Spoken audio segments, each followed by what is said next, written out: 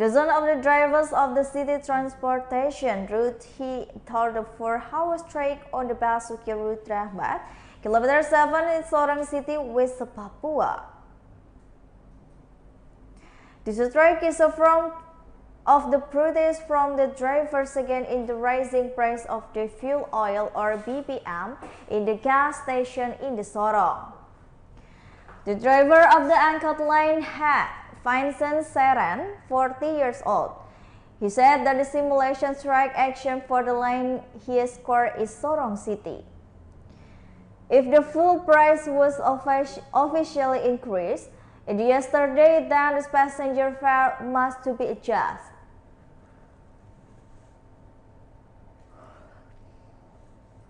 He said that this party has been on the strike since each week. It reports greatly about the rising traffic in the will and continue to create the strike.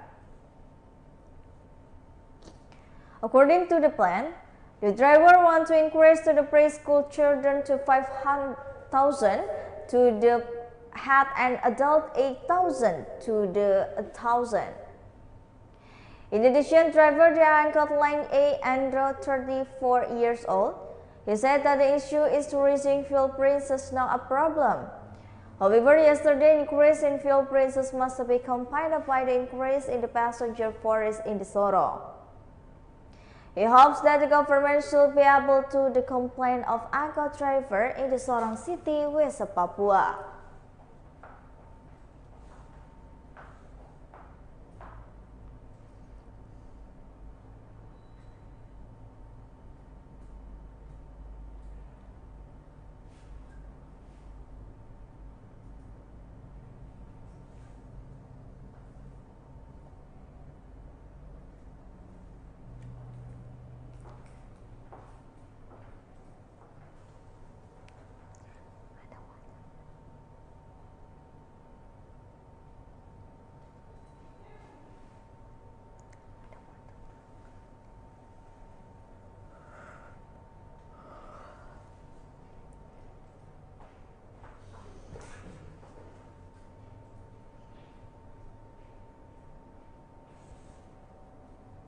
Terminal agar berusaha bahwa ini tarik angkut ini harus dikasih naik gitu.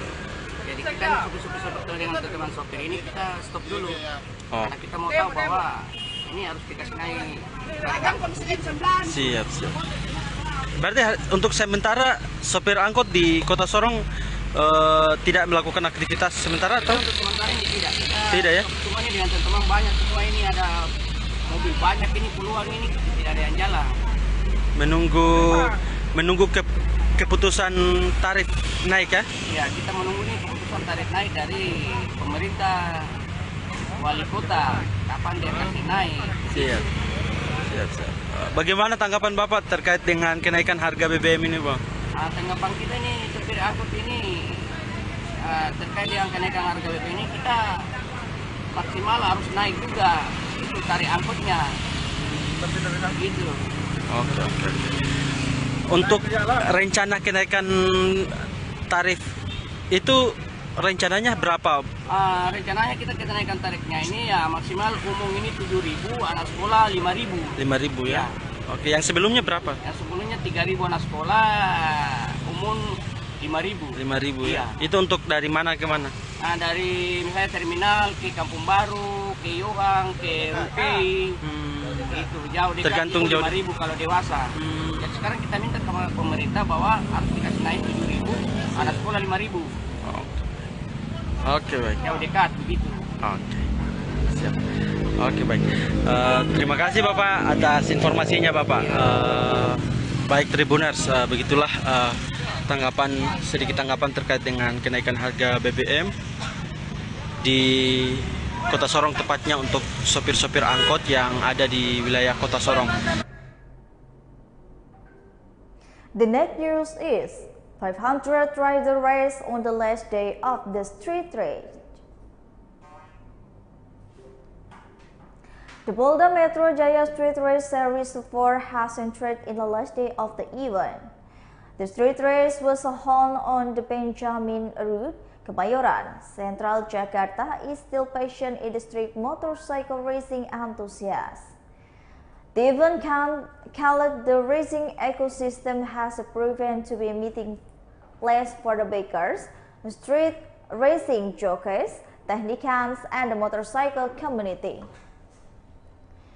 Director of the Traffic of the Police in the Commissioner Latif Usman said that on last day the street race Polda Metro Jaya was attended by the 500 participants from the various motorcycle community in the Jabodetabek area. On the last day, the racer tried to the motorbike to the launches expedition event. In addition, participants were given to opportunity parties together to test and the ability to iron horse and have been modified in such a way. First, this morning we are practicing together, so anyone, any company, any type can practice together. This afternoon, the street race competition began with the speed race between two bikers on the 5 meters Astragas line. According to the Latif, in the street race, the participants were given freedom to test their motorbike. In the fact, on the first day of Thursday, this activity ended just before midnight. A time, place, infrastructure are available, but the participants used the opportunity yesterday and was only until 12 o'clock at the night. That is just finished today, lasts until 9 p.m. The prizes will be distributed.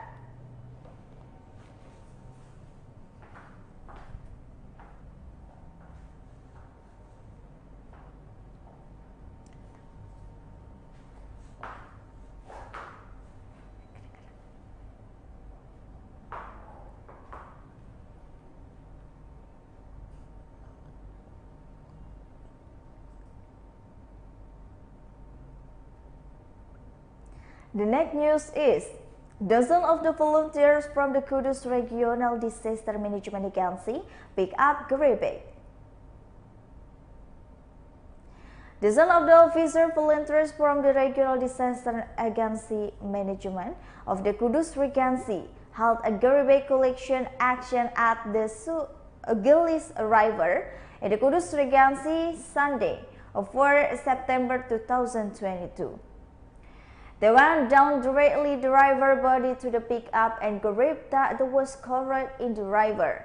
In addition, officials from the Regional Disaster Management Agency also cooperate with the Department of Housing Stable Area in this improvement, as well as the Department of the Public Works and Spatial Planning to deploy a number of the heavy equipment. Volunteer Field Coordinator of the Kudus Regional Disaster Management Agency, Budi Yowono, he said that today was a Westas clean-up push focus on the Gelis River, or mainly under the Sunan Kudus Break Road. He said area was a location where a lot of the Gerebek was found stuck in the British police and thus blocking in the flow of the river. Budi implies that the problem of the garbage in the river is left uncaught. He is still afraid that will trigger flooding when the rainy season arrives. Communicating with the Department of Housing and Stable and Improvement Department of Public Works and Spatial Planning to join with Til Westin in the river area. In addition, the Gelis River, Budi said, it will also target several other rivers in the Kudus Regency area, and mainly along with the North Coast route. He invited the village government and the community to educate their citizens to be more orderly in sporting over the West. It is undeniable in the community itself a culture of littering. Every village should be about to the people to be more orderly about West. The head of the emergency of the Kudus Regional Disaster Management Agency, Munai that in this near future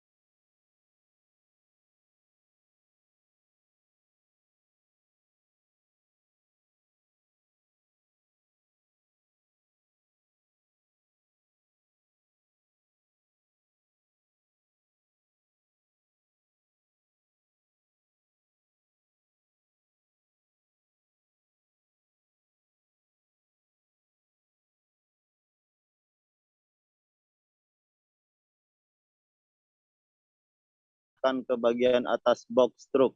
Warga yang curiga kemudian saling menginformasikan melalui handphone hingga akhirnya bisa menghadang truk tersebut bersama dengan aparat. Petugas selanjutnya mengamankan lokasi untuk mengantisipasi kemarahan dari warga yang saat itu telah berkerumun. Terpisah, Kapolda NTB Irjen Pol Joko Purwanto yang ditanya mengenai hal ini memerintahkan kasus dugaan penimbunan BBM jenis solar yang dilaporkan warga Batu Layar harus diusut tuntas. Pihaknya sedang mendalami, jika ada temuan penimbunan maka akan diproses. Truk yang diduga menimbun solar tersebut diamankan oleh warga. Kapolda akan mengecek kasus tersebut dan meminta masyarakat terus melaporkan adanya dugaan penyimpangan seperti penimbunan BBM. Pihaknya tetap mengantisipasi penimbunan dan telah membentuk tim khusus untuk menjaga SPBU.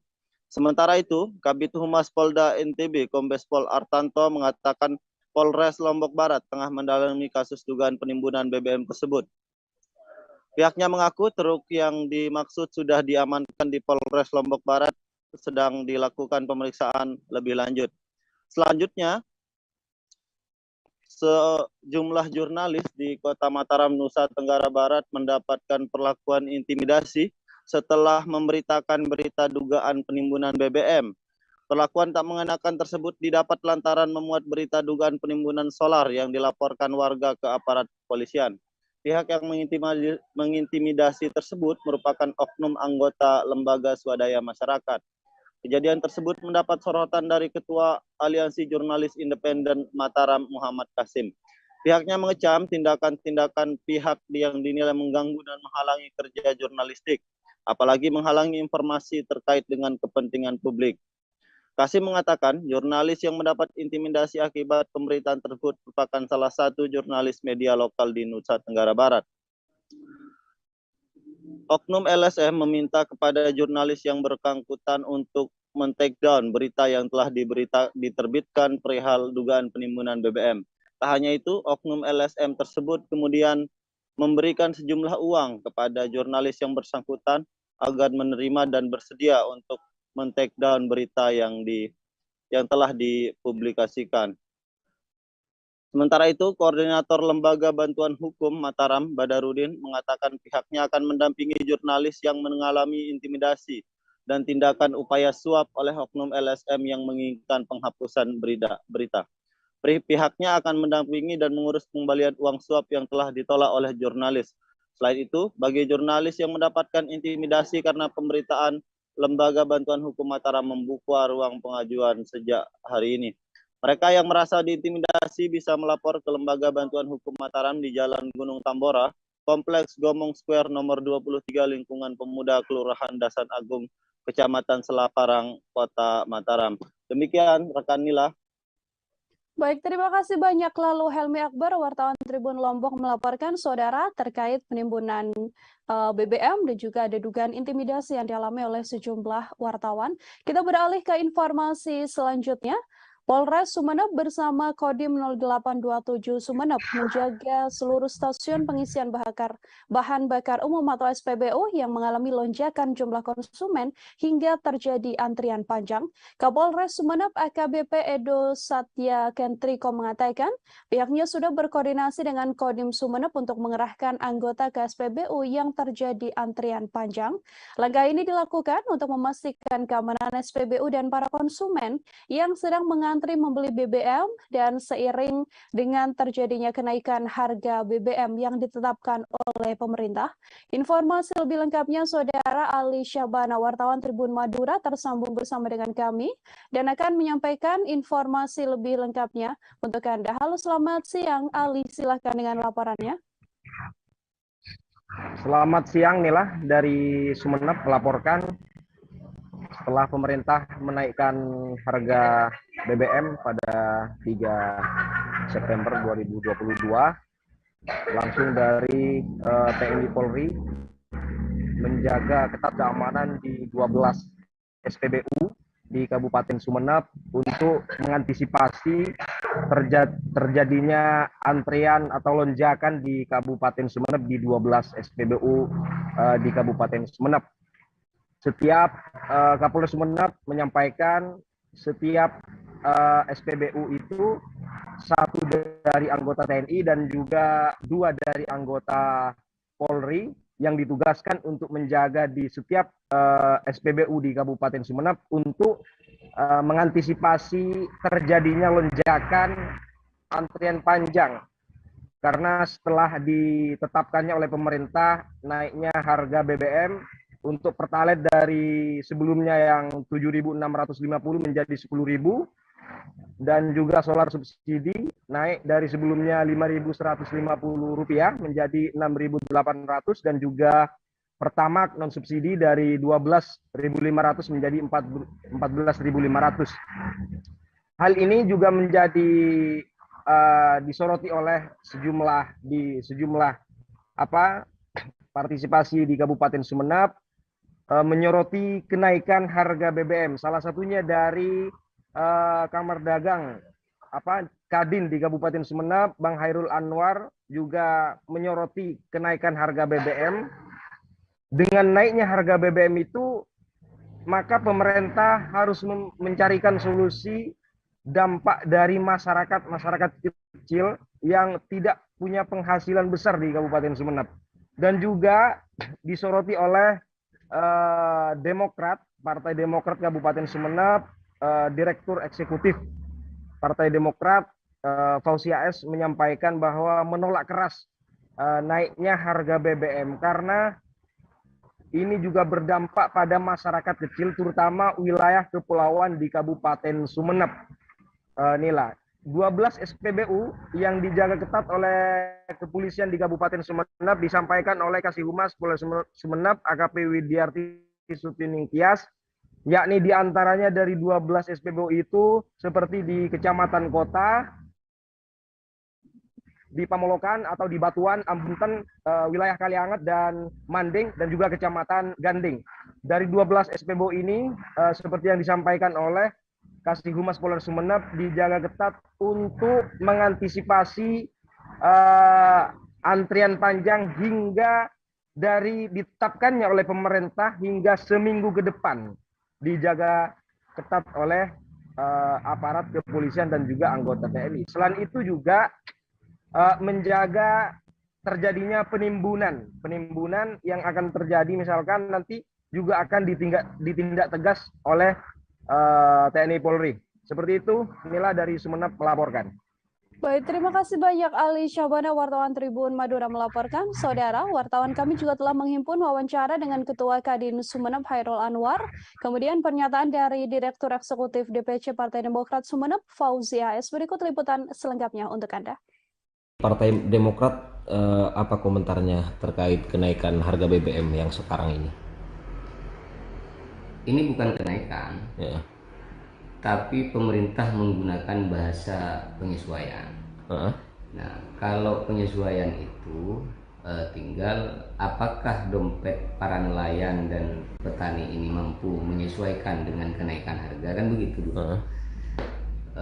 Jadi kami pikir kebijakan hari ini adalah kebijakan yang gila.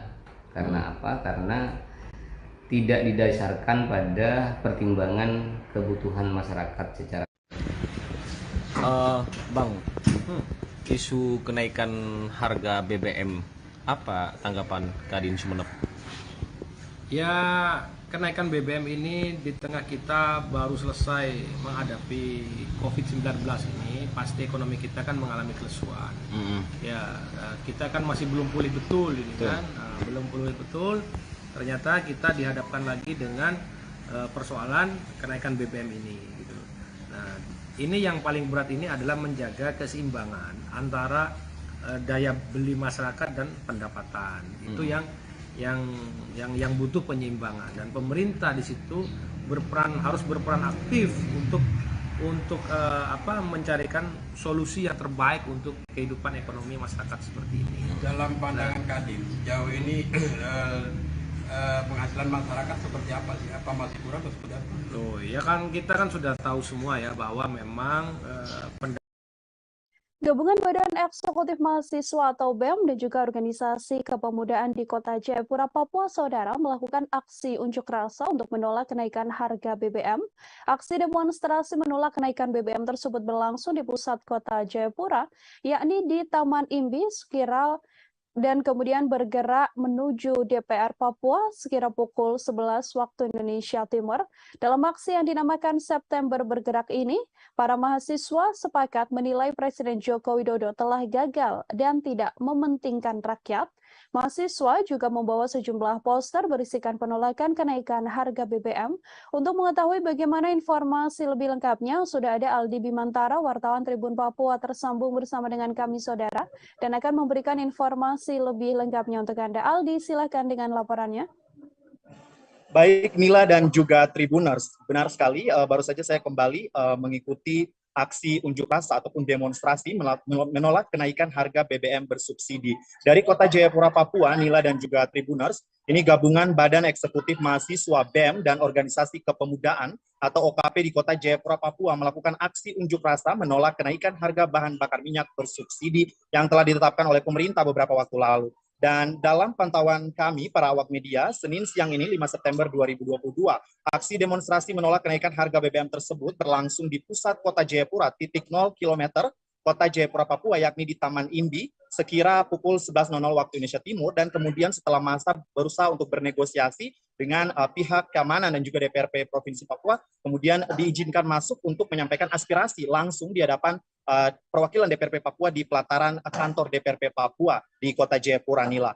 Dan berdasarkan pantauan kami pula dalam aksi yang dinamakan September Bergerak itu, para mahasiswa sepakat menilai bahwa Presiden Joko Widodo telah gagal dan tidak mementingkan rakyat kaitannya dengan kenaikan harga BBM bersubsidi ini. Nila dan juga Tribuners, mahasiswa juga membawa poster berisikan penolakan kenaikan harga BBM yang ditetapkan dan bergantian berorasi sembari meneriaki tolak harga BBM yang meroket dan dinilai sangat menyengsarakan rakyat kecil, terutama bagi masyarakat yang berada di wilayah timur Indonesia dengan kondisi ataupun kontur geografis serta akses transportasi yang tentunya sangat memprihatinkan untuk saudara-saudara kita juga yang berada di pegunungan Papua. Ini tentunya sangat berdampak secara kompleks ataupun menyeluruh begitu. Dan kepada awak media dalam sesi wawancara begitu, koordinator aksi Erwin Kuban ini mengatakan bahwa pihaknya mewakili suara rakyat yang menjerit, meminta untuk tidak menaikkan harga BBM karena akan berdampak pada semua sektor. Ia mengatakan bahwa dengan adanya kenaikan harga BBM ini akan sangat merugikan dan menyengsarakan masyarakat, khususnya masyarakat di wilayah timur Indonesia, Papua dan Maluku, yakni berdampak pada tarif angkutan umum serta harga kebutuhan pokok yang melambung tinggi.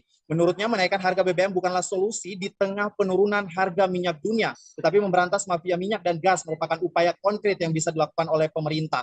Dapat saya kutip juga beberapa pernyataan ataupun tuntutan aspirasi yang disampaikan oleh pihak para demonstran yang dimana notabene merupakan mahasiswa begitu. Ada 4 poin, Nila dan juga Tribuners. Yang pertama yakni menolak kenaikan harga BBM bersubsidi karena ekonomi masyarakat yang belum pulih sepenuhnya. Kemudian dalam poin kedua ini masa meminta kepada pemerintah untuk mencabut kenaikan tarif dasar listrik, dan pada poin ketiga meminta DPRP dan pemerintah Provinsi Papua untuk memfasilitasi pedagang eceran BBM supaya mendapatkan kuota Pertasop khususnya mama-mama Papua dan bapak-bapak Papua.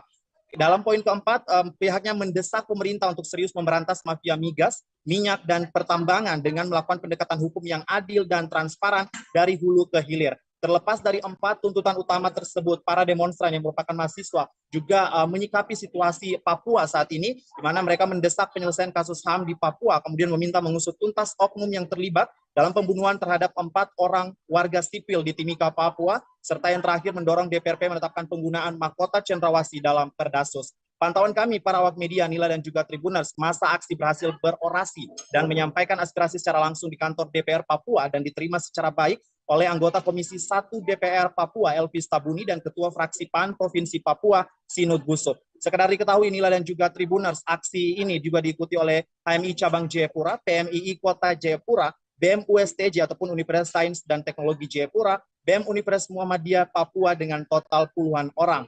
Sebelumnya pemerintah juga seperti kita ketahui bersama bahwa telah mengumumkan kenaikan harga 3 jenis bahan bakar minyak belum lama ini.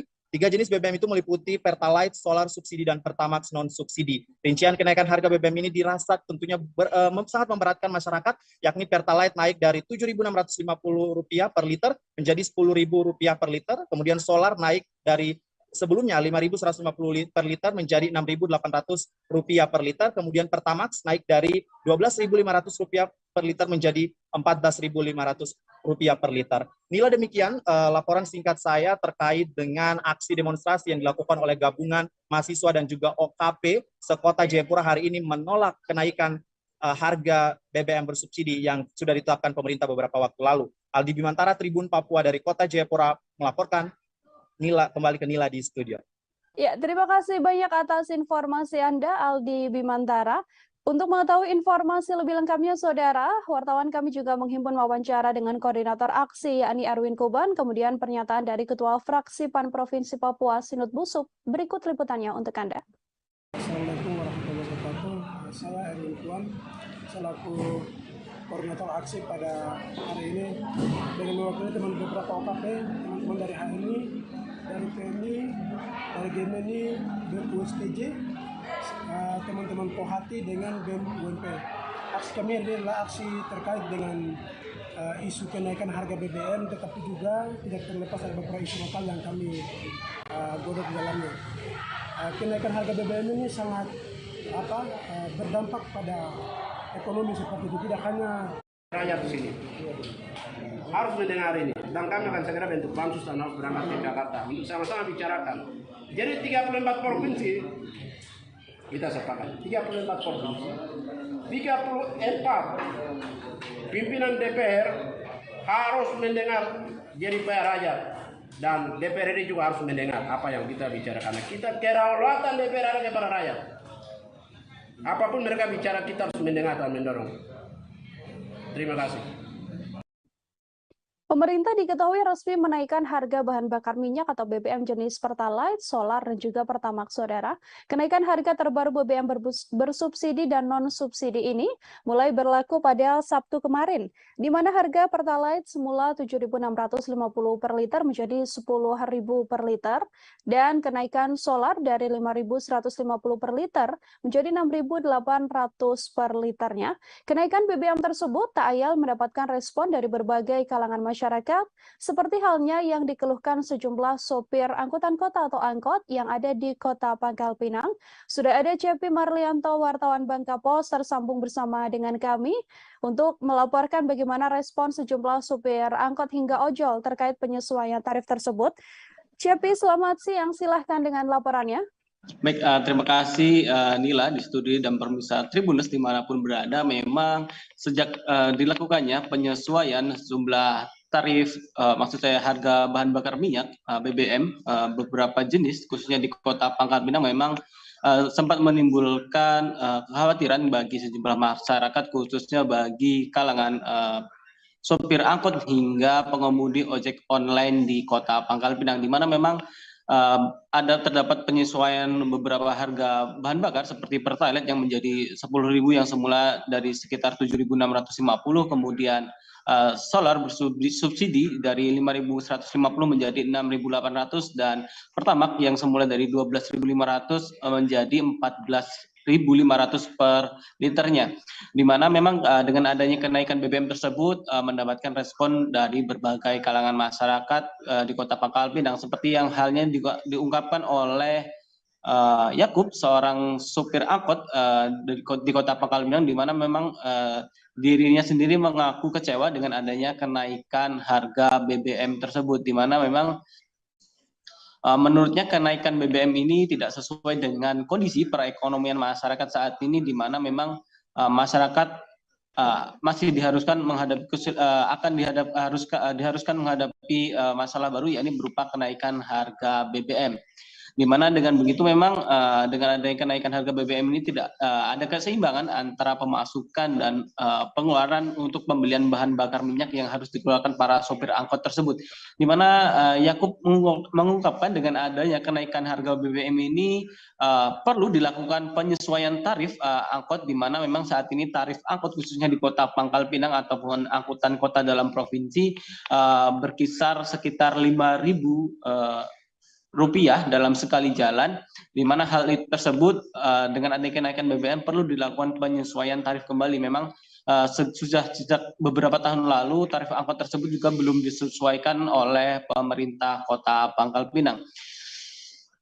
Maka dari itu memang pihaknya sendiri mendesak pemerintah segera mengambil langkah yang tepat, bukan hanya sekadar menaikkan harga BBM tanpa ada solusi bagi masyarakat dan sopir seperti dirinya.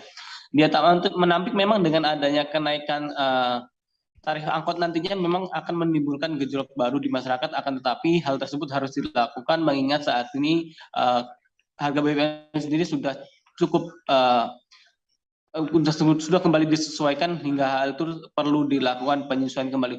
Hal senada juga diungkapkan oleh Taufik Hidayat, seorang pengemudi ojek online, di mana memang belum dengan adanya kenaikan harga BBM ini memang belum ada keseimbangan dengan pendapatan yang diperoleh dengan para pengemudi ojek online tersebut, di mana memang seharusnya dengan kenaikan harga BBM, tarif ojol sendiri perlu dikaji ulang. Mereka sendiri menuntut adanya kenaikan tarif yang diatur pemerintah untuk kemudian juga untuk kompensasi kenaikan harga BBM. Apalagi sebelumnya tarif ojek online sendiri sempat ditunda kenaikannya oleh pemerintah. Oleh karena itu pihaknya sendiri juga mendesak hal itu segera direalisasi. Kemudian juga para ojol sendiri meminta agar pemerintah mau menurunkan potongan aplikasi menjadi hanya sekitar 10% saja, tanpa ada lagi biaya tambahan pada setiap ordernya. Dia sendiri menilai pemerintah perlu melakukan pertemuan dan dialog dengan seluruh perwakilan organisasi driver angkutan online ataupun ojol untuk segera mendapatkan subsidi dari pemerintah untuk kenaikan harga BBM ini. Begitu Firda, Nila, kembali ke studio. Ya, terima kasih banyak CP Marlianto, wartawan Bangka Pos melaporkan. Saudara, terimpun pula wawancara dengan sopir angkot dan juga ojol. Berikut liputan lengkapnya untuk Anda. Dampaknya sih ngaruh ke ini sih, pendapatan juga.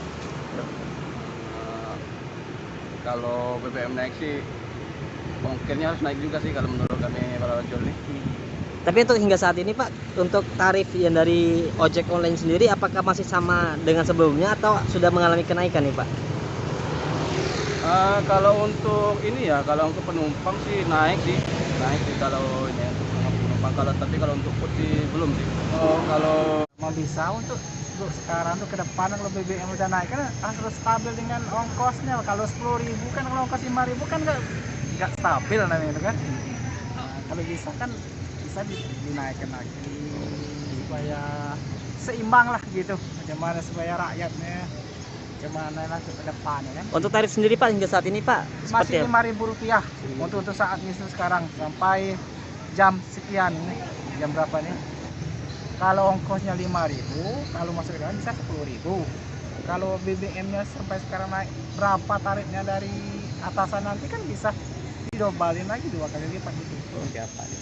Carilah solusi yang terbaik lah gimana supaya Kenaikan harga bahan bakar minyak atau BBM juga berdampak terhadap kenaikan harga ecer di pasaran, saudara. Harga Pertalite di tingkat pengecer di Malinau Kota dan sekitarnya juga menerapkan harga jual baru. Harga Pertalite di tingkat pengecer menembus angka Rp12.000 per liternya. Rata-rata harga Pertalite eceran baik botolan maupun di pom mini menerapkan harga seragam, yakni Rp12.000 per liternya. Penyesuaian harga tersebut menurut pengecer adalah hal yang sangat lumrah. Pasalnya sudah dikalkulasikan dengan biaya operasional yang mereka terapkan. Informasi lebih lengkapnya, Saudara Muhammad Supri, wartawan Tribun Kaltara, tersambung bersama dengan kami dan sudah siap untuk informasinya pada Anda. Halo, selamat siang. Supri, silakan dengan laporannya. Baik, terima kasih Nila dan Tribuners. Pasca pemerintah Republik Indonesia menaikkan harga bahan bakar minyak, Pertalite, solar, dan Pertamax di Kabupaten Malinau memang di sejumlah ruas jalan, khususnya karena di Kabupaten Malinau hanya terdapat satu agen penyalur minyak dan solar di wilayah Kabupaten Malinau, sehingga banyak di antara pom bensin yang merupakan tempat pengisian khusus yang diinisiasi oleh para pengecer. Untuk di wilayah Malinau Kota dan sekitarnya memang pantauan kami sejak sehari setelah penetapan harga jual baru atau penyesuaian harga jual baru di wilayah Kabupaten Malinau, rata-rata harga Pertalite di wilayah Kabupaten Malinau Malinau saat ini seragam diterapkan, yakni Rp12.000 per liternya untuk Pertalite. Nah, untuk beberapa wilayah yang ada di luar 4 wilayah sekitar kecamatan ibu kota, sekitar wilayah kecamatan Malinau Kota dan sekitarnya, memang diterapkan nilai jual yang tidak seragam. Namun 4 kecamatan di sekitar wilayah ibu kota kabupaten, yaitu kecamatan Malinau Kota, Malinau Barat, Mentarang, dan Malinau Utara, menerapkan harga seragam yang ini Rp12.000 per liternya. Untuk informasi di Kabupaten Malinau, memang sebelumnya telah menerima kuota BBM bersubsidi jenis Pertalite, yakni 9.000 sekian kiloliter, dan untuk biosolar 3.200 kiloliter. Nah, penerapan harga baru ini menurut para pengecer memang telah dikalkulasikan dengan angka rata-rata, yakni sebelumnya seharga 10.000 dinaikkan 2.000 karena ada tambahan kenaikan dari pemerintah pusat, yakni menjadi Rp10.000 per liternya. Dari pihak masyarakat sendiri meminta agar pemerintah daerah mengawasi khususnya bahan-bahan pakan yang berasal dari luar daerah di Kabupaten Malinau, khususnya komoditas seperti daging, kemudian ayam potong, telur, dan lain sebagainya yang dipasok dari luar daerah, karena dipastikan akan terjadi imbas dari kenaikan harga bahan bakar minyak bersubsidi itu tadi. Artinya perlu ada pengawasan di kalangan di pasar untuk mengantisipasi kestabilan harga di pasaran. Untuk saat ini juga agen penyalur minyak dan solar yang benar-benar beroperasi di Kabupaten Malinau hanya terdapat 1 APMS, yakni yang berada di Kecamatan Malinau Utara, sehingga masyarakat juga meminta agar 3 APMS atau agen penyalur minyak dan solar di Kabupaten Malinau dioperasikan secara rutin. 2 diantaranya yang saat ini terdata masih belum beroperasi secara penuh setiap harinya.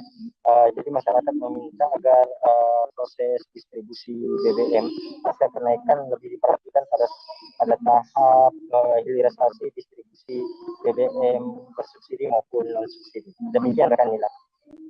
Terima kasih banyak Muhammad Supri, wartawan Tribun Kaltara melaporkan terkait dampak kenaikan harga BBM terdampak pada sejumlah hal yang ada di wilayah Kaltara, Saudara. Kita beralih ke informasi selanjutnya. Harga komoditas masih normal, bahkan ada yang mengalami penurunan di tengah naiknya harga bahan bakar minyak.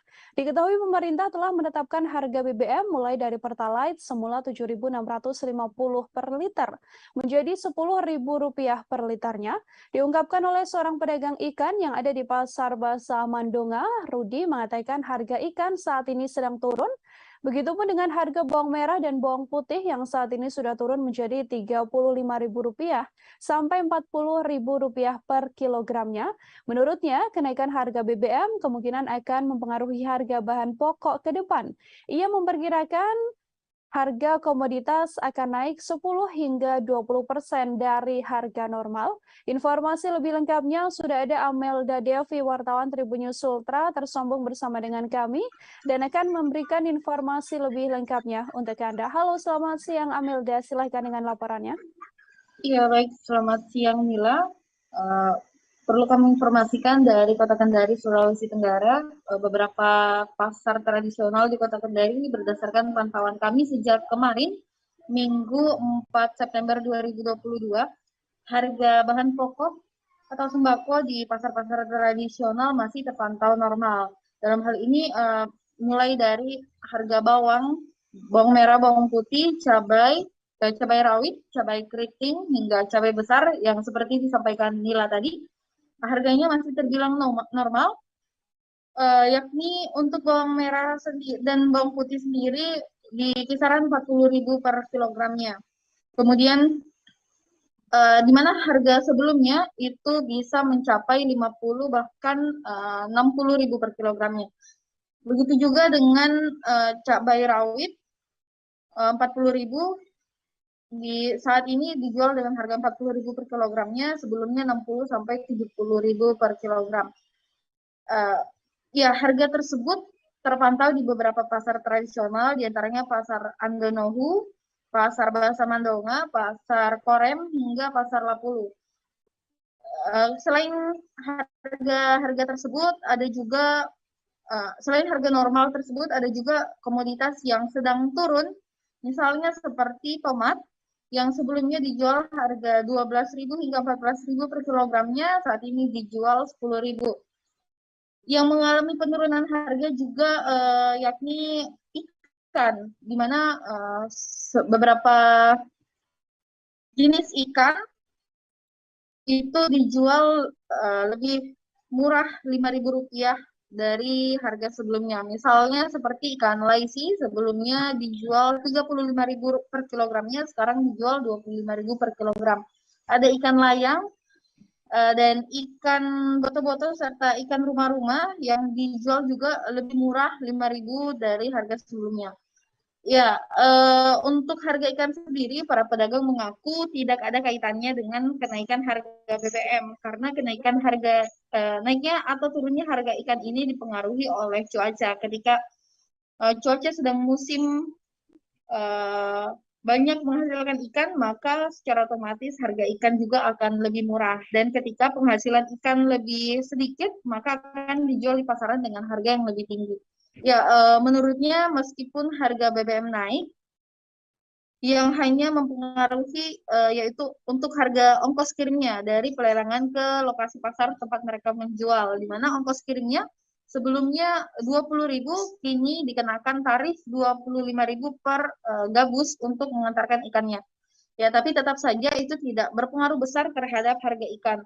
Ya, lain halnya dengan pedagang bawang dan cabai di pasar-pasar tradisional, mereka memperkirakan jika ke depannya naiknya harga BBM ini juga akan mempengaruhi harga barang yang mereka jual.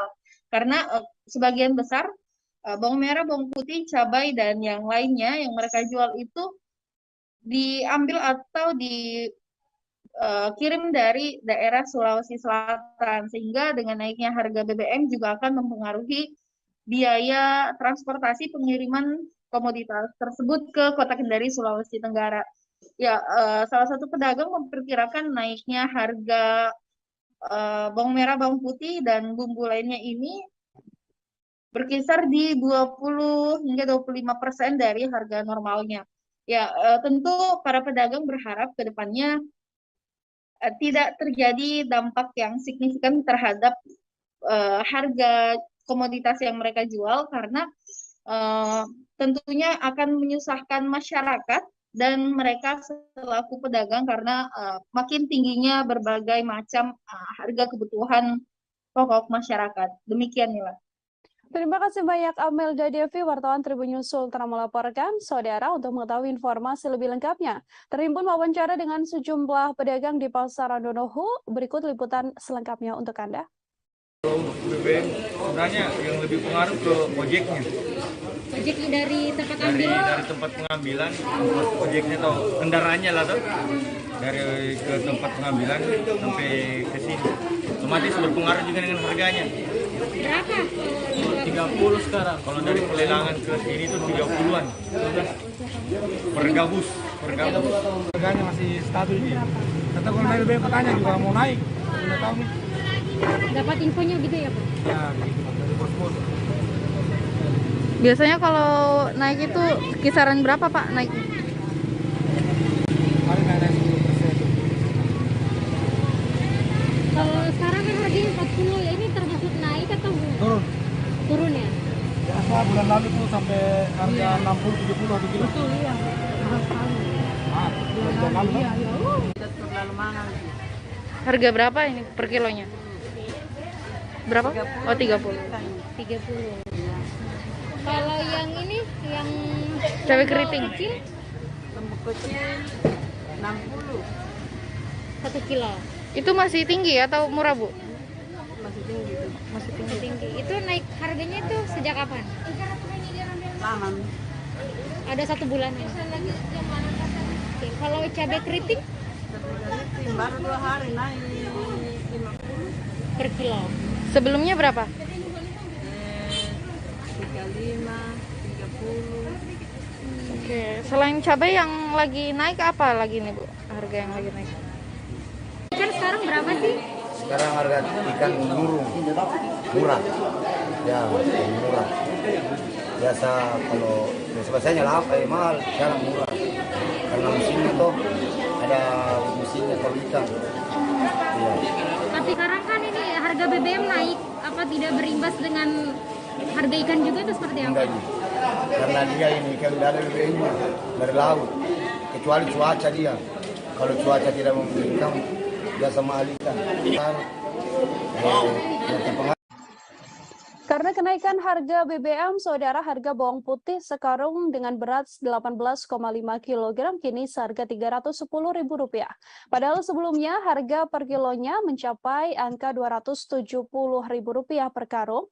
Selain bawang juga ada sayur mayur yang harganya naik.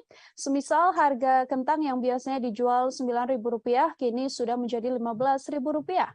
Selain komoditas tersebut, harga cabai juga diketahui mengalami kenaikan. Untuk mengetahui informasi lebih lengkapnya, saudara, sudah ada Nurhalis Huda, wartawan Banjarmasin Pos, tersambung bersama dengan kami dan akan memberikan informasi lebih lengkapnya untuk Anda. Halo, selamat siang Nurhalis. Ya, selamat siang rekan Nila. Oke, dapat kami laporkan di beberapa pasar di Banjarmasin dan Banjarbaru dan sekitarnya, dari pantauan harga sembako yang ada di beberapa komoditi yang ada di pasar, itu memang ada sebagian yang mulai mengimbas dari kenaikan harga BBM. Yang seperti tadi dijelaskan bahwasanya kami memantau juga ada harga bawang putih yang mana per karungnya itu biasanya 350.000. Padahal sebelumnya harganya itu 270.000 per karung. Nah, harga ini naik setelah adanya penetapan harga BBM. Memang untuk pedagang kecil tidak mengetahui tentang hari ini. Yang jelas ini pedagang besar mengatakan demikian, termasuk yang di Banjarmasin. Karena kenaikan harga BBM subsidi baik Pertalite ataupun solar juga harganya naik. Nah,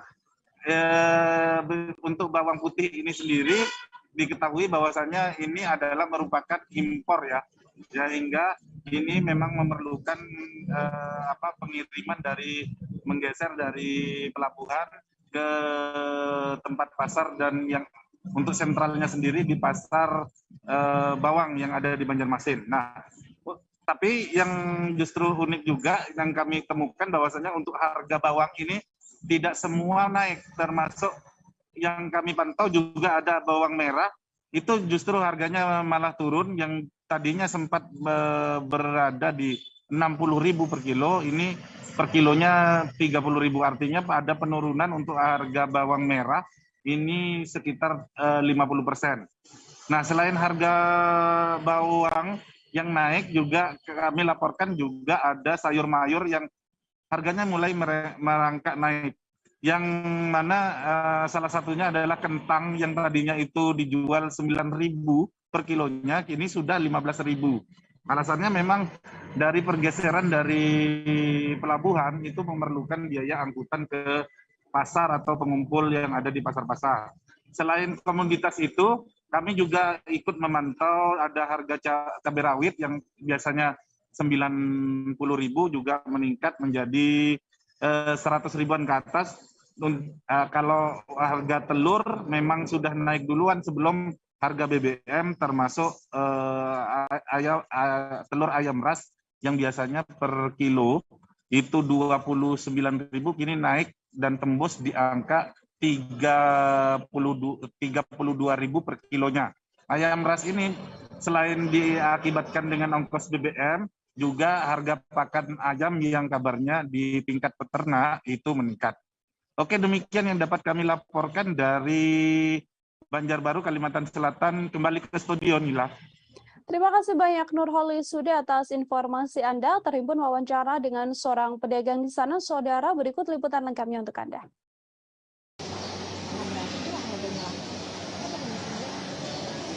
Ya, assalamualaikum warahmatullahi wabarakatuh. Kembali lagi bersama saya jurnalis Banjarmasin Pos di sini.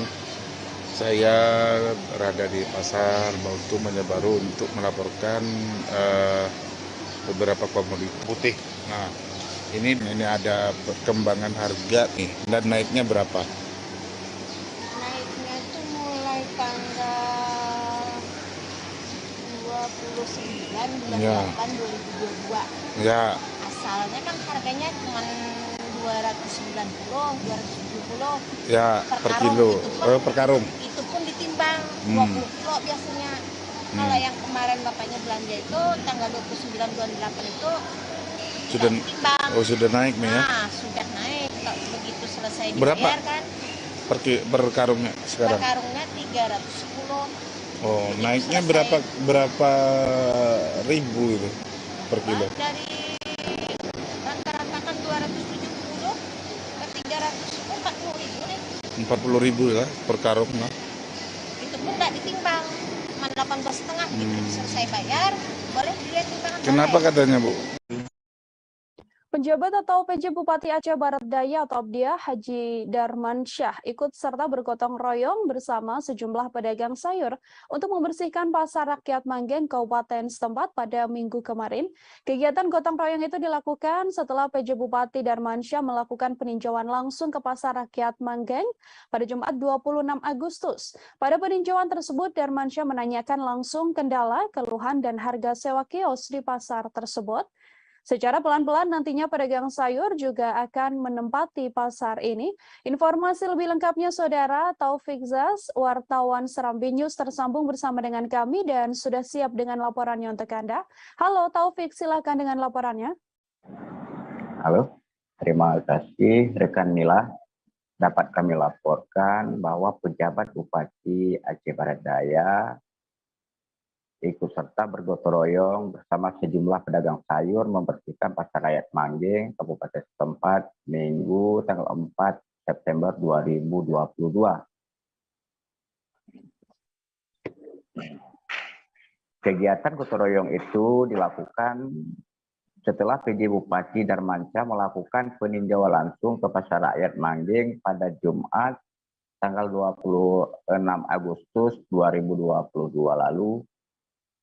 Dan pada peninjauan itu, Darmansyah menanyakan langsung kendala, keluhan, dan harga sewa kios di pasar tersebut. Setelah pembersihan dilakukan, menurut Darman, nanti secara pelan-pelan pedagang sayur akan menempati pasar tersebut. Untuk tahun pertama, Pemkab Abdiah menggratiskan sewa lapak khusus untuk pasar sayur dan pasar daging. Di pasar ini PJ Bupati Abdiah berharap pasar ini kedepannya lebih bersih dan higienis karena pasar ini sendiri akan ditempati oleh 96 pedagang sayur dan daging yang ada di kawasan Kecamatan Manggeng. Bahkan Haji Darman sendiri berharap lapak yang akan diisi tersebut sebagiannya bisa ditempati oleh mantan kombatan GAM sebagai langkah pemulihan ekonomi untuk para kombatan. Darmansyah menyebutkan kehadirannya pada kegiatan gotong royong tersebut di samping ikut membantu juga memberikan stimulus kepada pedagang sayur.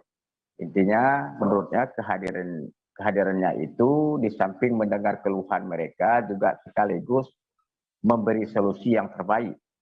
Oleh karenanya Darman berharap kepada para pedagang agar menempati pasar tersebut selain yang kondisinya saat ini sudah bersih. Dalam rangka mengaktifkan pasar tersebut, gebrakan pertama yang dilakukan PJ Bupati Abdiah Darmansyah adalah menurunkan harga sewa kios di pasar tersebut. Untuk kios berbarisan depan dari harga sewa sebelumnya 5 juta per tahun diturunkan menjadi 3 juta rupiah. Kemudian kios barisan tengah yang sebelumnya juga seharga 5 juta per tahun, saat ini diturunkan menjadi 2 juta per tahun dan kios bagian belakang menjadi 1 juta per tahun. Tak hanya menekan biaya sewa lebih murah dari harga sebelumnya, PJ Bupati Abia juga memberikan kemudahan kepada pedagang yang ingin berjualan di pasar rakyat Mangging tersebut.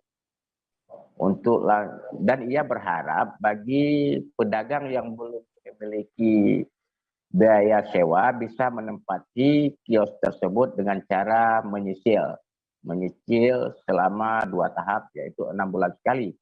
Demikian rekan Nila. Terima kasih Taufik Zaz, wartawan Serambi News melaporkan. Selamat bertugas kembali, Taufik.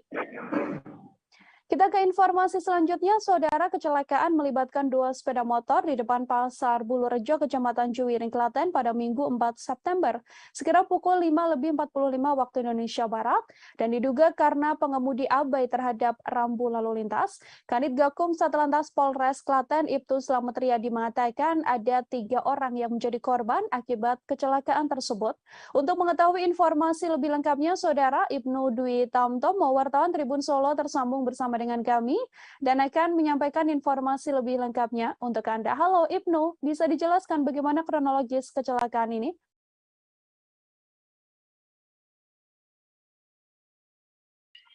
Ya, terima kasih rekan Jenitor Tribun. Kecelakaan yang terjadi akibat pengemudi abai terhadap rambu lalu lintas terjadi kemarin dan melibatkan 2 pengendara sepeda motor di depan Pasar Bulurejo, Kecamatan Juwiring, Klaten, sekitar pukul 5:45 pagi hari. Dan kepada Tribun Solo, Kanit Gakum Satlantas Polres Klaten, Ibnu Slamet Riyadi mengatakan ada 3 korban yang menjadi korban akibat kecelakaan tersebut. Dan ini menjelaskan bahwa korban diantaranya adalah SH, merupakan pengemudi Honda Fit dengan nomor polisi AD 3955 QC, dan yang saat itu membonceng adalah S, umur 55 tahun. Keduanya adalah merupakan warga Desa Bulurejo, Kecamatan Juwiring, Klaten. Sedangkan WS, 22 tahun, warga Desa Mandong, Kecamatan Trucuk, Klaten, yang saat itu berkendara sendirian menggunakan sepeda motor Honda Karisma dengan nomor polisi AD 3770 JV. Dan lebih lanjut, Slamet menjelaskan bahwa kronologis kejadian berawal saat sepeda motor yang dikemudikan oleh BS berjalan dari arah Kecamatan Wonosari menuju arah Desa Kepoh, yaitu di Jalan Belanggu Juwiring. Sedangkan SH dan F menggunakan sepeda motor Honda Beat berjalan dari berlawanan arah dari Desa Kepoh yang hendak belok ke kanan ke arah Kecamatan Juwiring atau di Jalan Juwiring Peda.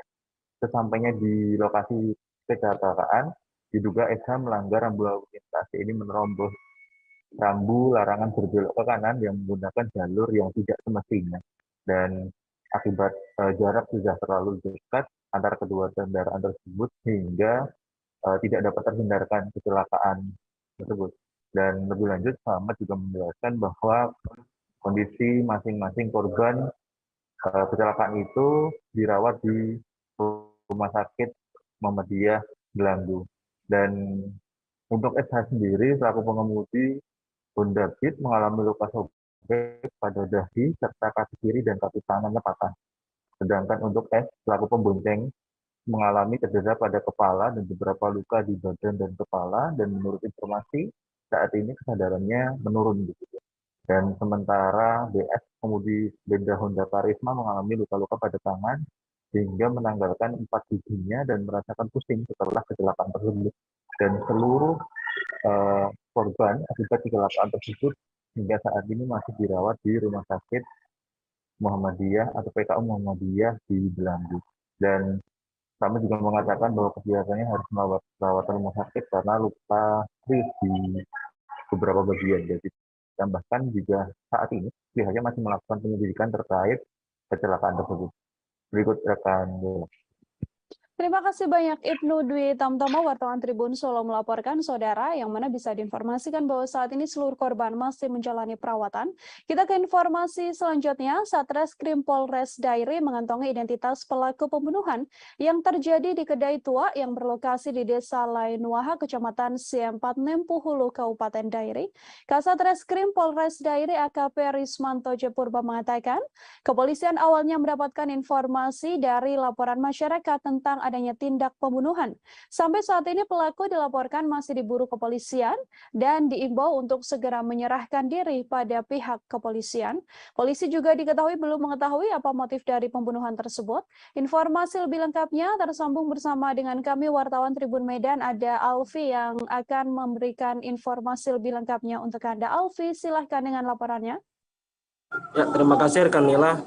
Telah terjadi kasus pembunuhan yang terjadi di sebuah warung tua yang berada di Desa Leinwaha, Kecamatan Simpang Empu Hulu, Kabupaten Dairi. Nah, korban berinisial UHS ya berusia sekitar 52 tahun ditikam oleh seseorang yang berinisial LN berusia sekitar 61 tahun dengan menggunakan sebilah pisau dan menikam di bagian punggung sebelah kanan korban.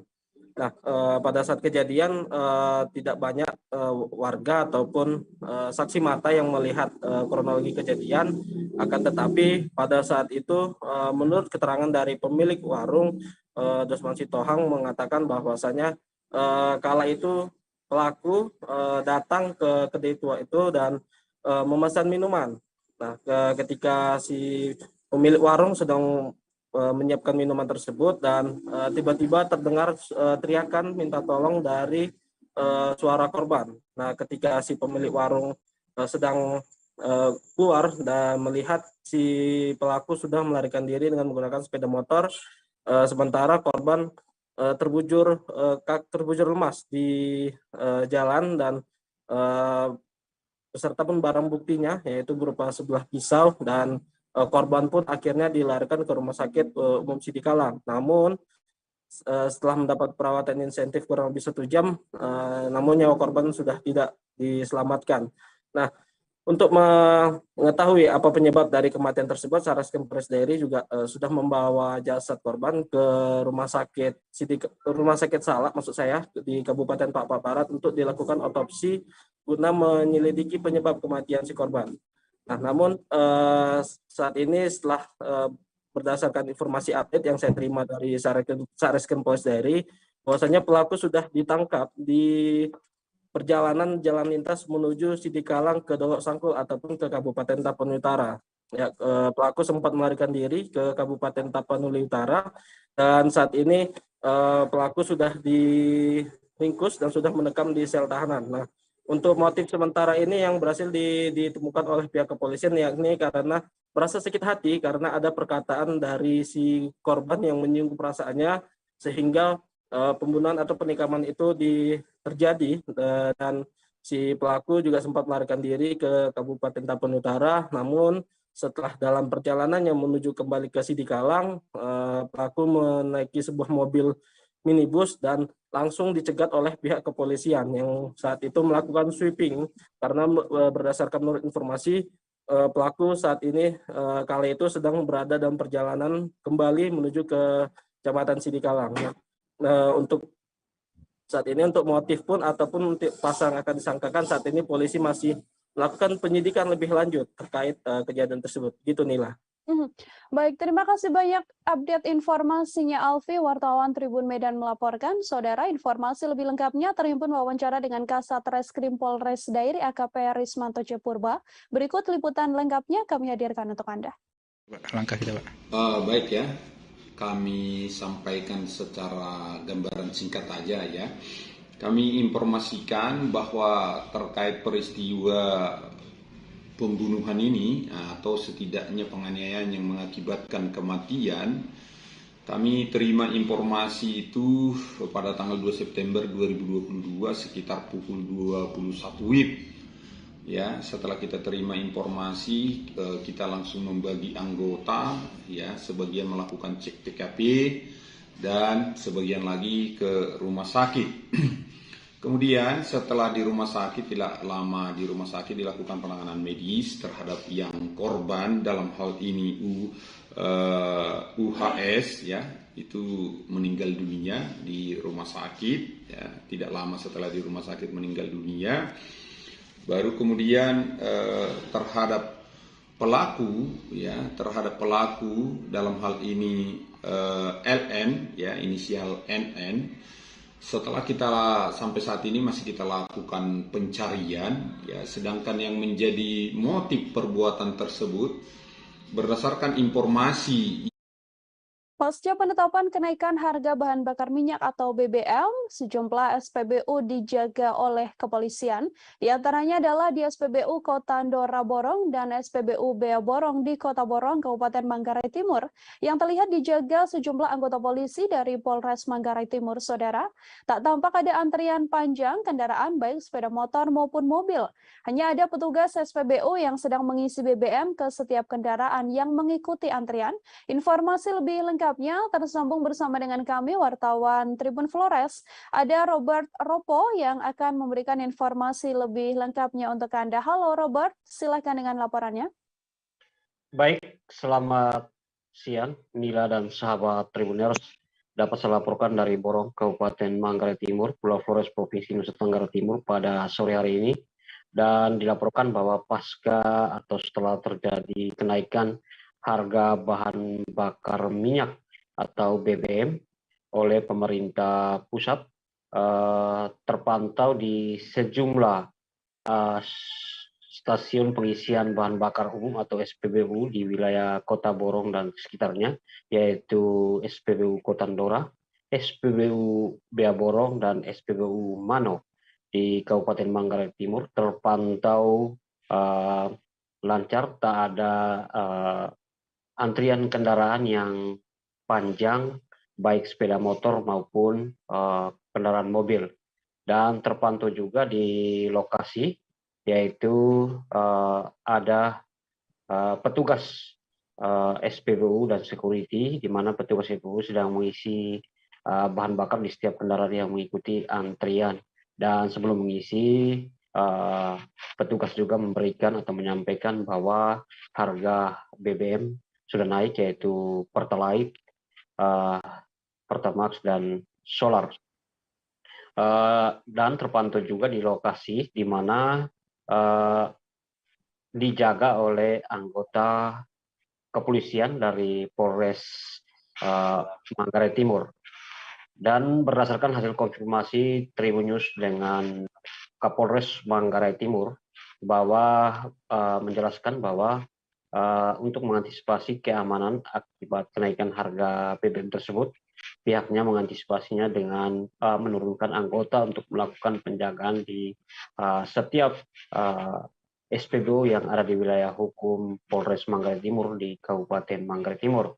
Dan meski demikian, berdasarkan informasi atau penyampaian dari Kapolres Manggarai Timur, bahwa sejauh ini pasca terjadinya penetapan kenaikan harga bahan bakar minyak, tidak ada informasi aksi penolakan dari organisasi ataupun pihak manapun sehingga saat ini. Selamat siang Nila, demikian dapat saya kembalikan ke studio. Ya, terima kasih banyak Robert Ropo, wartawan Tribun Flores, atas informasi Anda. Selamat bertugas kembali. Kita ke informasi selanjutnya, Saudara. Kenaikan BBM juga berdampak ke banyak sektor usaha, khususnya usaha transportasi. Di Bulungan Kaltara, misalnya, pengusaha speedboat reguler berharap akan adanya penyesuaian tarif dampak dari naiknya harga BBM. Pengusaha speedboat Limex, Mahmudin, mengatakan dengan naiknya harga BBM, maka diperlukan penyesuaian harga tiket speedboat reguler. Ia mengatakan kebutuhan BBM jenis Pertalite untuk speedboat reguler cukup besar, yakni mencapai 600 hingga 700 liter per harinya. Informasi lebih lengkapnya, Maulana Ilhami Faudi, wartawan Tribun Kaltara, tersambung bersama dengan kami dan akan memberikan informasi lebih lengkapnya untuk Anda. Halo, selamat siang Maulana, silahkan dengan laporannya. Baik, rekan Nila dan Tribuners, dapat dilaporkan bahwa kenaikan harga bahan bakar minyak atau BBM berdampak pada sektor usaha transportasi, misalnya transportasi air yang ada di Bulungan, Kalimantan Utara. Kemarin pemilik pengusaha dari speedboat reguler meminta pemerintah menaikkan harga tiket yang hari ini menurutnya harga tiket tersebut kurang mampu menanggung biaya operasional dari usaha speedboat reguler. Kenaikan harga tiket menurut pengusaha speedboat yakni Mahmudin diharapkan berkisar di angka Rp145.000. Selain itu, selain transportasi air, untuk transportasi di darat, Perum Damri yang melayani rute di sejumlah kota dan kabupaten di Kalimantan Utara juga menaikkan harga tiket busnya sebesar 20%, yakni dari harga 150.000 menjadi 180.000 khusus untuk rute Tanjung Selor Malinau. Dan rekan Nila, pada hari ini pemerintah Provinsi Kaltara akhirnya memutuskan untuk menaikkan harga tiket speedboat reguler, khususnya yang beroperasi di sejumlah kota di dalam Kaltara.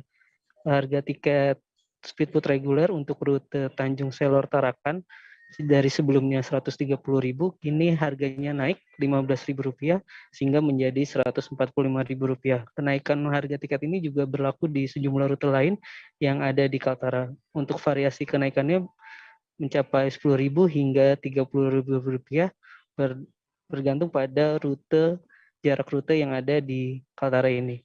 Menurut pengusaha speedboat reguler, kenaikan harga tiket nantinya diharapkan dapat mengurangi ongkos biaya produksi speedboat reguler yang kian hari kian mahal karena juga fluktuasinya penumpang yang ada di Bulungan ini. Demikian rekan Nila laporannya. Ya, terima kasih banyak Maulana Ilhami Faudi, wartawan Tribun Kaltara melaporkan, saudara. Kita beralih ke informasi lain. Seorang lelaki yang diketahui bernama Roland Pramutya, berusia 29 tahun, ditemukan meninggal dunia seusai menjadi korban pengeroyokan. Insiden tersebut terjadi di halaman karaoke yang ada di wilayah Tanjung Pandan pada Minggu 4 September dini hari. Ayah korban mengaku terkejut saat mendapatkan telepon dari kerabatnya yang mengabarkan bahwa sang putra pertamanya telah meninggal dunia. Untuk mengetahui informasi selengkapnya, Dede Suhendar, wartawan Pos Belitung, tersambung bersama dengan kami dan siap memberikan informasi selengkapnya untuk Anda. Dede, silahkan dengan laporannya. Ya, baik Nila dan Tribuners, bisa kami sampaikan seorang lelaki yang diketahui bernama Roland Pramutya berusia 29 tahun meninggal dunia karena diduga dikeroyok di halaman parkir tempat hiburan malam atau karaoke pada hari Minggu dini hari lalu. Ya, berdasarkan informasi dari orang tua korban, Supri menjelaskan bahwa dirinya sempat terkejut mendapat telepon dari kerabatnya sekitar pukul 2 dini hari yang mengabarkan bahwa anaknya telah meninggal dunia akibat dikeroyok di halaman parkir tempat hiburan malam. Berdasarkan informasi terbaru dari Kasat Reskrim Polres Belitung, Ibtu Edi Purwanto menjelaskan bahwa pihak kepolisian telah mengamankan 3 orang terduga pelaku kejadian tersebut. Untuk sementara ini 3 orang pelaku tersebut sedang diperiksa lebih lanjut terkait kejadian yang menewaskan seorang pengunjung di tempat hiburan malam tersebut.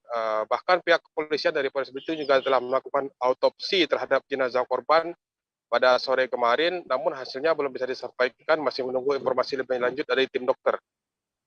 Sementara ini polisi masih terus berupaya mengungkap siapa saja pelaku yang menyebabkan kejadian tersebut. Saat ini memang di Polres Belitung juga masih melakukan penyelidikan dan sementara ini pihak polisi masih terus memburu keberadaan pelaku. Demikian Nila. Baik, terima kasih banyak Dede Suhendar, wartawan Pos Belitung, atas informasi Anda. Selamat bertugas kembali. Kita ke informasi selanjutnya, saudara. Tim Resmo Polda Sulut mengamankan seorang pelaku pencurian kendaraan bermotor roda 2 yang terjadi di wilayah Kota Manado dan juga Minahasa. Kabid Humas Polda Sulut Kombes Pol Jules Abraham Abbas membenarkan hal tersebut. Seusai menangkap pelaku, tim kemudian melakukan interogasi dan melakukan pengembangan untuk mencari barang bukti. Pelaku sudah melakukan pencurian sebanyak 8 kali di 8 TKP yang berbeda. Informasi lebih lengkapnya terhimpun ada wartawan Tribun Manado, ada Randy Umar tersambung bersama dengan kami dan akan memberikan informasi lebih lengkapnya untuk Anda. Randy, silahkan dengan laporannya. Oke, selamat siang Tribuners ya, dimanapun Anda berada. Nah, di siang hari ini saya berada di Polda Sulawesi Utara dan saya melaporkan tentang hasil pengembangan serta penangkapan yang dilakukan oleh tim Resmo Polda Sulawesi Utara. Nah, ketika bahwa pada hari Sabtu kemarin mereka berhasil melakukan penangkapan dan pengungkapan, dan pada beberapa waktu yang lalu karena pada hari Minggu kemarin penangkapan kepada tersangka itu pun langsung dilakukan. Dan kemudian karena tersangka ini berusaha mencoba melarikan diri dari kejaran aparat, karena memang tersangka ini memang dikenal juga lihai dan dalam melakukan aksi pencurian ini, akhirnya dia terpaksa diberikan tembakan tegas terukur oleh pihak Polda Sulawesi Utara. Dari informasi, tersangka memang sudah 9 kali melakukan aksi kejahatan ini, dan beberapa kali dia juga coba membuat kasus terakhir sebelum kasus pencurian ini. Ternyata dia juga terlibat dalam kasus membawa lari anak di bawah umur. Jadi dia membawa lari anak, yang wanita dia bawa lari itu berkekurangan mental juga ya, kekurangan mental, akhirnya dia pun dilaporkan di Polres Minut. Dan dari hasil itu Polda Sulawesi Utara pun akhirnya melakukan penangkapan, akhirnya ditemukan juga bahwa dia adalah sindikat kasus pencurian motor. Dan sejauh ini Polda Sulut telah menyerahkan tersangka ke Polsek Kawangkoan karena ada beberapa TKP yang banyak dia dilakukan di Polsek Kawangkoan Kabupaten Minahasa. Nah, seperti Tribuners bisa lihat di video, itulah bagaimana tersangka dibawa oleh tim Resmob dari Rumah Sakit Bayangkara. Jadi tim Resmob langsung melakukan pengobatan kepada tersangka ini akibat dia mencoba melarikan diri saat diamankan petugas. Oke Tribuners, itu saja yang saya bisa laporkan dari Sulawesi Utara. Selamat siang dan tetap semangat. Terima kasih banyak Randy Umar, wartawan Tribun Manado melaporkan. Kita lanjutkan informasi selanjutnya, Saudara. Angin puting beliung yang menerjang Ogan Ilir dalam sepekan terakhir masih menyisakan dampak bagi sejumlah warga. Dana dari Badan Nasional Penanggulangan Bencana atau BNPB, angin puting beliung ini berdampak pada kerusakan 21 rumah di beberapa kecamatan di Ogan Ilir. Kerusakan rumah dari yang sedang hingga berat seperti terjadi di Kecamatan Pemulutan dan juga Rantau Panjang. Tercatat ada 42 orang yang terdampak bencana alam ini. Informasi lebih lengkapnya sudah ada wartawan Tribun Sumsel. Ada Agung yang tersambung bersama dengan kami, Saudara, dan akan memberikan informasi lebih lengkapnya untuk Anda. Agung, selamat siang. Silahkan dengan laporannya. Selamat siang, Agung. Selamat siang rekan Nila dan juga Tribuners. Ya, dapat kami laporkan bencana alam berupa angin puting beliung menerjang wilayah Sumatera Selatan, tepatnya di Kabupaten Ogan Ilir. Data dari BNPB periode tanggal 25 Agustus hingga 1 September lalu, angin puting beliung menerjang sejumlah daerah kecamatan di Kabupaten Ogan Ilir, yakni di Kecamatan Pemulutan dan Rantau Panjang. Tercatat ada 21 rumah mengalami kerusakan, mulai dari tingkat kerusakan sedang hingga berat. Dan juga ada 42 orang yang terdampak bencana ini, di mana sebagian besar harus mengungsi ke rumah kerabat masing-masing. Mengenai rumah yang terdampak angin puting beliung ini rata-rata berlokasi di area rawa yang tidak ada pepohonan, sehingga begitu angin menerjang sangat mudah untuk meluluhlantakan rumah panggung kayu yang merupakan maksud kami bangunan yang tidak permanen. Jadi untuk saat ini pendataan sudah dilakukan oleh aparat pemerintah daerah kepada para korban angin puting beliung ini. Meskipun tidak ada korban jiwa, namun kerugian material diperkirakan mencapai ratusan juta rupiah. Kami juga sempat meninjau salah satu lokasi bencana angin puting beliung, tepatnya di Desa Sejangko, Kecamatan Rantau Panjang, Kabupaten Ogan Ilir. Di sini ada sejumlah rumah yang benar-benar rusak berat, ambruk, seperti dialami 2 orang warga yang merupakan 2 bersaudara yang merupakan lansia, di mana kediaman 2 orang lansia ini luluh lantak diterjang angin. Di mana atap rumah itu melayang sehingga tinggal menyisakan atap, maksud kami tinggal menyisakan dinding dan lantai papan yang mulai lapuk karena hujan yang terus mengguyur selama beberapa hari ini. 2 orang lansia ini terpaksa bertahan di kediaman yang sudah tidak ada atap tersebut dengan memasang terpal seadanya karena tidak dapat mengungsi mengingat tempat tinggal lainnya di sekitar desa tersebut juga terdampak angin puting beliung sehingga banyak warga yang kini mengungsi ke tempat yang lebih aman. Untuk saat ini, hingga saat ini kami masih menantikan respon dari pemerintah setempat untuk segera merenovasi rumah yang terdampak angin puting beliung karena memang sudah dijelaskan, sudah dianggarkan bahwa untuk rumah yang mengalami kerusakan karena bencana alam itu dapat segera diperbaiki. Namun saat ini masih menunggu realisasi dari pemerintah daerah setempat. Demikian rekan Nila dan juga Tribuners, laporan dari Ogan Ilir, Sumatera Selatan. Terima kasih banyak Agung, wartawan Tribun Sumsel melaporkan. Selamat bertugas kembali. Terhimpun pula wawancara saudara dengan seorang korban angin puting beliung yakni Zubaidah. Berikut liputan lengkapnya kami hadirkan untuk Anda. Orang lansia korban. Tapi cuma duit lah, ada kati bantuan lain. Nah, jadi dengan adanya rumah ini macam mana? Rumah roboh ini. Ya kati itu jogok ini lah. Masih ditempati? Tahu. Lah semalam kami masih duduk sini. Masih duduk sini. Nah, pada saat rumah ini roboh, pocok ini roboh, posisi nenek berdua ini di mana? Kalau pocok roboh ke bawah lagi. Tidak nak uang. Oh. Kami tidak nak numpang uang. Keluarga di mana Mbak tinggal? Apa? Keluarga nenek. Keluarga nenek di sini tinggal di mana, Mbak? Enggak kati keluarga. Lama tinggal di sini, Nek? Lama kami sini. Berapa tahun?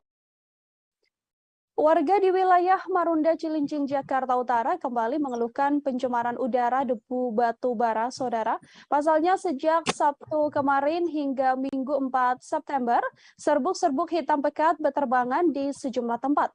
Bahkan debu-debu hitam pekat tersebut mengotori lantai rumah warga hingga memasuki area Museum Kebaharian Jakarta, Rumah Si Pitung. Untuk mengetahui bagaimana informasi lebih lengkapnya, sudah tersambung bersama dengan kami, wartawan Warta Kota, Rifki Ibnu Masih, yang akan memberikan informasi lebih lengkapnya untuk Anda. Halo, selamat siang Rifki, silahkan dengan laporannya. Siang, rekan Nila di studio diinformasikan langsung dari Marunda, Cilincing, Jakarta Utara, bahwasanya warga yang tinggal di sekitar wilayah Marunda pada Sabtu hingga Minggu hari ini, mereka kembali terdampak oleh pencemaran debu batu bara. Dalam pantauan Warta Kota, masyarakat di sekitar wilayah Marunda, khususnya di Rusunawa Marunda, bahkan debu-debu, serbuk-serbuk debu hitam tersebut sampai di Museum Kebaharian, tepatnya di objek wisata Rumah Si Pitung. Dari keterangan salah satu warga bernama Cecep, bahwasanya debu-debu hitam batu bara tersebut mulai masuk ke pemukiman rumah warga dan berada di Rusunawa Marunda sejak Sabtu pagi hingga Minggu kemarin. Diinformasikan selanjutnya bahwasanya pencemaran batu bara di wilayah Marunda tidak hanya terjadi sekarang. Sebelumnya dari awal tahun 2022 hingga Juni 2022, pencemaran batu bara khususnya di wilayah Marunda, Kecamatan Cilincing, Jakarta Utara sudah menjadi isu yang diperbincangkan khususnya di wilayah Jakarta Utara. Bahkan perbincangan mengenai isu pencemaran batu bara di wilayah Marunda tersebut sudah menjadi isu nasional. Dan menurut Cecep pula bahwasanya dari Forum Masyarakat Rusunawa Marunda telah melaporkan kondisi terkini terkait pencemaran batu bara di wilayah Marunda, Jakarta Utara kepada Suku Dinas Lingkungan Hidup Jakarta Utara. Namun dari pihak Sudin LH Jakarta Utara belum memberikan respon maupun belum memberikan tanggapan untuk menangani pencemaran batu bara yang kembali terjadi khususnya bagi masyarakat di wilayah Marunda, Jakarta Utara. Demikian rekan Nila di studio. Terima kasih Rifki Ibnu Masih, wartawan Warta Kota melaporkan. Saudara, terhimpun wawancara dengan Cecep Supriyadi, seorang warga yang terdampak adanya polusi debu ini. Berikut liputan lengkapnya kami hadirkan untuk Anda. Selamat siang, saya Cecep Supriyadi, warga Rusunawa Marunda, menyatakan bahwa pada hari Sabtu tanggal 3 September 2022 telah terjadi kembali pencemaran debu batu bara di lingkungan Rusunawa Marunda. Dan hingga saat ini hari Senin tanggal 5 September 2022 masih terjadi pencemaran. Pada saat ini masyarakat Rusunawa Marunda merasa resah dengan terjadinya kembali pencemaran debu batu bara yang masuk ke lingkungan Rusunawa. Antara lain keresahan masyarakat, pertama, takut dengan kondisi kesehatan bila pencemaran ini tidak segera dihentikan. Dua, mengganggu aktivitas belajar anak-anak sekolah yang memang lokasi sekolah tersebut ada di lingkungan Rusunawa Marunda. Kebakaran terjadi di Pasar Dungus, Desa Banjarsari Kulon, Kecamatan Degangan, Kabupaten Madiun pada Minggu 4 September. Api membakar ratusan kios dan lapak yang ada di dalam pasar tersebut di Kecamatan Wungu. Diketahui si jago merah berasal dari tengah pasar, kemudian membesar hingga merambat meluas ke bagian pasar lain. Api membumbung tinggi, bahkan asap terlihat hingga jarak lebih dari 2 km. Untuk mengetahui informasi lebih lengkapnya, Saudara, sudah tersambung bersama dengan kami wartawan Tribun Jatim, Sofian Arif Chandra, yang akan memberikan informasi lebih lengkapnya untuk Anda. Sofian, selamat siang. Silakan dengan laporannya. Ya, terima kasih, Ila. Selamat siang, Tribuners. Benar sekali telah terjadi kebakaran di Pasar Dungus, Kecamatan Dagangan, Kabupaten Madiun pada Minggu tanggal 4 September kemarin. Nah, untuk diketahui, si jago merah ini berasal dari tengah pasar, lalu membesar hingga merambat meluas ke bagian pasar lain. Api membumbung tinggi, bahkan sempat terlihat dari jarak 2 km dan beberapa kali diwarnai letusan dari dalam pasar. Nah, ini terlihat para pedagang pasar dan juga warga di sekitar pasar, bahkan ada pondok pesantren di sekitar pasar.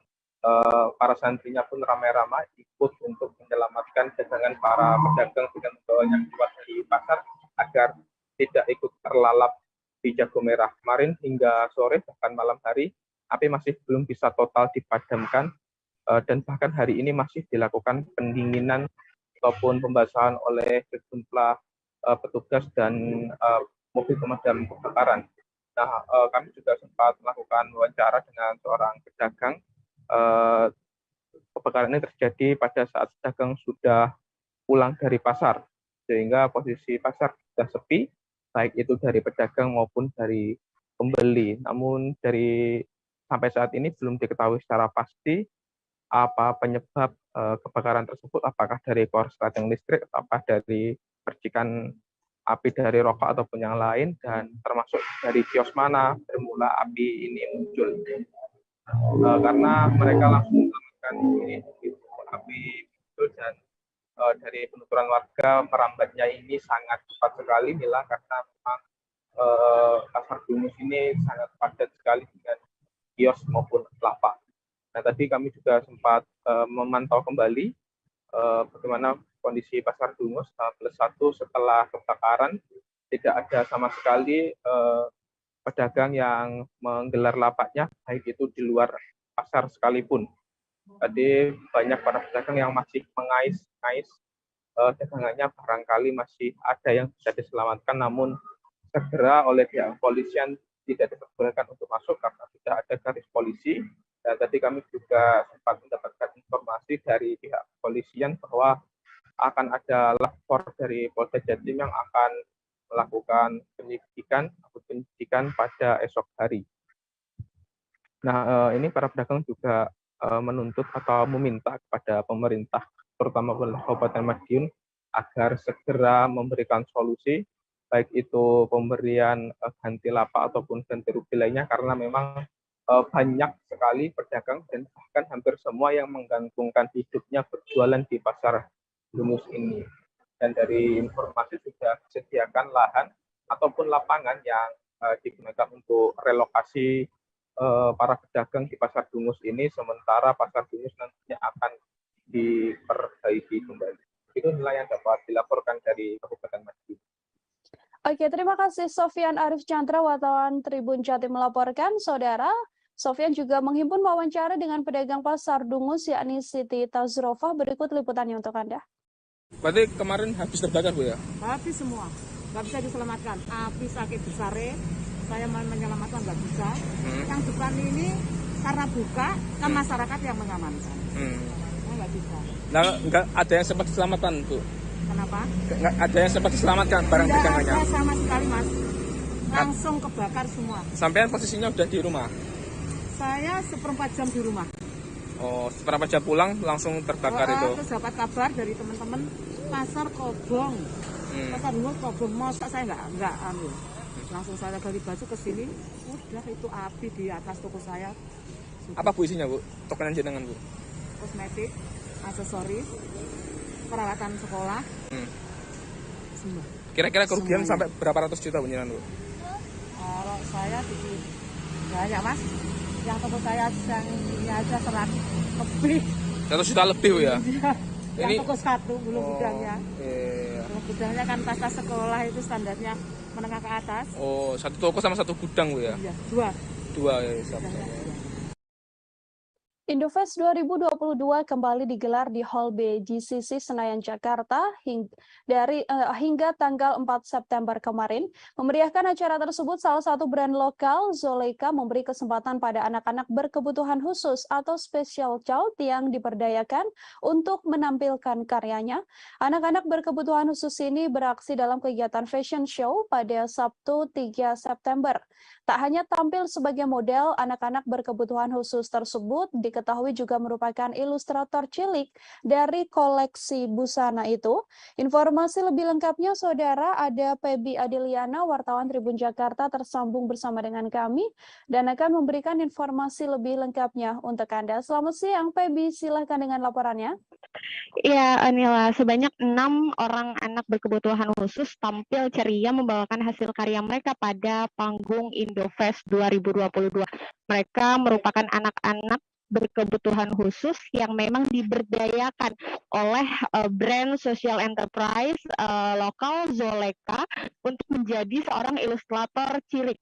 Hasil karya mereka dipamerkan pada panggung Indofest 2022 lewat kegiatan Fashion Show with Special Child pada hari Sabtu tanggal 3 September 2022 kemarin begitu.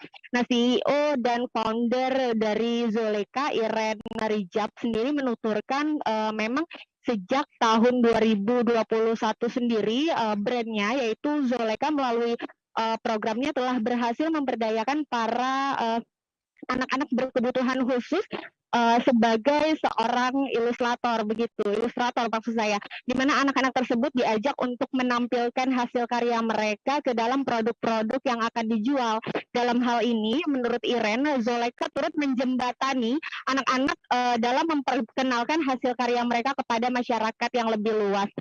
Iren sendiri percaya bahwa setiap anak terlahir istimewa, oleh sebab itu sejak tahun 2021 yang lalu, Zoleika hadir sebagai sebuah tempat untuk anak-anak berkebutuhan khusus berkembang dan juga berkarya begitu. Beberapa koleksi hasil dari karya anak-anak tersebut dipamerkan dalam fashion show yang berlangsung pada hari Sabtu sore kemarin. Salah satunya ialah koleksi busana ready to wear bertajuk Unity in Diversity yang dibawa oleh salah satu anak berkebutuhan khusus bernama Latisha, di mana pada koleksi ini dia menggoreskan gambar-gambar dengan pesan yang menyentuh bahwa makhluk hidup itu saling bergantung satu sama lainnya, seperti misalnya ada gambar manusia, kemudian juga pohon dan juga binatang-binatang. Lewat ilustrasinya itu Latisha berpesan bahwa pembakaran hutan yang dilakukan oleh manusia itu bisa berdampak terhadap kehidupan hewan di hutan. Ada juga koleksi baju bertema wayang yang dibawakan oleh Tina, yaitu salah satu penderita cerebral palsy maksud saya, dan juga kelainan jantung yang kini usianya sudah 20 tahun. Adapun dengan ruang tersebut, CEO dan founder Zoleka sendiri, Iren Rijab, berharap agar event ini dapat menambahkan semangat anak-anak dan juga membawa dampak yang positif bagi mereka untuk terus berkarya. Begitu, Nila. Baik, terima kasih banyak Pebi Adeliana, wartawan Tribun Jakarta melaporkan. Selamat bertugas kembali, Pebi. Kita ke informasi lain, Saudara Menteri Pariwisata dan Ekonomi Kreatif Indonesia, Sandiaga Uno dan juga tim kembali bertandang ke Kota Jambi dalam rangka kegiatan apresiasi kreasi Indonesia 2022 yang berlangsung 3-4 September kemarin. Sandiaga Uno disambut Wakil Gubernur Jambi Abdullah Sani, Wali Kota Jambi, kemudian Ketua Tim Penggerak dan sejumlah pihak yang ada di wilayah tersebut. Begitu tiba, Menparekraf mendatangi seluruh stand UMKM dan memborong produk-produk UMKM peserta AKI 2022 Jambi. Informasi lebih lengkapnya sudah ada Fitri Amalia, wartawan Tribun Jambi yang akan memberikan informasi lebih lengkapnya untuk Anda. Halo, selamat siang Fitri, silahkan dengan laporannya. Halo, selamat siang rekan Nila. Terima kasih Kota Jambi. Terima kasih rekan Nila. Kota Jambi menjadi salah satu dari 16 kota kabupaten di Indonesia tempat penyelenggaraan AKI 2022. Dan karya kreatif terpilih dari Jambi terdiri dari 20 finalis dari subsektor kuliner, kriya, dan fashion, dan 7 finalis dari subsektor film dan musik. Menparekraf pada kedatangannya menyampaikan pihaknya terus meningkatkan jumlah pelaku ekonomi kreatif agar siap go digital. Ditargetkan ada 20 juta UMKM yang terdigitalisasi di akhir 2023 dan onboarding di platform e-commerce agar produk ekonomi kreatif Indonesia tidak hanya bisa nasional tapi juga go internasional. Dan Menparekraf juga mendorong sektor kuliner Jambi agar menjadi unggulan di Pulau Sumatera dan nasional. Dan tidak lupa, Sandiaga juga mengkampanyekan pelaku ekonomi kreatif dan pengusaha agar mendukung percepatan pemulihan ekonomi di berbagai sektor. Dan Wali Kota Jambi Syarif Fasha yang juga hadir menyampaikan pemerintah Kota Jambi salah satu pihak yang terus mendukung program-program pemerintah pusat, termasuk dalam mengenalkan dan menggunakan produk dalam negeri atau produk lokal dengan mengeluarkan peraturan wali kota. Dia juga menyampaikan terima kasih atas kedatangan Sandiaga Uno ke Kota Jambi dan ini menjadi spirit bagi masyarakat Jambi khususnya untuk berbuat lebih baik lagi. Meski suasana BBM naik, tapi pihaknya akan menunjukkan kenaikan harga BBM tidak mematikan untuk berkarya. Dan apresiasi juga disampaikan Sandiaga Uno karena pemerintah Kota Jambi telah memfasilitasi pameran AKI 2022 sehingga bisa langsung Sandiaga Uno bisa langsung berinteraksi dengan pelaku UMKM kreatif. Dan program-program Sandiaga Uno sendiri menyampaikan program-program yang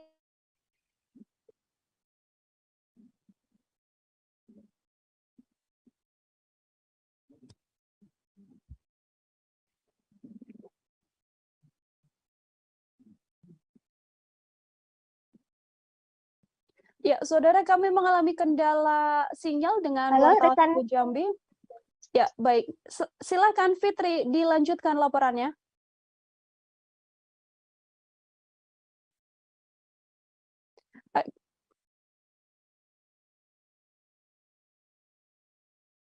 Ya, mohon Kamila. Kemenparekraf juga memberikan program-program yang memberikan solusi kepada UMKM dan menyikapi kenaikan produksi mereka akibat naiknya BBM bersubsidi. Namun pihaknya juga memberikan solusi agar daya beli masyarakat juga tetap terjaga. Dan dengan kenaikan harga BBM dan inflasi yang terjadi di Jambi, dia menyampaikan Jambi harus bisa mengantisipasi beberapa hal, khususnya di destinasi wisata yang memiliki unggulan. Dan Kemenparekraf sendiri sigap menanggapi dan turun memberikan solusi dan mulai mendata siapa yang perlu mendapatkan bantuan sosial sehingga realokasi dari BBM ini langsung tepat sasaran. Begitu rekan Mila. Baik, terima kasih banyak Fitri Amalia, wartawan Tribun Jambi atas informasi Anda. Selamat bertugas kembali. Telah terhimpun wawancara dengan Menparekraf Sandiaga Uno dan juga pernyataan Wali Kota Jambi Syarif Fasya. Berikut liputan lengkapnya kami hadirkan untuk Anda, Saudara.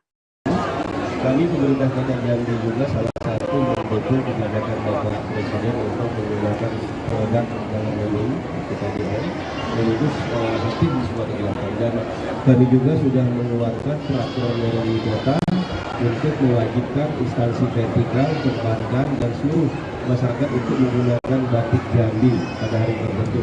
Jadi tinggal lagi persiapan pembatik Jambi untuk mengakomodir peraturan ini nantinya. Dan atas kegiatan ini juga kami mengucapkan terima kasih kepada Pak Menteri yang sudah berkenan berkunjung ke Kota Jambi, dan ini menjadi spirit bagi kami di Kota Jambi khususnya dan umumnya Provinsi Jambi untuk berbuat lebih baik lagi, meskipun jadi agar mereka bisa menekan biaya produksi mereka bisa menekan juga untuk produk-produk kemasan ekonomi kreatif. Dan terakhir kami juga akan memberikan bantuan pendanaan permodalan agar arus kas mereka yang harus hari ini terdampak karena peningkatan BBM ini bisa diringankan. Jadi dengan kolektif, dengan bersama-sama bergandengan tangan, kita harapkan bahwa di tengah ancaman inflasi, Ketua MPR RI Bambang Susatyo mengatakan bahwa bursa jual beli uang digital dapat membantu ekonomi Indonesia. Ia menyebutkan kripto alias uang digital bisa mendorong majunya ekonomi di Indonesia saat ini. Untuk menyongsong ekonomi 4.0, Bambang menyarankan semua transaksi baik perdagangan dan lainnya untuk didorong menjadi digitalisasi, terutama transaksi menggunakan mata uang digital atau kripto. Untuk mengetahui informasi lebih lengkapnya, Saudara, sudah ada Ega Alfreda, wartawan Tribun Jakarta, tersambung bersama dengan kami dan akan memberikan informasi lebih lengkapnya untuk Anda. Selamat siang, Ega, silakan dengan laporannya. Baik, terima kasih Nila. Betul sekali dapat dilaporkan langsung dari Kecamatan Legok, Kabupaten Tangerang pada hari Sabtu 3 November 2022. Ketua MPR RI Bambang Susatyo melakukan peresmian di PT Cipta Aset Digital di kawasan industri Kecamatan Curug, Kabupaten Tangerang, di mana PT Cipta Aset Digital tersebut merupakan sebuah industri atau bank digital yang menaungi pertukaran atau mining kripto atau mata uang digital. Nah, dari pantauan tribunjakarta.com pada akhir pekan kemarin, Bambang menyatakan bahwa dirinya sangat mendorong transaksi digital lebih digiatkan lagi di Indonesia karena dapat meningkatkan perekonomian Indonesia di mana saat ini tengah dilanda inflasi yang karena pandemi COVID-19. Dia pun bahkan membeberkan data dari dapat dihimpun bahwa transaksi digital pada tahun lalu, yaitu pada tahun 2021, transaksi digital mata uang kripto yaitu sekitar 832 triliun, di mana angka ini jauh melampaui dari nilai transaksi di bursa saham sekitar 322 triliun rupiah pada tahun 2021, sehingga ada selisih sekitar lebih dari 500 triliun pada tahun 2021 melalui bursa saham ataupun uang digital kripto. Nah, makanya Bambang sendiri mendatangi bank digital pertama di Indonesia yang saat ini tengah terbangun di kawasan Kecamatan Legok, Kabupaten Tangerang, di mana nantinya di uang digital ini akan menjadi bank digital terbesar di Indonesia, bahkan di dunia, karena saat ini Tribun Jakarta.com di lokasi begitu Mila, masih ada beberapa gedung yang akan dibangun di kawasan tersebut. Saat ini masih berdiri 2 dari 6 gedung yang isinya nanti akan penuh dengan VGA atau graphic card pada komputer yang untuk mining atau menggali menambang uang kripto atau uang digital di Indonesia tersebut. Nah, saat ini masih terbagi 2, sisanya 4-nya lagi akan dibangun secara bertahap oleh PT Cipta Aset Digital atau CAD secara bertahap karena akan menggait lagi warga-warga Tangerang khususnya di Indonesia untuk bermain uang digital berupa uang kripto itu. Nah, dari omongan Dirut PT Cipta Aset Digital sendiri yaitu Budi Sukandi, saat ini pihaknya memang tengah merekrut beberapa orang untuk bekerja di kawasannya itu, yaitu di perusahaannya itu, yakni di Cipta Aset Digital ini hanya baru saja merekrut sekitar 60 karyawan yang nantinya akan meresap tenaga pekerja dari Kabupaten Tangerang sendiri sehingga mengurangi angka pengangguran di kawasan Kabupaten Tangerang, di mana seperti diketahui pada pandemi COVID-19 kemarin Kabupaten Tangerang menjadi kawasan yang banyak angka PHK-nya karena pengaruh ekonomi yang semakin menurun di kawasan pabrik, karena di Kabupaten Tangerang ini apalagi di kawasan pesisir Kabupaten Tangerang ini termasuk daerah yang banyak berdiri pabrik-pabrik setempat. Makanya dalam ini pabrik uang digital tersebut berdiri di Kabupaten Tangerang. Nah, untuk saat ini di tahun 2022 bahkan sampai tahun 2023 nanti Budi sendiri masih memainkan uang kripto berjenis Ethereum, di mana Ethereum ini bila dikurskan ke dalam Indonesia, dia akan satu koin ini sama dengan Rp24.000. Nah, dia meyakinkan bahwa pihaknya tidak akan seperti aset-aset lainnya, yaitu yang sangat gonjang-ganjing dan juga berbasis penipuan, karena dia sendiri punya tempat fisik kantornya, yaitu di bank digital ini, di mana bila ada aduan atau bila ada sesuatu hal yang merugikan masyarakat, akan langsung dilayani langsung di kawasan Kabupaten Tangerang, di Kecamatan Legok sendiri. Nah, tidak menutup kemungkinan nantinya PT Cipta Aset Digital ini juga akan langsung bermain di beberapa koin dalam sekaligus, namun saat ini secara bertahap. Pertama, koin yang dimainkan adalah Ethereum tersebut yang harganya Rp24.000 dan untuk harga satu koinnya.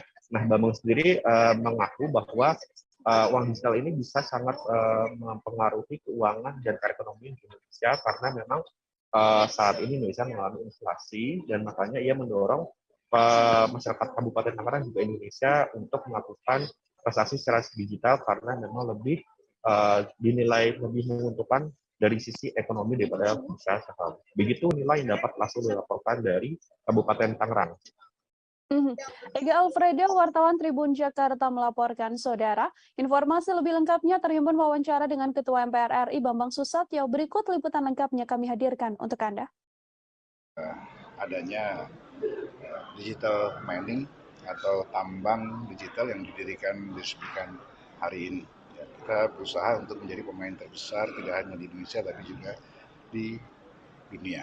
Karena transaksi digital tahun 2021 lalu sudah hampir menyentuh 832 triliun. Ini melampaui daripada transaksi yang di lantai bursa saham kita yang hanya sekitar 322 triliun. Dan investornya juga cukup besar dibandingkan pasar modal.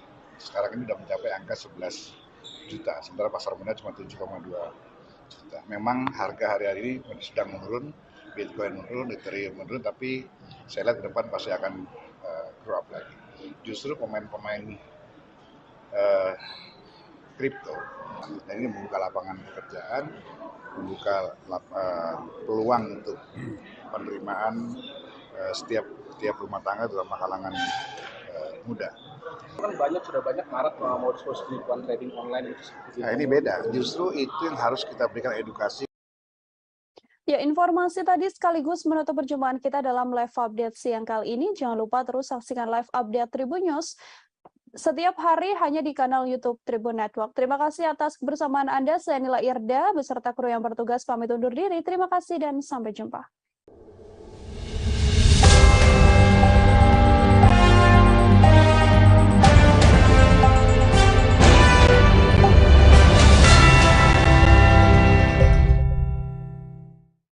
Jangan lupa like, subscribe, dan share ya!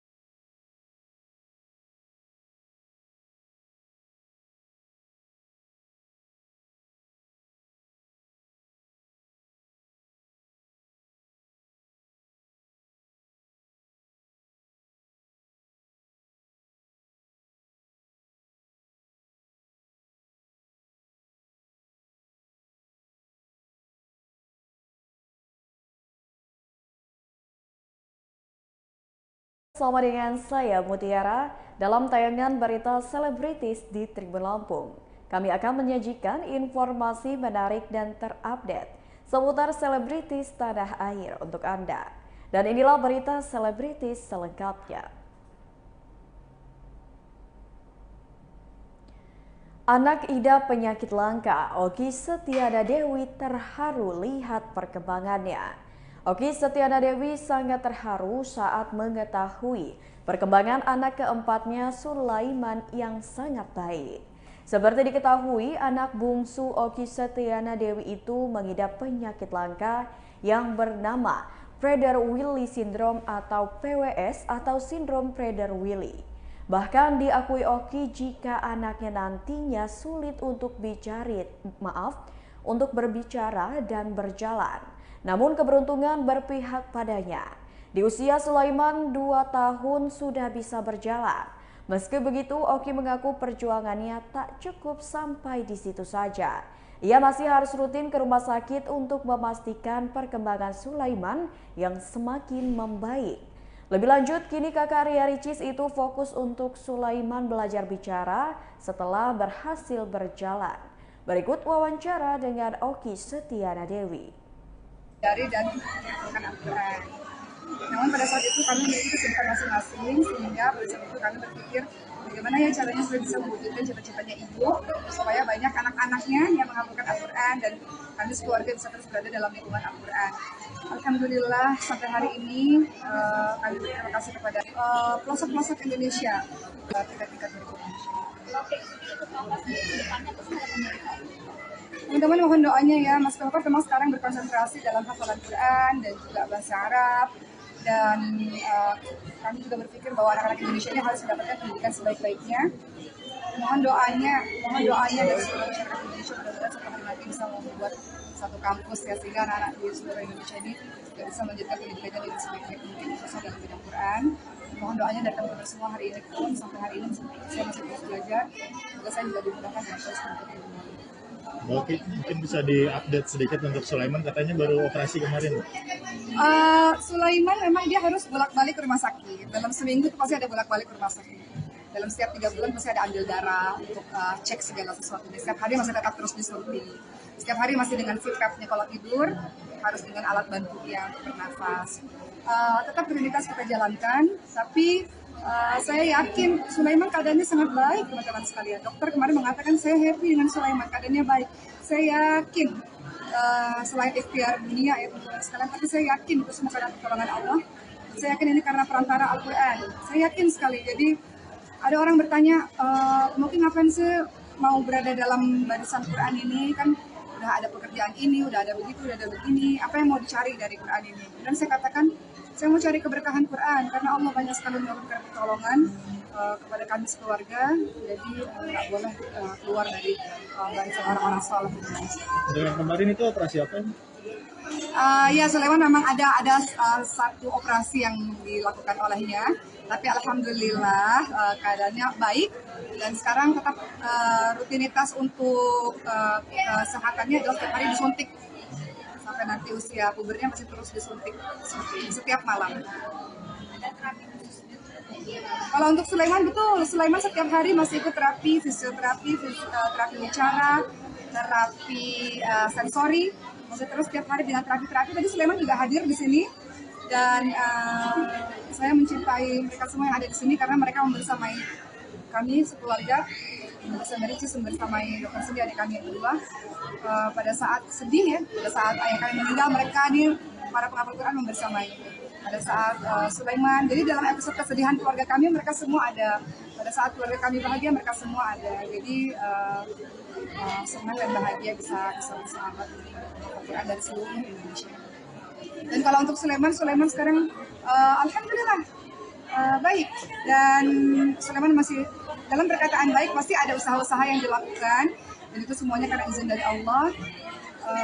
Sekarang kalau ditanya secara keseluruhan hasil darah kemarin baru saja saya ke rumah sakit dan hasil darah mengatakan dia baik-baik saja. Mohon doanya karena baik-baik saja bukan berarti berhenti perjuangannya selesai begitu, karena pengobatannya masih terus banyak. Jadi mohon doanya supaya Sulaiman bisa terus bertumbuh dan sehat. Dulu waktu Sulaiman di NICU 2 minggu Saya katakan kepada Allah, ya Allah, karena kan sindrom Prader Willi ini salah satunya kesulitan bicara. Jadi saya minta sama Allah, ya Allah, kasih Sulaiman bisa fasih berbicara, sudah bisa menghafalkan Quran, bisa ngajarin Quran, bisa punya suara yang baik dalam melafalkan Quran, bisa menjadi orang yang bermanfaat dengan agama seperti itu. Jadi mohon doanya lah dari teman-teman supaya Sulaiman, apapun yang dikatakan oleh Google dan internet dan sebagainya, kalau Allah katakan insya Allah baik-baik saja, insya Allah baik-baik saja. Jadi saya fokus dan semangat untuk Sulaiman insya Allah baik-baik saja, insya Allah. Jadi kalau di rumah kegiatannya sendiri apa sih? Sulaiman atau anak-anak lain? Sulaiman, hobinya apa? Sulaiman sekarang udah bisa jalan. Wah, itu saya nangis banget ya teman-teman sekalian ketika saya lihat Sulaiman jalan tuh udah nangis. Mungkin bagi sebagian orang di luar sana anak-anak bisa jalan hal yang biasa, tapi bagi saya dari mulai Sulaiman kan otot lemah ya, hipotonia. Jadi dia untuk angkat kepala gini aja tuh butuh ratusan terapi teman-teman sekalian. Untuk bisa punggungnya tegak itu terapinya banyak sekali. Untuk bisa akhirnya duduk nggak jatuh itu terapinya juga banyak sekali.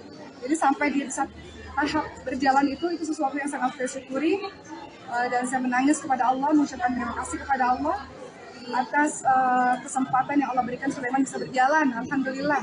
Sekarang PR berikutnya Sulaiman berbicara, ya Rabb, supaya bisa belajar Al-Quran.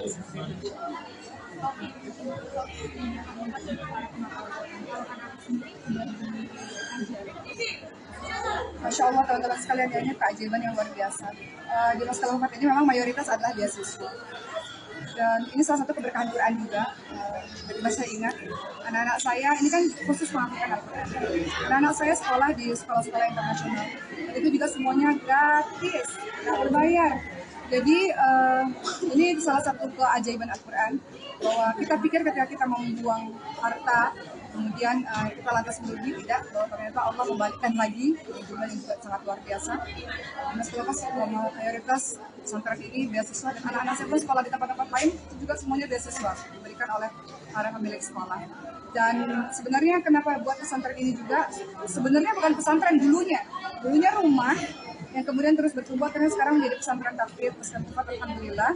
Ini juga sebenarnya salah satu sarana supaya kami sekeluarga, khususnya anak-anak, itu adalah orang-orang yang nggak jauh-jauh dari Quran. Bahkan Ricis juga udah request.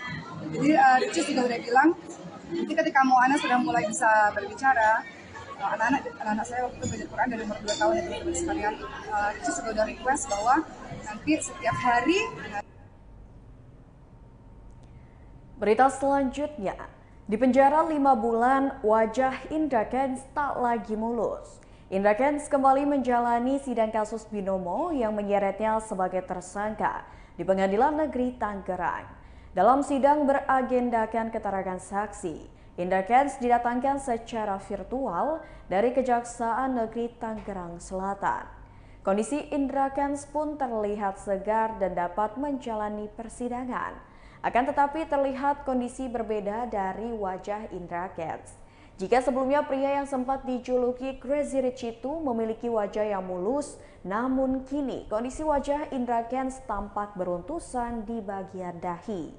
Di bagian kiri dahi Indra Kents terlihat beberapa benjolan kecil yang mengumpul dan tampak melebar. Sebelumnya sempat viral kondisi wajah Indra Kents setelah berada di dalam penjara. Video tersebut pun viral di media sosial yang membandingkan kondisi wajah Indra Kents sebelum dan setelah menjadi tahanan.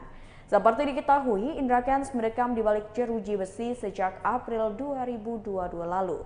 5 bulan kasus ini berjalan, persidangan terhadap Indra Kents pun masih terus berlanjut dengan agenda keterangan saksi. Berikut suasana sidang lanjutan Indra Kents. Lalu apa saudara ketahui mengenai Indra Kents? Pertama dulu, Brian, apa saudara ketahui mengenai Indra Kents? Atau apa yang dilakukan Indra Kents? Yang saya tahu ini adalah YouTuber yang kemudian dari influencer. Lanjut terus, apa? Yang saya ketahui dia, apa yang sudah ketahui atau apa yang sudah dengar melalui YouTube itu? Bahwa Indra adalah dulu influencer yang sering buat cover-cover lagu, dan sekarang dia sering mengupload konten-konten tentang trading. Apa yang disampaikan dari sana? Apa-apa saja yang dia katakan. Maaf, saya tidak terlalu mengikutnya melihat, tapi setahu saya adalah cara-cara teknik-teknik tentang trading. Tentang trading apa? Cara-cara tentang trading apa? Tentang trading di forex, di binary option, di crypto, macam-macam. Binomo juga. Benar ya? Oke, lanjutkan, teman-teman.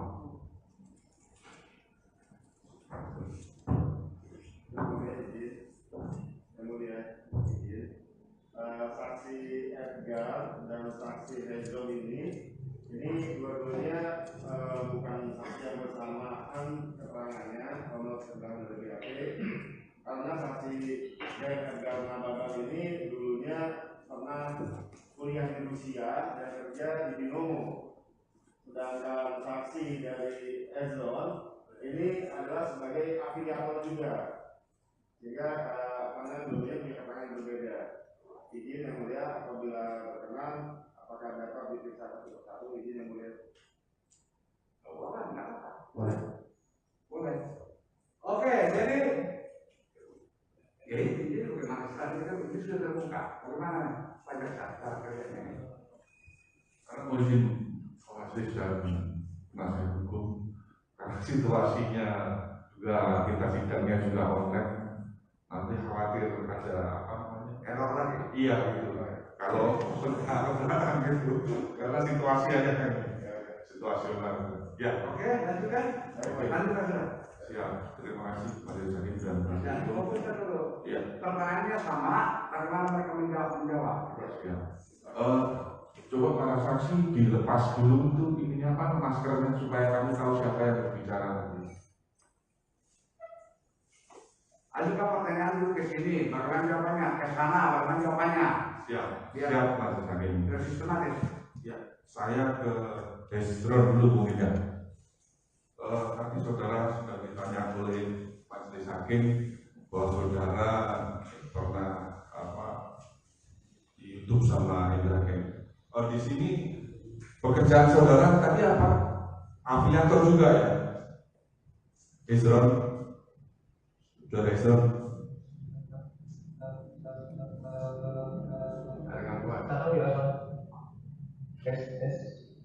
Iya, silakan.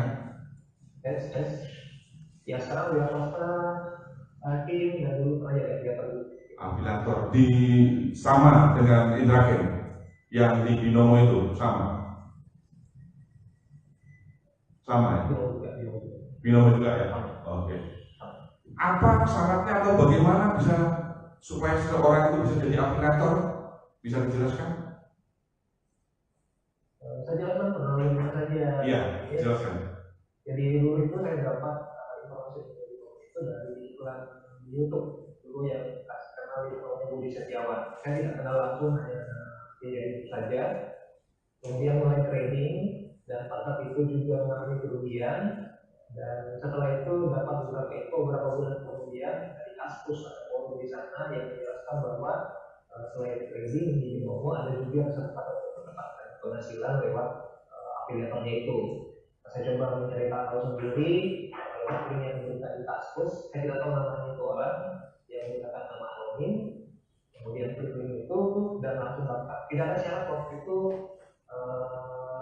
syarat untuk bisa jadi afiliator, hanya daftar saja dan dapat afiliator.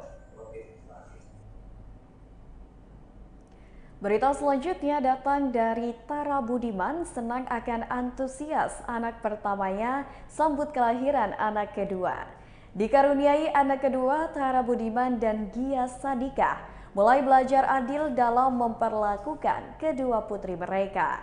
Terutama dalam memperlakukan sang putri pertama, yakni Kalea Jada Agira, agar tidak cemburu dengan kehadiran adiknya. Untuk mengatasi kecemburuan Kalea, Tara menyebut putri pertamanya itu sudah mulai dikenalkan pada calon adiknya sejak masih dalam kandungan. Karenanya tak heran begitu adiknya lahir, Kalea langsung bisa menerima kehadiran sang adik yang diberi nama Kaima Jaina Agira. Aktor berusia 35 tahun itu pun menceritakan rasa antusias dan perlakuan manis Kalea pada adiknya yang baru lahir. Diberitakan sebelumnya, Tara dan Gia dikaruniai anak kedua berjenis kelamin perempuan yang diberi nama Kaima Jaina Agira pada Jumat 2 September 2022. Gia melahirkan dengan persalinan sesar dengan metode ERAS atau Enhanced Recovery After Cesarean Surgery di RSU Bunda Menteng, Jakarta Pusat. Berikut wawancara dengan Tara dan Gia.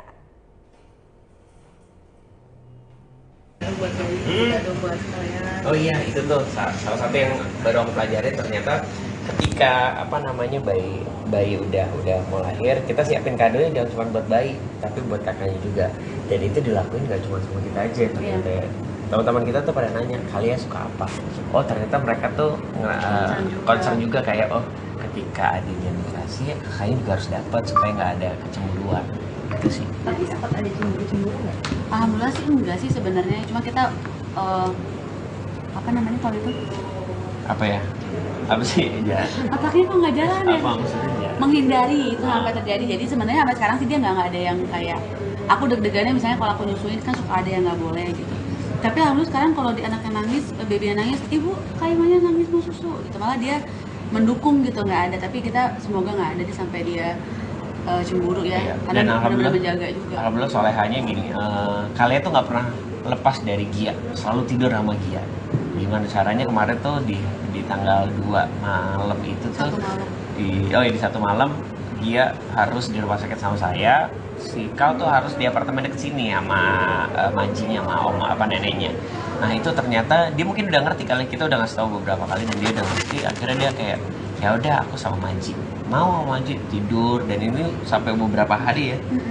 Kita tuh sampai kayak bisa nggak ya, tapi ternyata bisa. Karena dia udah ngerti, udah di briefing dari sebelumnya, kita udah ajak ngobrol, alhamdulillah dia ngerti sampai akhirnya malamnya udah kayak nanti ini dia kayak cuma kayak udah gitu-gituan doang. Karena jujur gue deg-degan sih, kayak wah ntar kalau dia nyariin gimana, atau ibunya kan sekarang lagi proses penyembuhan, dia mau nempel, terus adiknya yang tiba-tiba mau nyusu kan rada riwah ya. Akhirnya ya udah ternyata pas dijalanin nggak seperti itu, masih aman, bisa berbagi. Tapi ada rasa yang berbeda nggak sih mungkin waktu pas menjadi orang tua dengan satu orang anak dengan kali ini udah punya 2 anak? Berbedanya awalnya mungkin yang dikhawatirin kayak Tara yang tadi omongin, takutnya sayangnya bakal sama nggak ya. Cuma kata teman-teman kita yang udah punya 1 anak, sama kok ntar lo rasain dia pas lahir. Ternyata benar pas lahir kayak wih cintanya sama, ininya sama. Cuman perbedaannya apa ya? Perbedaan mungkin akan dirasakan ketika kita traveling nantinya. Ya. Karena waktu saya melihat Ringo Agus Rahman seperti apa traveling dengan 2 anak, nah mungkin seperti itu perbedaannya. Cuman kalau sekarang sih masih belum terasa banget perbedaannya, lebih ke ya harus membagi kali ya perbedaannya gitu kali ya. Nggak bisa lebih keserunya aja. Wah ini sekarang kita benar-benar back to back nih. Ibunya ke Kaima, aku harus ngalihin perhatiannya si Kalea supaya dia nggak nempel ke ibunya terus gitu. Tapi udah ada obrolan mungkin kalian membagi waktu berdua tanpa anak-anak, quality time gitu? Belum sih kalau untuk berdua aku sama Tara. Belum sih, masih konsen untuk Kalea sama Kaimanya dulu. Nanti kalau misalnya emang udah berjalan baik semuanya, pengen juga ada waktu berdua. Tapi sekarang kita konsen ke Kalea sama Kaima dulu aja.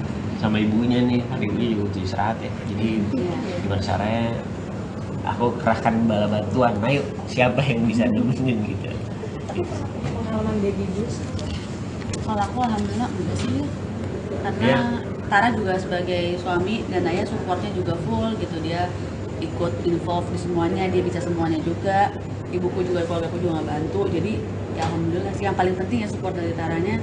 Dia tuh hebat banget bisa semuanya, kayak dari bangun kalau dibangun itu nggak pernah yang kayak nggak bangun gitu, nggak pernah. Bisa ganti popok, bisa disuin pakai botol nantinya, bisa apa semuanya bisa. Jadi kalau kita yang ngasih support kan insya Allah nggak ini ya. Jadi karena mungkin yang pertama kali juga kita back to backnya tuh luar biasa banget sih kerjasamanya. Dan dari awal tuh aku udah concern sama masalah ASI. Jadi aku udah tahu nih kebutuhan dia itu apa, supaya dia nggak baby blues ketika memberikan ASI. Aku juga banyak belajar dari orang sekitar. Nah ternyata alhamdulillah itu bisa kita lewatin, nggak. Jadi kita ngerasa kayak wah ini bukan sesuatu yang melelahkan atau apa ya. Lebih Sebenarnya kalau capek ada kayak aduh capek banget gitu ada, tapi yang sampai baby blues alhamdulillah enggak sih. Pakai jasa babysitter? Pakai sekarang masih ada, masih belum yang pegang khusus, tapi lagi sedang dalam proses. Biasanya tuh kita tuh di bulan-bulan awal-awal tuh kita memang intens dulu, setelah itu kan akan dibantu dengan babysitter. Tapi pas pandemi ini kalian masih membatasi kerabat atau keluarga untuk? Iya sih, masih sih. Kalau aku masih banget karena takut juga ya, kayak dari kemarin hamil juga masih membatasi banget gitu. Jadi sekarang juga masih sih. Siap, thank you. Oke, thank you. Selamat ya. Terima kasih Mas semuanya. Berita selanjutnya datang dari komedian Dodit Mulyanto rilis single terbaru untuk sambut pernikahannya. Komika Dodit Mulyanto meluncurkan single terbarunya bertajuk Sehidup Semati Sama Kamu di bawah naungan label Nada Juara. Dodit Mulyanto mengakui lagu Sehidup Semati Sama Kamu adalah singlenya yang kelima dengan genre pop reggae yang dibantu oleh Chongki dalam penggarapannya. Dodit mengungkapkan kalau lagu terbarunya berisikan tentang keresahan dalam hidupnya, sama seperti ketika ia menulis materi untuk stand up comedy. Pria berusia 37 tahun itu mengatakan lagu Sehidup Semati Sama Kamu bercerita tentang kehidupan orang yang ingin mengajak pasangannya untuk menikah. Cerita lirik lagunya diakui finalis stand up comedy Indonesia season 4 itu dekat dengan dirinya. Apalagi ia sebentar lagi akan menikahi pasangannya. Lewat lagu Sehidup Semati Sama Kamu, Dodit Mulyanto memberikan pesan kepada semua orang yang sedang merencanakan pernikahan. Berikut keterangan dari Dodit Mulyanto. Nah, kan di Udut Kopi itu kan ada koplo-koplonya, terus ada nuansa Jawa di lagu yang Gunung Kemukus ya, itu Jawa, terus keroncongan, ada koplo. Nah, tradisional ya? Iya, cenderung tradisional, terus ada cross genre gitu. Jadi menggabungkan antara yang pop dengan yang tradisional. Nah, tapi yang sekarang ini tuh kan reggae. Makanya di status gue di Instagram gue nulis komika berwajah dingin sekarang nyanyi lagu anget gitu. Jadi menurut gue musik reggae itu musik yang hangat, yang liang, yang menurut gue itu pilihan cerdas yang dilakukan oleh Chongki dan Bruno. Tapi kita mau nanya, kenapa reggae? Memilih genre reggae. Oke. Jadi padahal dia bukan anak pantai, apalagi sekarang udah punya rumah di gunung. Anak gunung ya? Anak gunung malah. Kalau gue sih mikirnya gini, as music sekarang nggak terlalu mengkotak-kotakan reggae harus reggae semua. Karena emang Dodit siapa sih ya nggak kenal Dodit gitu. Makanya saya terkadang berpikir kalau misal hari ini ada piano, terus cuman piano saja dengan lagu ballad, cinta, serius, mungkin ada orkestra, tetapi liriknya ngaco. Dia akan ngomongin tentang mungkin cara mengatakan sebuah kalimat gua cinta lo atau gua capek, mungkin bisa gitu. Gua udah capek nih, gua mau putar balik, gua mau cari yang lain ya. Tapi kalau nggak bisa, kita kawin lagi aja ya. Nah, gue terkadang tuh berpikir begitu. Tapi as musik kita bikin serius semuanya. Nah, itulah yang akhirnya kita sepakat. Nanti mau ada dangdut, ada rock, ada koplo, atau ada elektro dan lain-lain sebagainya. Termasuk ada DJ juga nih, DJ Sulapera ya. Ya kenapa tidak gitu. Intinya adalah ini sebuah karya ya yang mungkin bisa dikemas secara profesional atau keren gitu, tapi dengan penyanyi ala Dodit gitu. Gitu Bang Dodi. Jadi itu alasan lu milih reggae. Nah kalau Put nanya ke aku, apakah tepat memilih genre reggae? Yes, tadi di belakang dia nanya. Gue ingetin aja, takutnya aku lupa. Teman-teman di rumah, apa yang dilakukan oleh Chongki, Bruno, dan Dodit memilih musik reggae buat Dodit, menurut gue, pertama, ini pilihan yang tepat dengan alasan musikal ya. Karena Dodit dengan musikalitas yang tinggi, terus bisa memainkan violin. Violin itu adalah salah satu instrumen musik yang paling hypnotize. Jadi ketika sebuah musik dimasukin violin, yang lain itu ketutup. Gitu. Nah, sekarang di lagu ini memilih reggae itu violinnya justru nggak dilibatin. Tadi di belakang aku konfirmasi sama Dodit, kenapa violin itu nggak dimasukin? Aku nggak tahu, nanti Congki sama Bruno bisa jawab, atau harusnya ada siapa? Ada Alam ya, Alam Urba yang bisa menjawab. Kenapa nggak dimasukin itu? Padahal musik reggae dengan violin itu di Indonesia belum banyak, dan itu kalau dilakukan itu unik banget. Tapi ya Dodit tadi bilang sama gue, ya mungkin the next song. Itu yang pertama. Jadi sebetulnya pas dengan gaya Dodit. Reggae itu kan musik yang riang, terus komedian itu kan riang ya, mengajak kita untuk senang gembira. Tapi yang lebih dari itu adalah, gue mau ngasih tahu sama Dodit nih, ini pilihan yang tepat. Jadi kalau lagu yang nuansa Jawa, koplo tadi itu 6,5 juta viewers, yang reggae ini menurut gue akan lebih tinggi lagi. Kenapa? Ini ada datanya. Di Indonesia, siapa yang nggak kenal Iwan Fals dengan jutaan fansnya? OI. Siapa yang nggak tahu Slankers? Jutaan. Jadi Iwan Fals, Slank itu mewakili nama masing-masing. Tapi hanya ada 2 di Indonesia.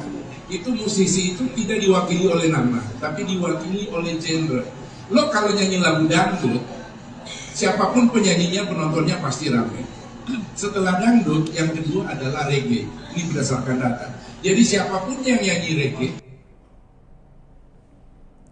Berita selanjutnya datang dari Daniel Mananta, guide Ustadz Abdul Somad untuk konten terbarunya.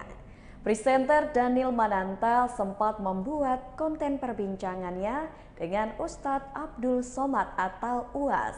Dalam obrolan itu, Daniel Mananta membahas tentang praktik perdukunan di Indonesia. Daniel Mananta dan UAS memiliki keresahan yang sama saat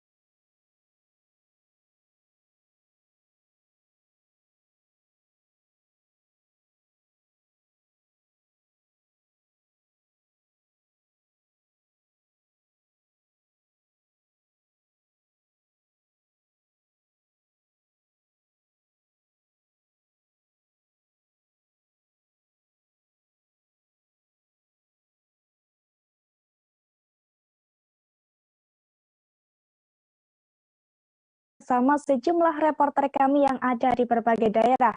Inilah live update travel selengkapnya. Beli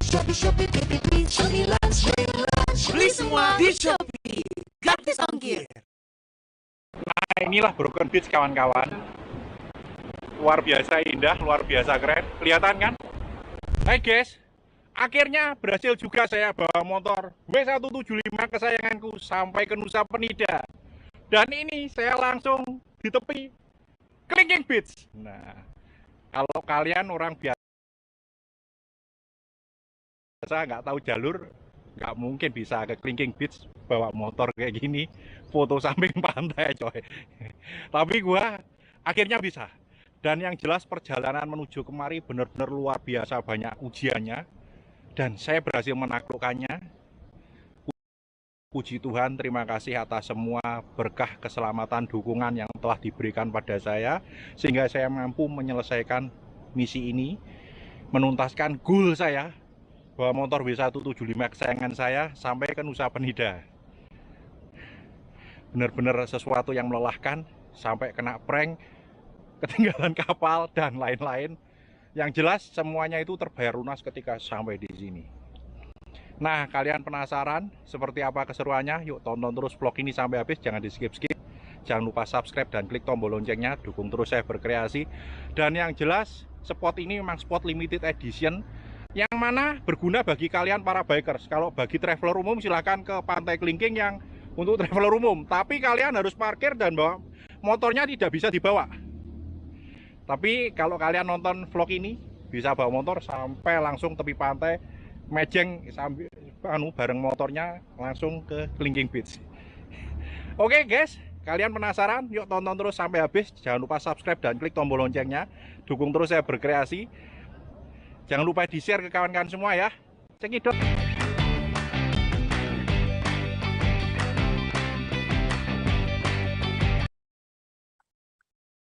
Tribuners, di Sulawesi Selatan ada satu destinasi wisata populer yang menjadi pilihan. Namanya Dante Pine, Tribuners. Tempat wisata yang satu ini menawarkan pemandangan yang menawan. Di Dante Pine, Anda bisa merasakan sensasi sejuk dari hutan pinus, serta melihat keindahan Gunung Nona. Dan untuk mengetahui detail keindahan di sana, kita sudah terhubung dengan rekan Erlan Saputra dari Tribun Timur. Silakan rekan Erlan.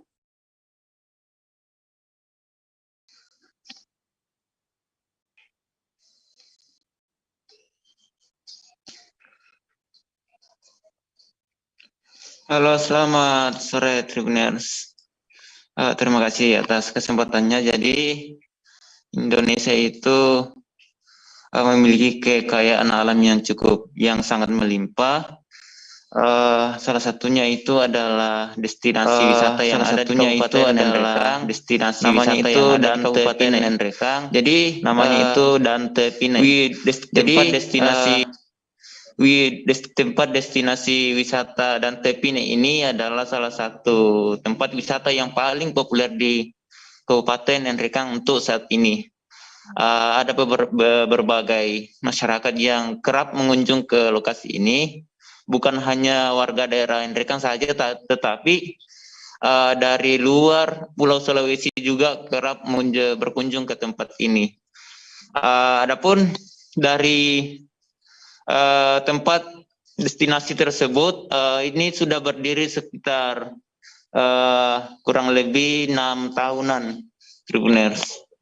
Menurut pengelolanya, adapun fasilitas yang ada di dalamnya itu beragam, seperti olahraga yang ekstrim, kemudian ada juga fasilitas untuk tempat-tempat berfoto maupun fasilitas kedai kopi untuk menikmati sajian kopi lokal yang Nendrekang juga ada. Kemudian ada juga fasilitas-fasilitas lainnya seperti bila mana Tribuners ingin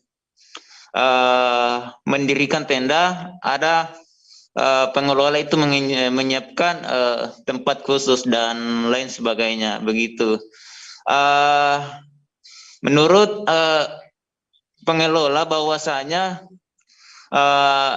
inisiatif untuk membangun destinasi ini dilakukan oleh Saudara Ono yang bersama teman-temannya. Apalagi di Kabupaten Nrekang sendiri ini terdapat banyak potensi-potensi wisata alam yang perlunya untuk dikembangkan. Untuk itu, dari Saudara Ono sebagai pemilik destinasi ini mengajak warga-warga lokal untuk bagaimana untuk memperkenalkan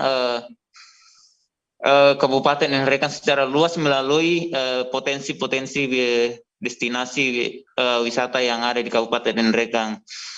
Kemudian di tempat dan Tepine ini kita bisa melihat langsung secara jelas keindahan dari Gunung Nona, kemudian di sebelahnya juga itu ada Pegunungan Latimojong.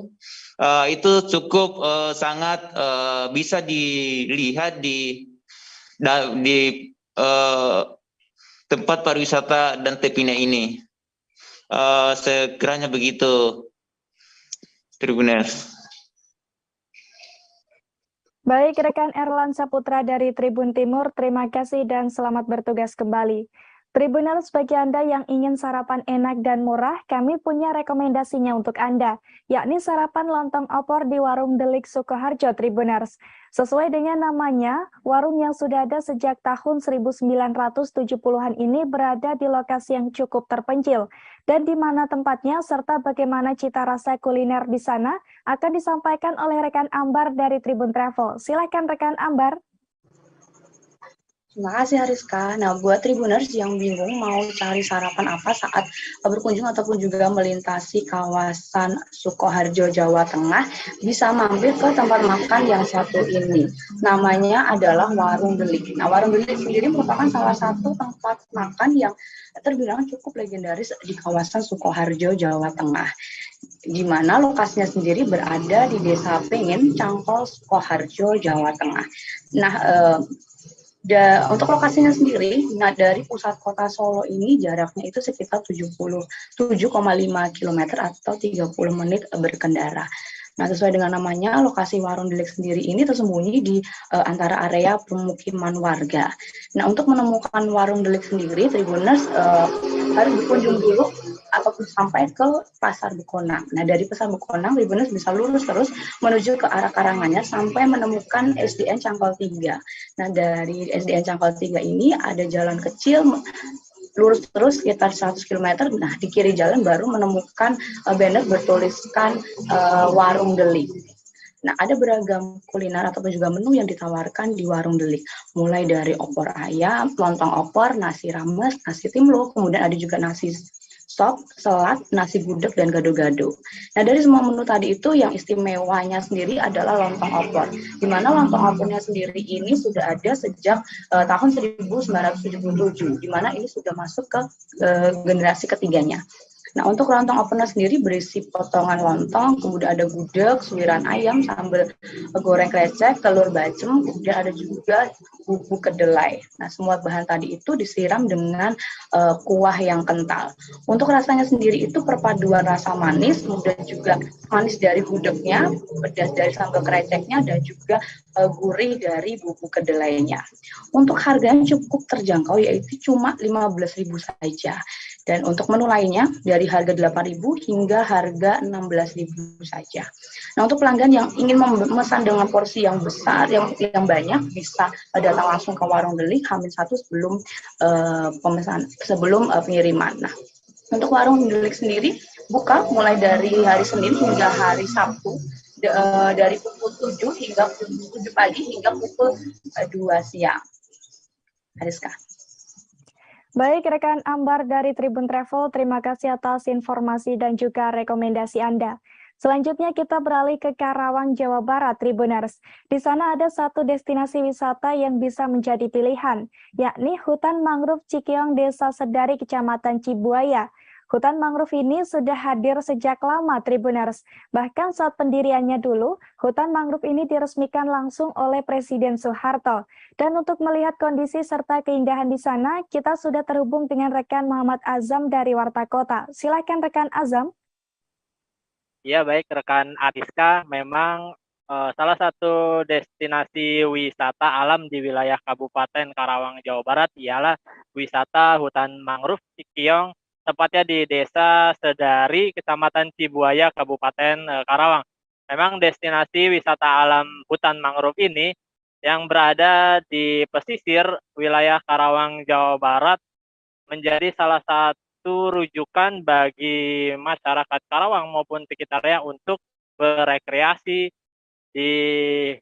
dengan suasana hutan mangrove seperti itu. Untuk dari hutan mangrove Cikiong di Desa Sedari, Kecamatan Cibuaya, Kabupaten Karawang ini memang sudah ada sejak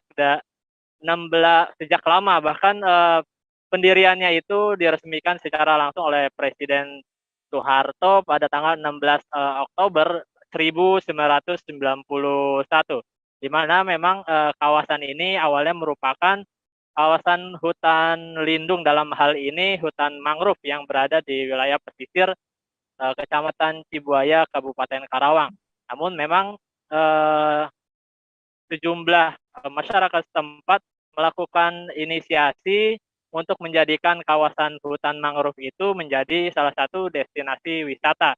Saat ini baru berjalan sekitar 1 tahun setelah melakukan perubahan sejumlah perbaikan maupun penambahan fasilitas. Hutan mangrove Cikiong Sedari ini menjadi lebih indah dan lebih baik gitu. Tak hanya berlatar hutan mangrove atau pohon-pohon mangrove saja. Di dalam lokasi wisata ini juga ada sejumlah fasilitas-fasilitas yang tentunya sangat cocok buat Anda yang gemar untuk berfoto, selfie yang tentunya sangat instagramable. Di situ ada sejumlah fasilitas, diantaranya ada jalur trek yang menyusuri hampir seluruh kawasan hutan mangrove yang kurang lebih luas areanya 20 hektar. Ada juga sejumlah hiasan payung warna-warni, ada lokasi spot jembatan pelangi, jaring laba-laba, maupun juga ada sejumlah gazebo atau tempat untuk istirahat, untuk beristirahat sejenak bagi pengunjung yang hadir ke lokasi wisata itu. Untuk operasional atau jam operasional di lokasi wisata itu buka setiap hari mulai pukul 8 sampai pukul 17.00 waktu Indonesia Barat. Sementara harga tiket masuk ke lokasi wisata itu hanya 10.000 saja. Adapun untuk lokasi atau tempat dari wisata hutan mangrove Cikiong di Desa Sedari, Kecamatan Cibuaya itu, untuk dari perkotaan Karawang memang jaraknya sekitar 35 km atau waktu tempuh sekitar 40 menit. Sedangkan untuk dari daerah Bekasi maupun Rengas Dengklok Karawang itu jaraknya cukup dekat, hanya sekitar menempuh jarak 20 menit saja. Memang belum ada akses atau transportasi umum yang secara langsung untuk menuju ke lokasi. Disarankan untuk menuju ke lokasi langsung menggunakan kendaraan pribadi, baik itu sepeda motor maupun kendaraan roda 4. Direkomendasikan juga Tribuners jika menuju ke hutan mangrove di Cikiong Sedari bisa juga mampir ke salah satu kulinernya yang ada di depan yang menyajikan beberapa makanan khas yang ada di Karawang, maupun bisa mampir juga meneruskan ke pantai Sedari yang memang jaraknya tidak begitu jauh dari hutan mangrove tersebut. Seperti itu, Ariska. Baik, terima kasih rekan Muhammad Azam dari Warta Kota. Dan Tribuners, rekan Azam juga sempat melakukan wawancara dengan Catur Raji Pangestu, pengurus wisata hutan mangrove Cikiong. Berikut liputannya untuk Anda. Berjalan dengan satu jajaran dari mulai 1 tahun jalan ini, Pak. Mangrove baru dibuka dengan Pak Kades. Dengan langsung berkaitan dengan perum perutani. Berdua jajar satu iringan gitu ya. Rencana beliau yang akan datangnya ini akan sebagaimana pastinya wisata yang begitu megah gitu. Kami sebagai pengurus ada 22 segenap anggota sebagai pengurus wisata. Ya kalau hari begini sepi Pak, kalau hari Minggu ya juga. Pak, dengan adanya wisata mangrove ini seperti apa sih untuk masyarakat sendiri? Untuk masyarakat, kunjungan-kunjungan yang kita sudah handle tiap hari, tiap minggu, dia pun bisa merasakan apa dasarnya di sini terlalu sejuk, adem, nyenyak buat kita yang bawa pasangan, lain sebaiknya. Terus juga buat edukasi ya Pak? Iya, jadi dia tuh bisa gitu. Ada yang sebagian dia ingin jalan-jalan, ada ikan hiu, ada soang, gitu ya. Mungkin dia pun pengunjung dari mana-mana bisa merasakan Pak kalau di Sedari panas. Makanya dari Sedari pulangnya ke sini semua. Dari Sedari pagi-pagi ke Sedari, siangnya ke sini semua. Begitu Pak, saya sebagai Tribuners, di Kota Kendari, Provinsi Sulawesi Tenggara, ada satu pantai pasir putih yang tersembunyi. Pantai ini dikenal dengan nama Pantai Muna-Muna, Tribuners. Pantai Muna-Muna diapit oleh Tanjung di sisi kirinya dan Pelabuhan Bungkotoko di sisi kanannya. Untuk menuju ke Pantai Muna-Muna, pengunjung harus berjalan kaki menyusuri semak, hutan, hingga perkebunan warga terlebih dahulu, Tribuners. Dan untuk melihat keindahan dari pantai ini, kita sudah terhubung dengan rekan Husni Husein dari Tribun News Sultra. Silakan rekan Husni.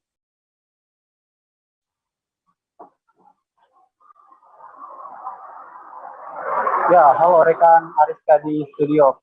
Baik, bagi Tribuners yang berada di Kota Kendari, Provinsi Sulawesi Tenggara, mungkin masih sedikit rasanya terdengar asing, yaitu Pantai Muna-Muna yang berada di desa, maksud kami di Kelurahan Bungkotoko, Kecamatan Abeli, Kota Kendari, Provinsi Sulawesi Tenggara. Asalnya memang pasir putih yang berkisar panjang 100 meter lebih ini tidak banyak diketahui oleh warga Kota Kendari yang memang lokasinya diapit oleh Tanjung pada sisi kiri dan juga Pelabuhan Bungkotoko Kendari pada sisi kanan. Nah, untuk melewati menuju ke pasir putih Pantai Muna-Muna Kota Kendari ini, yaitu hanya bisa dapat ditempuh dengan berjalan kaki dengan jarak sekitar 2 km dari jalan raya menuju ke Pantai Muna-Muna. Kemudian kabarnya dari informasi yang dihimpun, Pantai Muna-Muna ini juga dahulu merupakan tempat pemukiman warga, namun kemudian saat ini pantai ini terbengkalai menjadi lahan kosong yang ditumbuhi oleh pohon-pohon yang rindang dan juga guguran pohon kelapa yang tumbuh rapi seperti itu, hingga memang saat siang hari apabila Tribuners berkunjung ke Pantai Muna-Muna di Kendari ini terasa sejuk dan juga dapat menjadi rekomendasi pilihan Tribuners bila berkunjung ke Kota Kendari dan menikmati pasir putih yang berada di Kota Kendari, Provinsi Sulawesi Tenggara.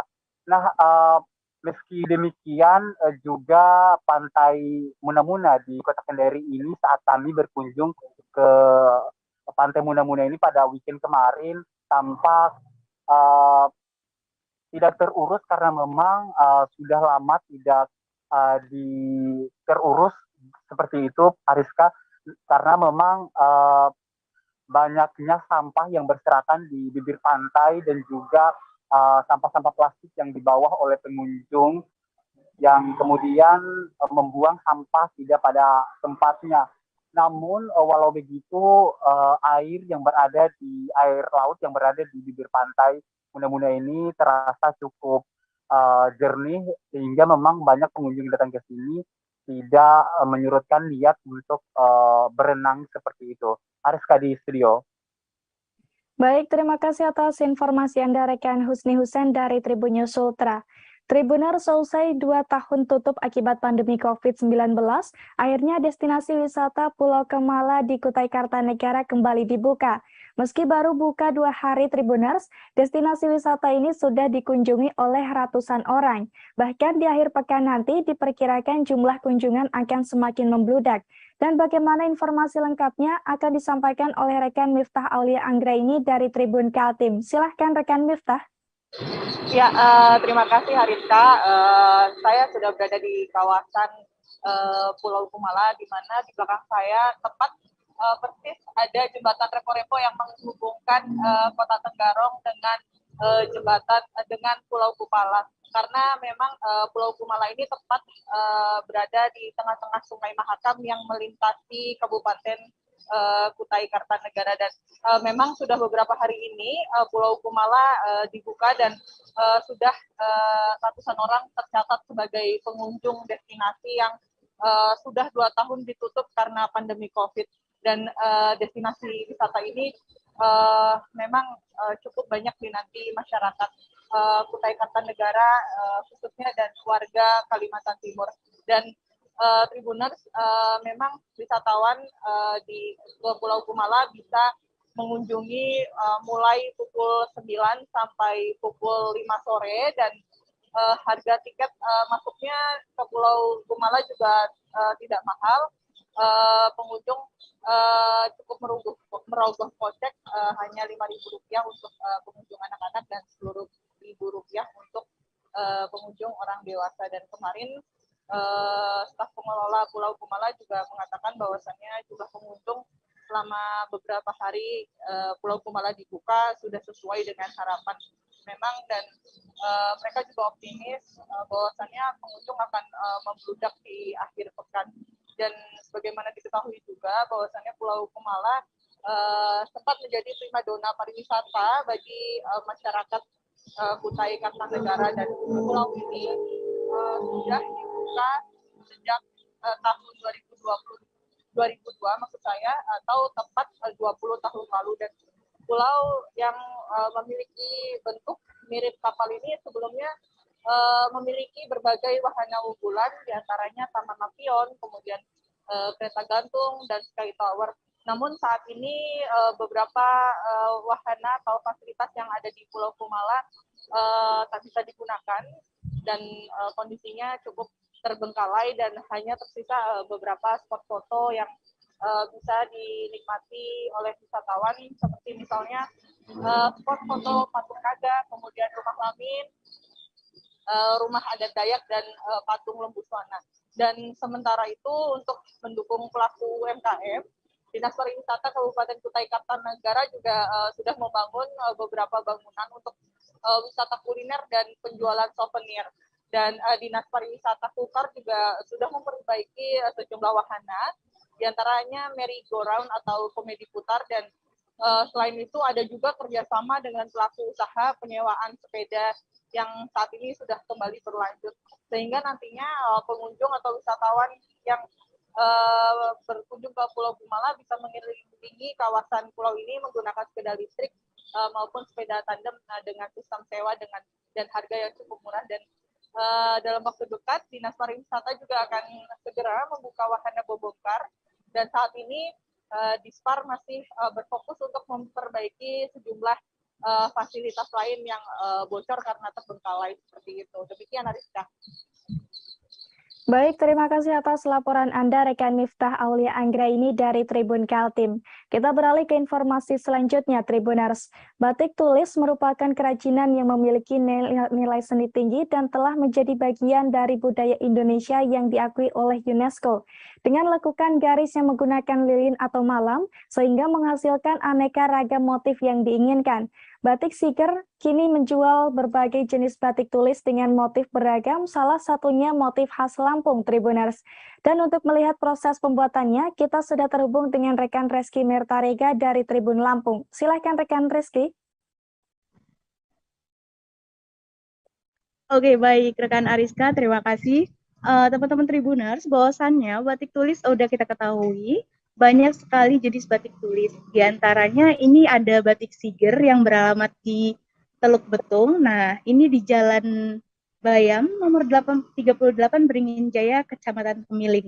Nah, di sini ini kita melihat proses pola, batik tulis pola, terus itu sampai dengan pewarnaan. Nah, kali ini aku bakal ngasih tahu bahwasannya di batik tulis Siger ini, di batik Siger, ini merupakan awal mulanya dia itu tuh membentuk dengan bentuk pelatihan.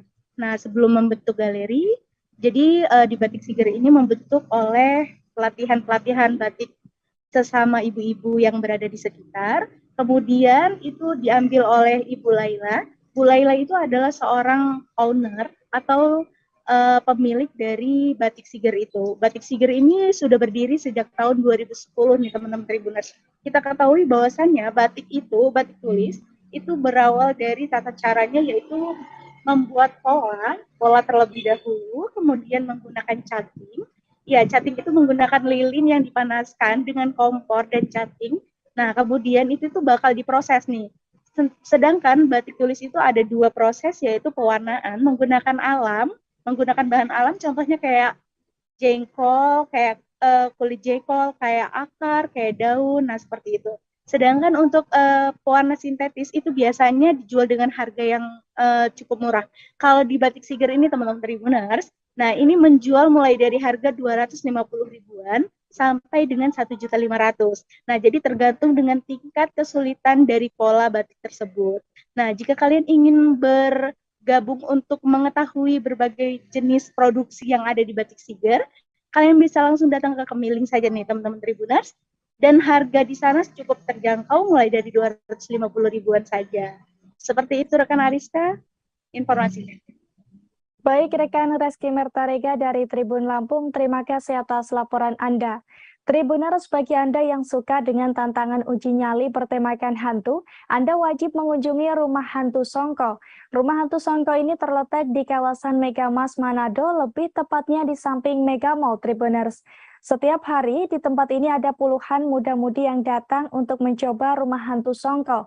Biasanya saat keluar dari tempat uji nyali tersebut, mereka akan lari karena ketakutan. Dan untuk melihat suasana di sana, kita sudah terhubung dengan rekan Nilton Durado dari Tribun Manado. Silakan rekan Nilton. Terima kasih rekan Ariska. Rumah Hantu Songko ini dibuka setiap hari di Kota Manado dan menjadi pilihan bagi muda-mudi anak muda di Kota Manado yang sangat suka dengan tantangan uji nyali bertemakan hantu. Untuk sekali masuknya, Rumah Hantu Songko dibanderol dengan harga 35.000 per orangnya. Dalam sekali masuk itu sekitar 20 menit para pengunjung harus mengutari beberapa spot yang dibuat untuk menakuti dan menguji adrenalin dari para pengunjung. Setelah keluar dari rumah hantu, itu para pengunjung juga bisa berfoto dengan beberapa hantu yang ada di depan Rumah Hantu Songko, dan itu untuk berfotonya gratis, tidak dipungut biaya. Dan pada saat akhir pekan ini menjadi spot yang paling banyak diburu oleh masyarakat Kota Manado karena mereka sangat suka dengan uji nyali dengan bertemakan hantu. Dari pantauan kami pada saat pengunjung keluar dari rumah hantu ini, banyak yang berlarian, bahkan ada beberapa pengunjung yang sendal jepitnya tertinggal karena lari terbirit-birit. Demikian dari saya, rekan Ariska. Baik rekan Nilton Durado dari Tribun Manado, terima kasih dan selamat bertugas kembali. Tribuner, sebanyak 25 balon udara menghiasi langit Wonosobo dalam acara Java Balon Attraction 2022. Tepatnya di Taman Rekreasi Kali Anget di Kecamatan Wonosobo, Kabupaten Wonosobo, Jawa Tengah pada Minggu 4 September kemarin. Pasalnya puluhan balon udara tersebut berasal dari 25 kelompok yang berbeda, Tribuners. Sebelum mengikuti agenda ini, puluhan balon udara itu juga pernah menjadi peserta Festival Balon Udara Piala Bupati di Wonoland. Dalam agenda Java Balon Attraction 2022, balon-balon berbahan kertas ini di ketinggiannya diatur sedemikian rupa agar bisa dinikmati dengan maksimal oleh pengunjung. Selain balon udara, Java Balon Attraction 2022 juga menampilkan pentas kesenian dan juga bazar. Sebelum Java Balon Attraction dimulai, Ganjar Pranowo pun sempat meninjau langsung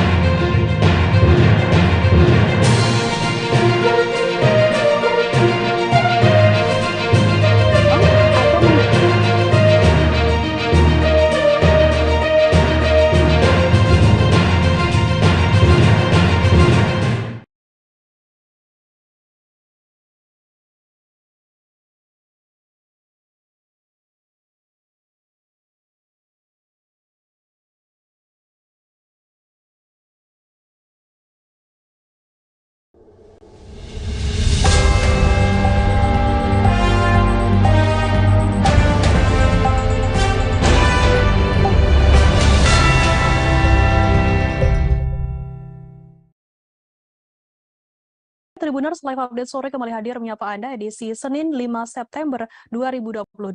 Sore ini kami akan menyajikan berbagai informasi teraktual mengenai peristiwa yang terjadi di tanah air dan akan dilaporkan secara langsung oleh reporter kami di lapangan. Bersama saya Firda Ananda dan inilah Live Update selengkapnya. Kita ke berita pertama, Saudara. Kericuhan terjadi di tempat penukaran tiket Persib Bandung di Progressive Sport Center, Jalan Soekarno-Hatta, Babakan Penghulu, Kecamatan Cinambo, Kota Bandung pada Minggu 4 September. Kericuhan tersebut bermula ketika salah satu komunitas bobotoh menginginkan penukaran tiket dipermudah. Tak hanya itu, mereka menuntut panitia untuk bisa menukarkan tiket pertandingan Persib Bandung secara kolektif.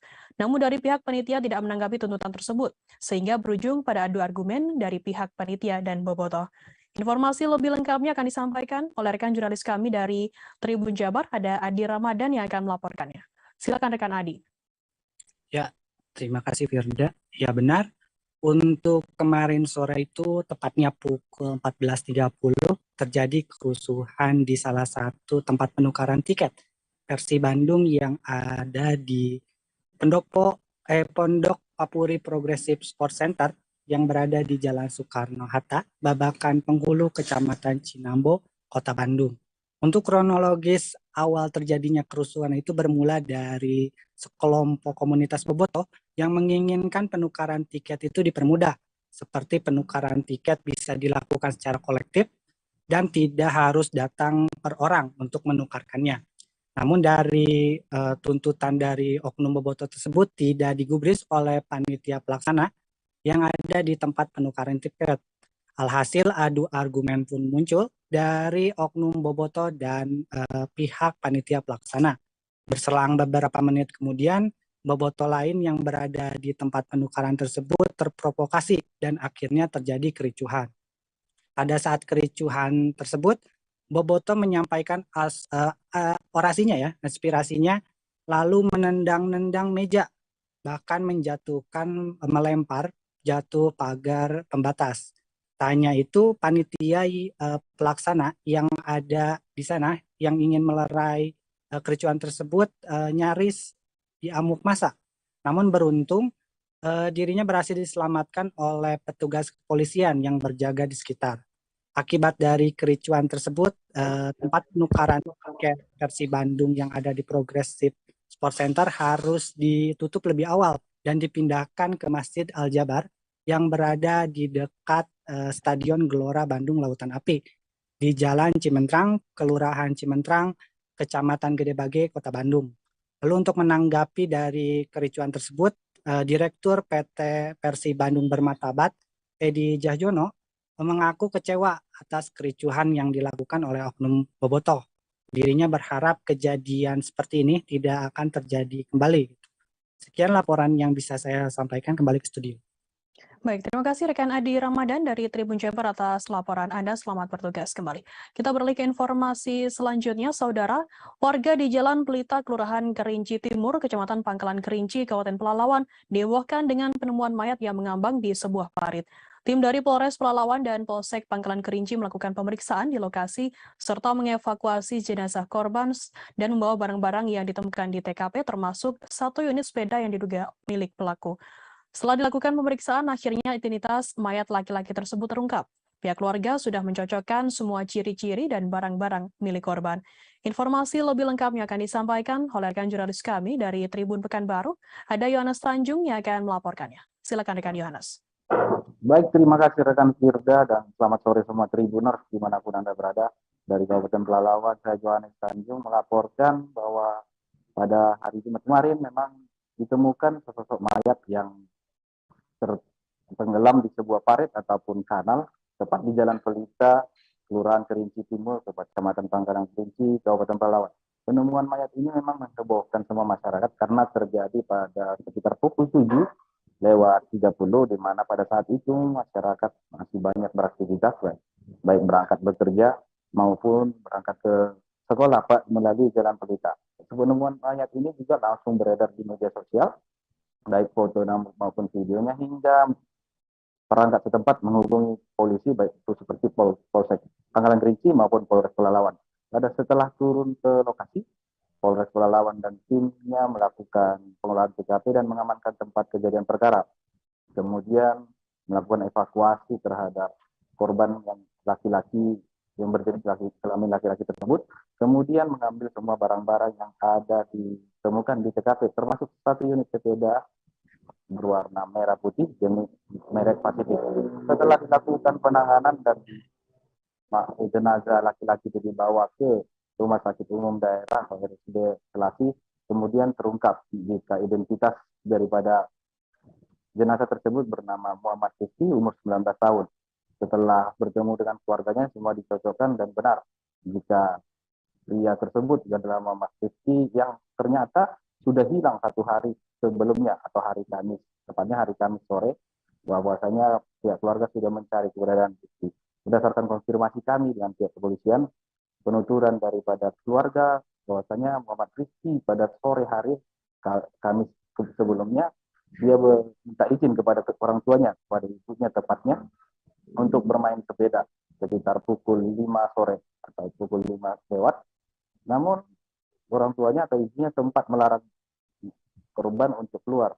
Namun ternyata dia tetap keluar dan memang bersepeda di sekitar Jalan Pelita. Sedangkan rumah mereka tidak jauh dari tempat kejadian perkara atau TKP penemuan mayat tersebut. Hingga pada malam hari, tepat pukul 8, orang tua atau ayah dari Muhammad Rizky pulang dari tempat kerjanya dan tidak menemukan anaknya di rumah. Mereka kemudian melakukan pencarian di sekitar Jalan Pelita, Jalan Ambis, dan sekitar Kerinci Timur. Ternyata tidak ditemukan hingga pukul 2 dini hari. Karena hari sudah gelap, mereka memilih untuk pulang dan melaporkan ke perangkat tempat. Sekitar pukul 7 lewat pada hari Jumat, masyarakat yang melintas dari Jalan Pelita melihat sosok mayat dan menjadi heboh dan dikabarkan kepada seluruh masyarakat yang ada. Hingga akhirnya pihak keluarga datang untuk mencocokkan barang-barang yang ada dan ternyata korban merupakan Muhammad Rizky yang cari-cari atau yang hilang dari rumah 1 hari sebelumnya. Berdasarkan penuturan keluarga juga Tribuners kepada pihak kepolisian, bahwasanya Muhammad Rizky memang memiliki riwayat penyakit, yakni sering kejang-kejang ataupun stroke ringan. Diduga ketika melakukan olahraga sepeda, Muhammad Rizky atau penyakit daripada korban kambuh dan akhirnya jatuh ke parit. Lantaran tidak ada yang melihat atau saksi yang melihat dia terjatuh hingga akhirnya dia meninggal dunia tenggelam di dalam parit. Demikian laporan kami, kembali ke rekan Firda di studio. Baik, terima kasih rekan Yohanes Tanjung dari Tribun Pekanbaru atas laporan Anda. Selamat bertugas kembali.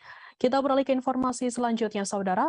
Satu pohon angsana berdiameter sekira 40 cm di Jalan Raya Batu Tulis, Kecamatan Bogor Selatan, Kota Bogor, tumbang pada Sabtu 3 September. Pohon yang persis berada di pinggir jalan ini tumbang menimpa 2 unit mobil pribadi dan 1 unit angkutan kota atau angkot. Berdasarkan informasi yang dihimpun, kejadian tersebut terjadi pada pukul 6 sore waktu Indonesia Barat dan imbas dari kejadian ini harus lalu lintas dari Jalan Pahlawan menuju Batu Tulis macet total.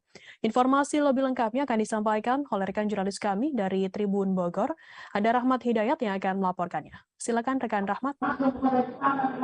Ya baik, kita dan rekan-rekan Tribun saya dapat kami sampaikan bahwasanya memang betul pada hari Sabtu tanggal 3 September 2020 sekitar pukul 18.00 waktu Indonesia bagian barat, 1 buah pohon jenis angsana di Jalan Batu Tulis, Kecamatan Bogor Selatan, Kota Bogor, tumbang akibat hujan deras yang mengguyur Kota Bogor pada sore hari,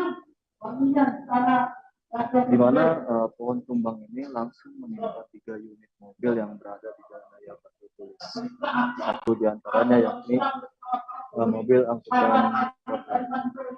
Berdasarkan keterangan yang kami himpun di lokasi kejadian, bahwasanya kejadian ini terjadi begitu cepat dan tentunya tidak memakan korban jiwa. Namun terpantau 1 unit angkutan kota jurusan Cihideng, Kota Bogor terlihat ringsek parah di bagian depan dan bagian atasnya. Namun untuk 2 unit mobil terlihat tidak begitu parah, namun bagian atap maksud kami pun sama terlihat cukup rusak parah. Meski begitu, dari ketiga unit mobil yang tertimpa pohon sana yang diameter sekitar 50 cm ini tidak ada korban jiwa, bahkan lecet-lecet. Kemudian pantauan kami di lokasi sekitar 18.45 waktu Indonesia bagian barat, pohon jenis angsana dan 3 unit mobil tersebut berhasil langsung dievakuasi dan arus lalu lintas di sekitaran Jalan Batu Tulis, Kecamatan Bogor Selatan, Kota Bogor kembali lancar yang sebelumnya memang tersendat dan macet parah akibat pohon tumbang tersebut.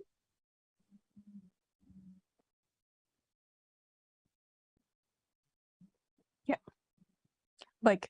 Terima kasih.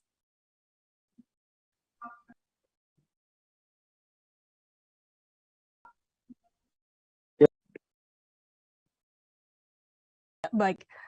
Terima kasih rekan Rahmat Hidayat dari Tribun Bogor atas laporan Anda. Selamat bertugas kembali.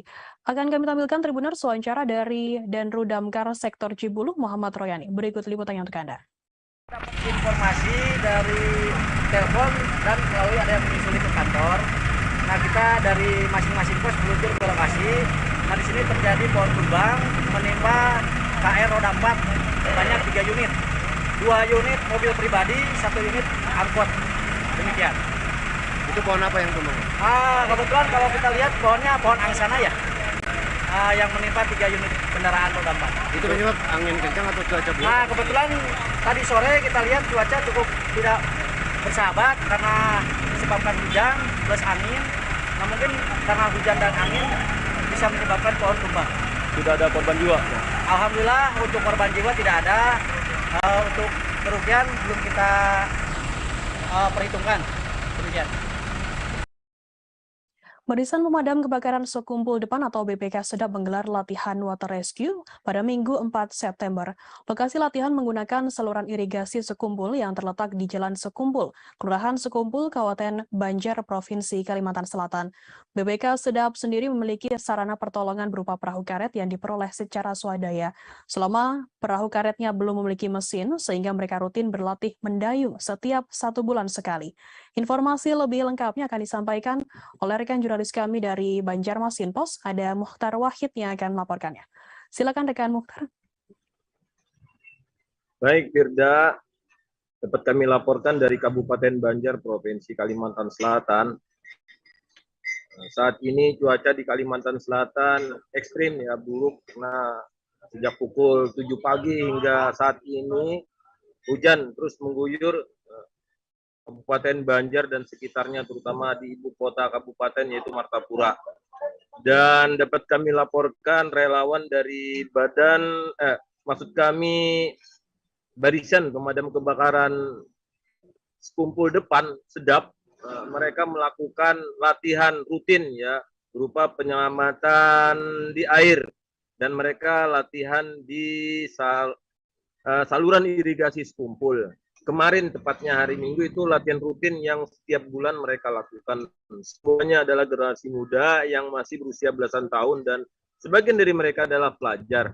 Nah, dan mereka melakukan latihan rutin itu untuk mengayuh saja ya, latihan mengayuh mengendalikan perahu karena perahu mereka masih tidak memiliki mesin atau perahu. Nah, demikian Firda yang dapat kami laporkan dari Kabupaten Banjar, Provinsi Kalimantan Selatan. Ya, baik. Terima kasih rekan Mukhtar dari Banjarmasin Pos atas laporan Anda. Selamat bertugas kembali.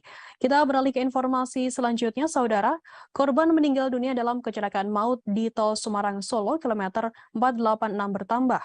Sebelumnya Heru Laksono 43 tahun, anaknya MS 14 tahun, serta ibunya Sri Ruswati 70 tahun meninggal dunia di tempat kejadian di wilayah Dukuh Weden, Desa Mojolegi, Kecamatan Teras, Boyolali pada Sabtu 3 September pekan lalu. Petangnya, FAG, anak balitanya yang mengalami luka berat, juga meninggal dunia. Balita berusia 5 tahun yang mengalami luka parah akhirnya menghembuskan napas terakhirnya pada pukul 6 sore. Lucy Rahmawati, 27 tahun, yang juga sempat mendapat perawatan intensif di RSUD Pandan Arang juga sama. Ia ingin menepati janjinya sehidup semati dengan suaminya Heru. Informasi lebih lengkapnya akan disampaikan oleh rekan jurnalis kami dari Tribun Solo. Ada Triwidodo yang akan melaporkannya. Silakan rekan Tri. Ya, Firda, dapat saya laporkan dari Boyolali bahwasannya korban kecelakaan di tol Semarang Solo KM 486 plus 600 jalur A bertambah. Jika semula diberitakan ada 3 orang yang meninggal dunia di tempat pada hari Sabtu pagi tanggal 3 September 2022. Tadi malam istrinya yang bernama Lucy Rahmawati menghembuskan nafas terakhirnya di Rumah Sakit Umum Pandan Arang Boyolali. Kemudian sebelumnya juga putrinya yang juga sempat mendapatkan perawatan di RSUD Pandan Arang Boyolali juga telah lebih dulu meninggal dunia pada Sabtu pekan. Dengan meninggalnya anak yang masih berusia 5 tahun dan istrinya ini, maka total korban jiwa dalam peristiwa kecelakaan di tol Semarang Solo KM 486 menjadi 5 orang. Adapun kecelakaan tersebut bermula dari kendaraan minibus yang dikemudikan oleh Heru bersama ke-6 anggota keluarganya, yaitu ibunya serta istri dan 3 orang anaknya dan 1 lagi ada keponakannya. Di sampingnya di lokasi kejadian diduga kehilangan keseimbangan sehingga minibus Mobilio bernomor polisi B288 CO ini menabrak bagian belakang truk yang ada di depannya. Akibat peristiwa tersebut 3 orang dilaporkan meninggal dunia di tempat, sedangkan 4 orang mengalami luka-luka. Sedangkan untuk kondisi yang luka sendiri yaitu anak yang berinisial A yang saat ini kondisinya sudah mulai membaik. Dia mengalami luka pada patah kaki dan sudah berhasil dilakukan operasi. Sedangkan untuk keponakan dari Heru ini sendiri yang semula sempat mendapat perawatan di RSUD Pandan Arang, tadi malam juga sudah dirujuk ke Rumah Sakit Umum Dr. Muardi Solo. Hal itu mengingat karena kondisi kesehatan ataupun kondisi korban belum bisa melewati masa kritisnya, sehingga korban dirujuk ke rumah sakit. Sedangkan update sendiri terkait dengan penanganan kecelakaan di KM 486 ini, sampai saat ini Satlantas Polres Boyolali masih melakukan penyelidikan dengan memburu truk yang ditabrak tersebut, karena meskipun truk ini ditabrak, namun karena truk tidak melapor atau memberitahukan kejadian kecelakaan tersebut ke petugas ataupun ke warga sekitar, sehingga penanganan tidak bisa langsung segera diselesaikan, maka bisa disimpulkan atau bisa patut diduga supir truk ini bisa dikenakan dengan pasal tabrak lari, Firda. Ya, baik. Terima kasih rekan Triwidodo dari Tribun Solo atas laporan Anda. Selamat bertugas kembali. Kita beralih ke informasi selanjutnya, Saudara. Pengerjaan perbaikan Jalan Raya Krebet yang rusak parah tengah dikebut oleh Pemkab Malang hingga harus selesai sebelum Desember 2022. Pemilihan konstruksi beton menjadi opsi untuk memperkuat Jalan Krebet agar tidak mudah rusak. Perbaikan bagian jalan sepanjang lebih dari 2 km tersebut menelan biaya hingga 10 miliar rupiah. Informasi lebih lengkapnya akan disampaikan oleh rekan jurnalis kami dari Surya Malang. Ada Erwin Wijaksono yang akan melaporkannya. Silakan rekan Erwin. Ya, baik, terima kasih Firda. Ya, setelah sebelumnya memang kerusakan jalan di Krebet, Kecamatan Krebet, Bulawang ini syarat dengan kritikan masyarakat karena memang masyarakat sudah jengah karena adanya jalan rusak yang belum diperbaiki selama beberapa waktu begitu, sampai bertahun-tahun begitu. Nah, akhirnya Pemkab Malang menempati janjinya untuk memperbaiki jalan yang menjadi penghubung antara Kecamatan Turen dan Kecamatan Gondanglegi ini.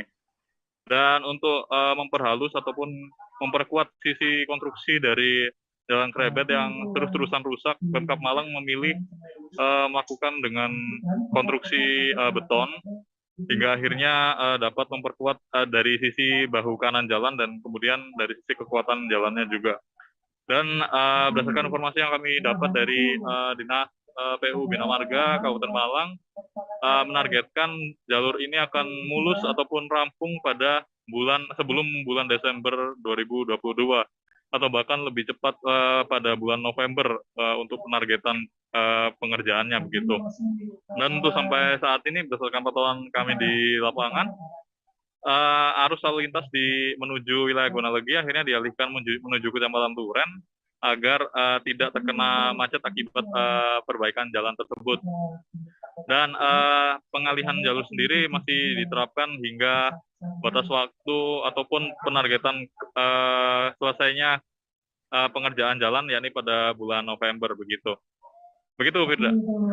Ya, baik, terima kasih rekan jurnalis dari Surya Malang, Erwin, atas laporan Anda. Selamat bertugas kembali. Kita beralih ke informasi selanjutnya, Saudara. Rumah yang rusak akibat diterjang angin puting beliung di Desa Mekar Saloyu dan Desa Cimenyan, Kecamatan Cimenyan, Kabupaten Bandung pada Minggu 4 September mencapai 100 rumah lebih. Warga bersama para petugas BPBD, TNI Polri, dan pemerintah setempat bergotong royong membereskan puing-puing akibat angin puting beliung tersebut. Tak hanya itu, warga dan para petugas gabungan pun juga mengevakuasi atau membereskan pohon tumbang yang menghalangi jalan. Informasi lebih lengkapnya akan disampaikan oleh rekan jurnalis kami dari Tribun Jabar, ada Lutfi Ahmad yang akan melaporkannya. Silakan rekan Lutfi. Ya baik, Firda dan Tribuners dimanapun Anda berada, terkait angin puting beliung yang terjadi di Kecamatan Cimenyan, Kabupaten Bandung, terjadi saat ataupun tepatnya sekitar pukul 2 siang hari kemarin, dan di Desa Cimenyan, Kabupaten Bandung sendiri, di Desa Cimenyan sendiri terdapat 121 rumah yang terdampak ataupun yang rusak akibat angin puting beliung tersebut. Adapun di Desa Mekar Saloyu terdapat 26 rumah, 8 warung yang rusak akibat angin puting beliung tersebut. Di Desa Mekar Saloyu terdapat 2 rumah yang rusak berat, sedangkan di Desa Cimenyan tak ada yang mengalami rusak berat. Siang tadi warga bersama para petugas TNI Polri dan pemerintah setempat bergotong royong membantu membersihkan puing-puing yang bekas terjadinya angin puting beliung. Bahkan Wakil Bupati Bandung Sahrul Gunawan langsung meninjau ke lokasi tersebut, dan para warga ataupun korban yang korban angin puting beliung tersebut merasa senang bahwasannya ia bisa langsung dijenguk ataupun ditinjau langsung oleh Wakil Bupati Sahrul Gunawan. Bahkan warga juga sempat meminta foto bersama dan lain sebagainya.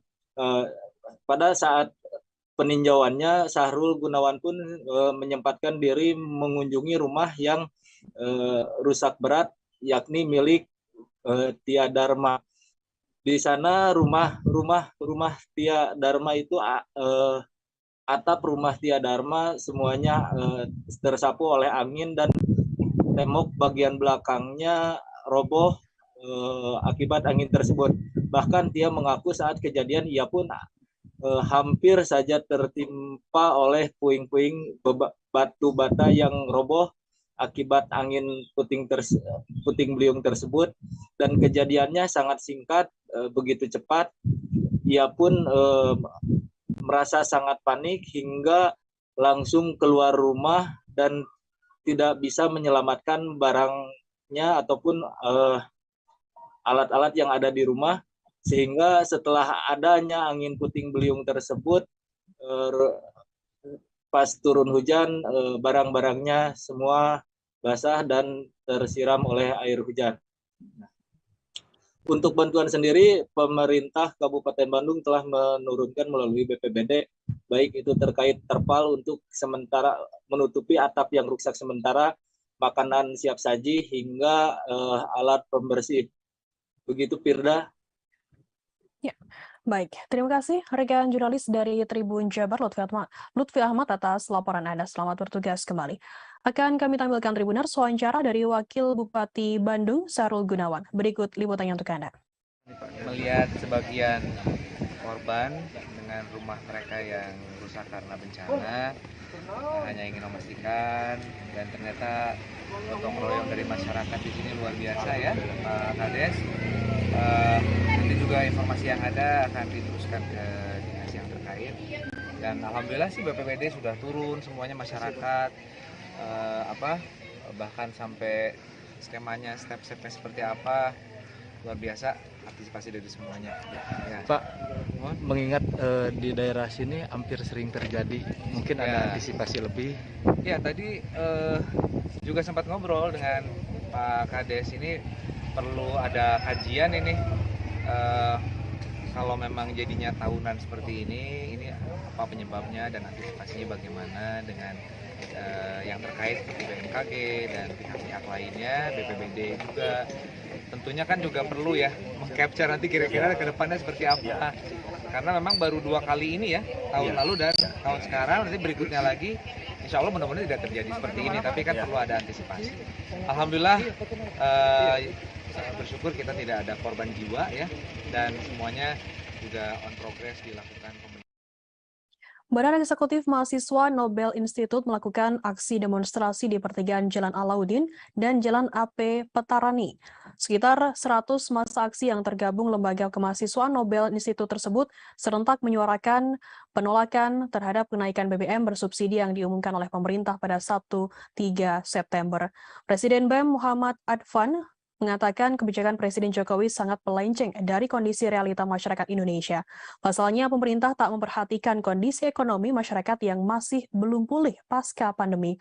Informasi lebih lengkapnya akan disampaikan oleh rekan jurnalis kami dari Tribun Timur, ada Muhammad Sauki yang akan melaporkannya.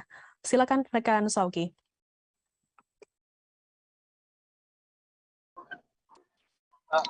Baik, saat ini seperti diketahui bahwa ada beberapa aksi yang terjadi di Makassar. Hari ini merupakan luapan dari aksi-aksi sebelumnya setelah pemerintah memutuskan untuk menaikkan harga BBM di hari Sabtu kemarin. Diperkirakan hari ini ada sekitar 11 titik aksi yang ada di Makassar, dan salah satunya ada di Jalan Alauddin. Di sana teman-teman dari STIM Nobel melakukan aksi atau menggelar aksi sekitar pukul 1:30 WITA, dan teman-teman dari STIM Nobel rame-rame juga menuntut bagaimana pemerintah untuk menurunkan harga BBM atau menstabilkan harga BBM kembali. Presiden dari STIM Nobel menilai bahwa ketetapan dari pemerintah itu sangat tidak sesuai dengan kondisi realitas masyarakat sekarang. Dia menilai bahwa masyarakat masih dalam kondisi pemulihan ekonomi pasca pandemi.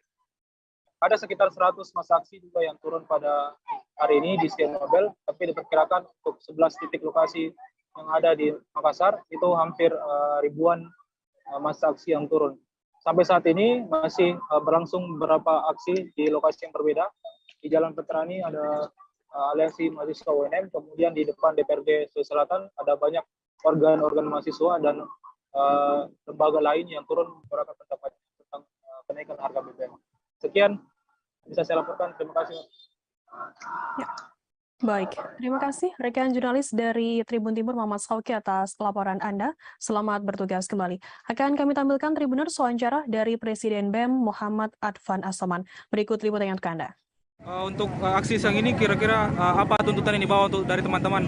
Ya, tuntutan kami bawa adalah kenaikan harga BBM yang dinilai tidak sepatutnya terjadi di era yang sekarang ini, mengingat bahwasanya kita baru saja dalam tahap penyembuhan dari COVID-19 dan masih banyak masyarakat yang mempunyai ekonominya itu dari menengah ke bawah tidak sanggup untuk terus mengikuti kebijakan pemerintah yang saat ini melenceng dari keinginan masyarakat.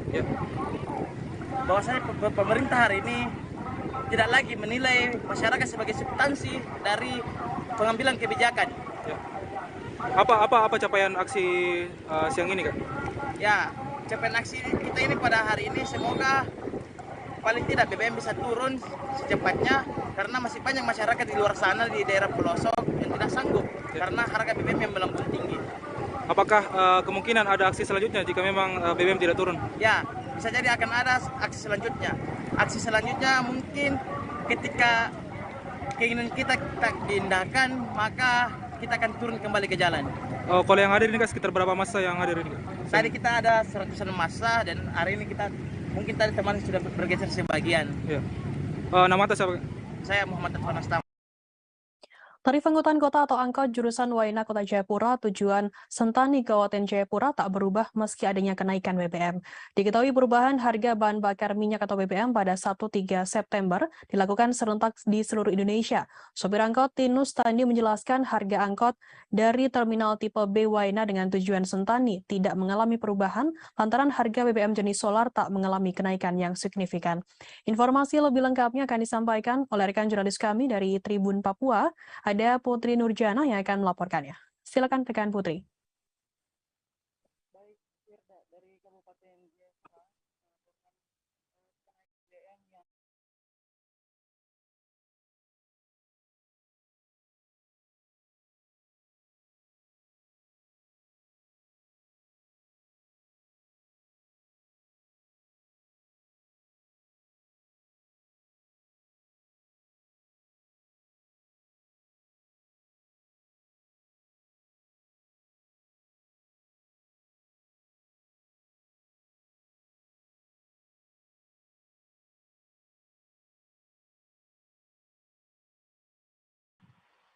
Baik rekan Firda dari Kabupaten Jayapura, dampak dari kenaikan BBM yang secara resmi diumumkan oleh pemerintah negara Republik Indonesia pada Sabtu kemarin tidak berdampak pada tarif angkot trayek Waena Sentani, di mana perubahan harga tersebut menurut supir angkot ketika dimintai keterangan bahwa kenaikan tersebut tidak mengalami perubahan pada tarif angkutan kota. Menurut sopir angkot, kenaikan harga tersebut tidak dipengaruhi karena kenaikan solar tidak terlalu berdampak signifikan, di mana masih di harga 8.600. Baik, Vida dan juga Tribuners, harga atau tarif angkutan dari Terminal Waena menuju ke Kampung Harapan dipatok harga 7.000 dan tarif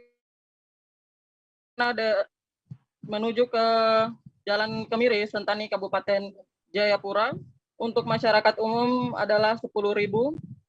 Kemudian tarif angkutan umum untuk anak sekolah dan mahasiswa masih di harga Rp5.000 dan juga harga angkutan umum anak sekolah dan mahasiswa dari Terminal B Sentani, Terminal Waena menuju ke Jalan Kemiri Sentani masih di harga Rp7.000.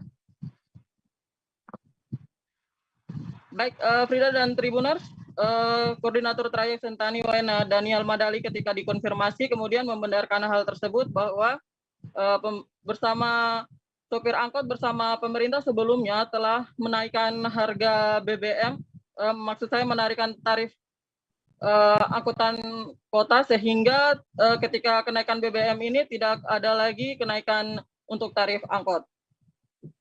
Namun terjadi kesulitan dari 300 sopir angkutan umum yang berada di Terminal tipe B Kota Jayapura ini mengalami kesulitan pada pengisian solar, di mana pengisian solar ini hanya ada di 2 SPBU yang berada di Sentani dan Kota Jayapura, yaitu SPBU Hawaii dan SPBU Tanah Hitam. Menurut Koordinator Trayek Waena Sentani, kenaikan BBM ini tidak ada kenaikan tarif karena sangat berdampak pada masyarakat. Namun pihaknya memberikan meminta pemerintah secara langsung untuk tidak lagi menaikkan harga BBM dan lebih memperhatikan kepada nasib masyarakat di Kota Jayapura dan Kabupaten Jayapura khususnya di Papua. Demikian Frida, kembali ke studio. Baik, terima kasih rekan jurnalis dari Tribun Papua, Putri, atas laporan Anda. Selamat bertugas kembali. Tribuners, akan kami tampilkan wawancara yang tadi sudah dimulai rekan Putri dari Koordinator Trayek Sentani Waena, Daniel Madali. Berikut liputannya untuk Anda.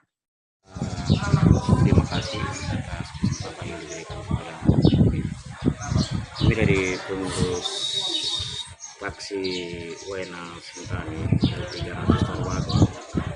Mungkin kemarin memang harga BBM sudah naik, tapi kami belum artinya masih bisa karena kami kemarin sempat naik, jadi kami belum bisa menaikkan tarif harga angkot kami karena kami berpikir juga kepada masyarakat. Walaupun kami di segi sebagai supir, tapi kami juga masyarakat masih berpikir bagaimana kedepannya, kesian masyarakat atau keluarga-keluarga kami yang lain kalau apabila kami menaikkan tarif karena adanya BBM yang naik. Tapi kami juga berpikir kenapa sedangkan harga minyak dunia itu turun, kenapa harga BBM di dalam negeri sendiri Indonesia ini bisa naik. Itu saja yang kami bisa berpikir. Semoga kedepannya pemerintah bisa mengambil kebijakan untuk tidak. Sejumlah sopir angkutan umum lintas Pulau Flores, Nusa Tenggara Timur dibuat kecewa setelah pemerintah pusat resmi menaikkan harga BBM pada Sabtu 3 September. Kenaikan harga BBM jenis Pertalite dan Solar bersubsidi tersebut dianggap memberatkan semua masyarakat, khususnya kalangan sopir. Mikael Angel Belang, 43 tahun, sopir bus rute Maumere Larantuka, mengatakan pihaknya akan menyesuaikan tarif setelah Presiden Joko Widodo mengumumkan kenaikan harga BBM di Istana Merdeka, Jakarta. Informasi lebih lengkapnya akan disampaikan oleh rekan jurnalis kami dari Tribun Flores. Ada Nofri Fuka yang akan melaporkannya. Silakan rekan Nofri. Baik, selamat sore rekan Fira dan sahabat Tribuner semuanya. Dapat kami laporkan dari Maumere, Kabupaten Sika, bahwa pada hari ini terkait dengan kenaikan harga BBM yang baru saja dilakukan oleh Presiden Jokowi, pihak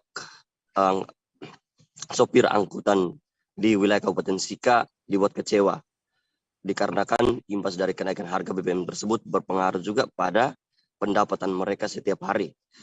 Salah satu sopir angkot yang melayani rute dari Larantuka, Kabupaten Flores Timur ke Kabupaten Sika menyampaikan bahwa akibat dari kenaikan harga BBM tersebut, pihaknya juga terpaksa harus menaikkan juga dengan tarif angkot, dan disebutkan bahwa tarif angkot tersebut per orang yang sebelumnya Rp60.000 dinaikkan menjadi Rp70.000, jadi naik Rp10.000. Dan selain itu juga hari ini pula tidak hanya beberapa kalangan saja yang mengungkapkan kekecewaannya, tapi hampir semua para sopir angkot menggelar juga aksi demo di depan halaman kantor DPRD Kabupaten Sika. Dan aksi demo ini terkait juga dengan hal yang sama, terkait dengan kenaikan harga BBM. Dan kedatangan mereka juga sekitar puluhan orang dan membawa juga dengan kendaraannya masing-masing dan diparkirkan di sekitar halaman depan kantor DPRD Sika. Dalam penyampaian atau orasi, salah satu perwakilan dari para sopir angkot menjelaskan bahwa selain mereka menyampaikan keluhan mereka terhadap kenaikan harga BBM yang pada akhirnya berpengaruh juga bagi pendapatan mereka tersendiri, mereka juga mengeluhkan terkait dengan retribusi atau pembayaran di setiap tempat-tempat yang telah disediakan. Selama ini mereka melihat bahwa ada pihak tertentu, khususnya para tukang ojek dan juga beberapa pengguna fasilitas umum, terkadang membawa kendaraannya tanpa membayar retribusi sesuai dengan aturan yang telah ditetapkan oleh Disub Kabupaten Sika. Dan hal ini membuat mereka merasa tidak adil. Untuk itu mereka juga selain datang dalam artian untuk menyampaikan aspirasi dan harapan mereka terkait dengan kenaikan harga BBM dan harapan mereka untuk pemerintah, mereka juga mengeluhkan terkait dengan retribusi yang selama ditetapkan, dan nampaknya juga ada beberapa pihak yang tidak taat dalam membayar retribusi pajak itu sendiri. Dan selain itu juga akan mengeluarkan sikap dari Dinas Perhubungan Kabupaten Sika yang dinilai sejauh ini belum bertanggung jawab secara maksimal. Dan pada momen itu pula mereka disambut secara langsung oleh Bupati Sika dan juga dengan didampingi oleh Wakil DPRD Sika, Pak Eri Karmianto, dan juga dengan Pak Kadishub Kabupaten Sika, Pak Usminggu. Dan merespon keluhan dari para sopir angkot ini, Bupati Sika menyampaikan bahwa pihaknya ke depan juga di tempat ia langsung meminta kepada pihak Dinas Perhubungan Kabupaten Sika untuk menyelesaikan persoalan ini, dan untuk menyelesaikan memberikan solusi terkait dengan kenaikan atau tarif angkot yang menurut para sopir berlaku di tempat yang berbeda dengan harga yang berbeda. Bupati Sika mengeluarkan surat edaran sementara, dan surat edaran sementara itu di dalamnya termaktub label harga-harga untuk tiap wilayah yang jumlahnya sekitar 60 wilayah yang didaftarkan dalam surat edaran untuk tarif angkut sementara yang akan diberlakukan ke depannya ini.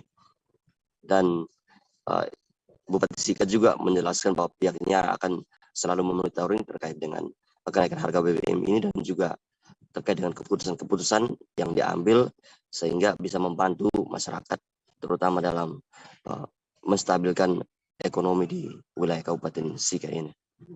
Demikian informasi yang dapat kami sampaikan. Ya, baik. Terima kasih rekan jurnalis dari Tribun Flores, Nofri Fuka, atas laporan Anda. Selamat bertugas kembali. Tribuners, akan kami tampilkan wawancara dari Wakil DPRD Sika, Yosep Karmianto Eri. Berikut liputannya untuk Anda. Penumpang umum dalam wilayah Kabupaten Sika sebagai berikut. Angkutan perkotaan itu 6.000 untuk masyarakat umum dan untuk pelajar 4.000. Kemudian angkutan dari Terminal WOT ke Keo Pantai itu 6.000 dengan pelajar 3.600. Likot itu 8.000 dan 4.800. Baget itu 11.000 dan 6.600. Batu Bala 13.000 dengan 7.800. Napung Biri 15.000 dengan 9.000. Nangahale 18.000 dengan 10.800. Talibura 20.000 dengan 12.000. Nebe 25.000 dan 15.000, Boga Natar 33.000 dan 19.800, Hikong 35.000 dan 21.000, Kepon 7.000 dan 4.200, Loang Rotat 8.000 dan 4.800. Dalam aksi demo penolakan kenaikan bahan bakar minyak atau BBM, Pengurus Besar Pergerakan Mahasiswa Islam Indonesia atau PBPMII menggelar aksi di kawasan Patung Kuda Monas pada Senin 5 September hari ini. Dalam aksi ini, beberapa massa PBMII menggelar aksi teatrikal. Dalam aksi, tampak massa yang berperan sebagai rakyat duduk bersujud di depan sebuah replika pemakaman dengan tulisan duka cita di atasnya. Informasi lebih lengkapnya akan disampaikan oleh rekan jurnalis kami dari tribunnews.com. Ada Mario Sumampo yang akan melaporkannya. Silakan rekan. Ya, selamat sore rekan Firda dan Tribuners. Benar, pada hari ini, hari Senin tanggal 5 September 2022, aksi demo kenaikan bahan bakar minyak diadakan di kawasan Patung Kuda Monas. Aksi ini diinisiasi oleh Pengurus Besar Pergerakan Mahasiswa Islam Indonesia atau PBPMII. Dalam aksi kali ini, PBPMII menggelar aksi teatrikal. Teatrikal ini adalah sebuah teatrikal pemakaman yang dimana dalam aksi ini tampak massa yang berperan sebagai rakyat duduk bersujud di depan sebuah replika pemakaman dengan tulisan duka cita di atasnya. Sementara dua orang lainnya yang berperan sebagai penguasa tampak berjalan dengan santai sembari menertawakan rakyat yang sedang bersujud dan menangis. Aksi teatrikal ini juga dihiasi dengan narasi orator yang berisi keluh kesah dan protes atas naiknya harga BBM. Aksi teatrikal ditutup dengan dibakarnya ban di atas replika kuburan yang disambut sorakan oleh seluruh massa aksi. Dalam aksi kali ini, PBPMII membawa 4 tuntutan terkait naiknya bahan bakar minyak. Adapun tuntutan yang pertama menolak secara tegas kebijakan dan kenaikan BBM bersubsidi. Kedua, mendesak pemerintah untuk secara serius dan sungguh-sungguh memberantas mafia BBM. kemudian mendesak pemerintah untuk segera menerapkan kebijakan subsidi tepat sasaran, serta tuntutan keempat adalah mendorong pemerintah untuk membuka keterlibatan masyarakat dalam melaksanakan penyaluran BBM bersubsidi. Tribuners, seperti diketahui, pemerintah akhirnya membuka suara soal simpang siur harga BBM bersubsidi yang disebut-sebut bakal naik atau tidak lagi disubsidi. Menteri ISDM Arifin Tasrif mengatakan harga BBM bersubsidi telah disesuaikan. Pertalite dari harga 7.650 per liter menjadi 10.000 per liter, kemudian solar subsidi dari 5.150 menjadi 6.800 per liter, kemudian Pertamax non subsidi dari 12.500 per liter menjadi 14.500 per liter. Harga ini mulai berlaku sejak Sabtu tanggal 3 September 2022 lalu pukul 14.30 sore. Sekian rekan Firda. Ya. Baik, terima kasih rekan jurnalis dari tribunnews.com Mario atas laporan Anda. Selamat bertugas kembali. Kita beralih ke informasi lainnya, Saudara. Sejumlah sopir angkutan umum yang beroperasi di wilayah utara Kabupaten Majalengka, Jawa Barat langsung merespons kenaikan harga bahan bakar minyak atau BBM. Mereka menggelar aksi mogok massal pada Senin 5 September. Mereka menuntut adanya kenaikan tarif angkutan umum seusai pemerintah menaikkan harga BBM. Masa aksi mengancam akan terus mogok operasi jika pemerintah dalam hal ini Dishub tidak menyesuaikan tarif yang semestinya. Informasi lebih lengkapnya akan disampaikan oleh rekan jurnalis kami dari Tribun Cirebon. Ada Eki Yulianto yang akan melaporkannya. Silakan rekan Eki.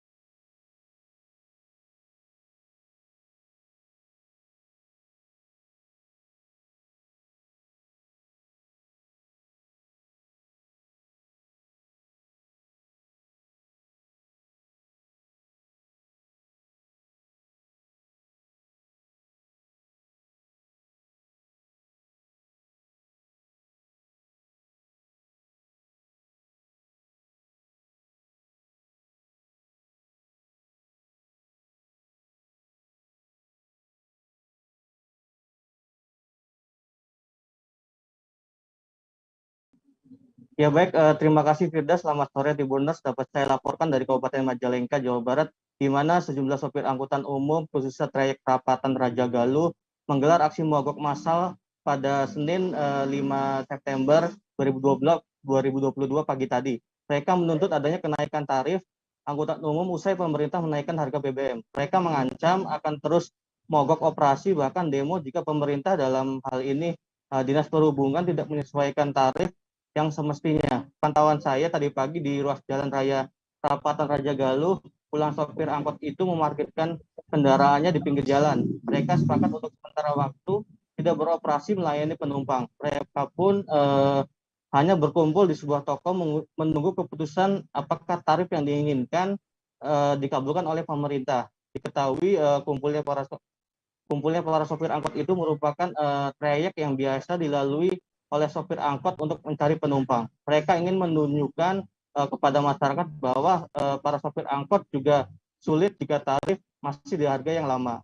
Nah, salah satu sopir angkot yang berhasil saya wawancarai bernama Tris mengaku aksi solidaritas para sopir angkot ini bertujuan untuk menuntut kenaikan tarif penumpang, di mana harus disesuaikan dengan harga BBM yang baru. Sebelumnya tarif penumpang jurusan Perapatan Rajagaluh sebesar Rp5.000.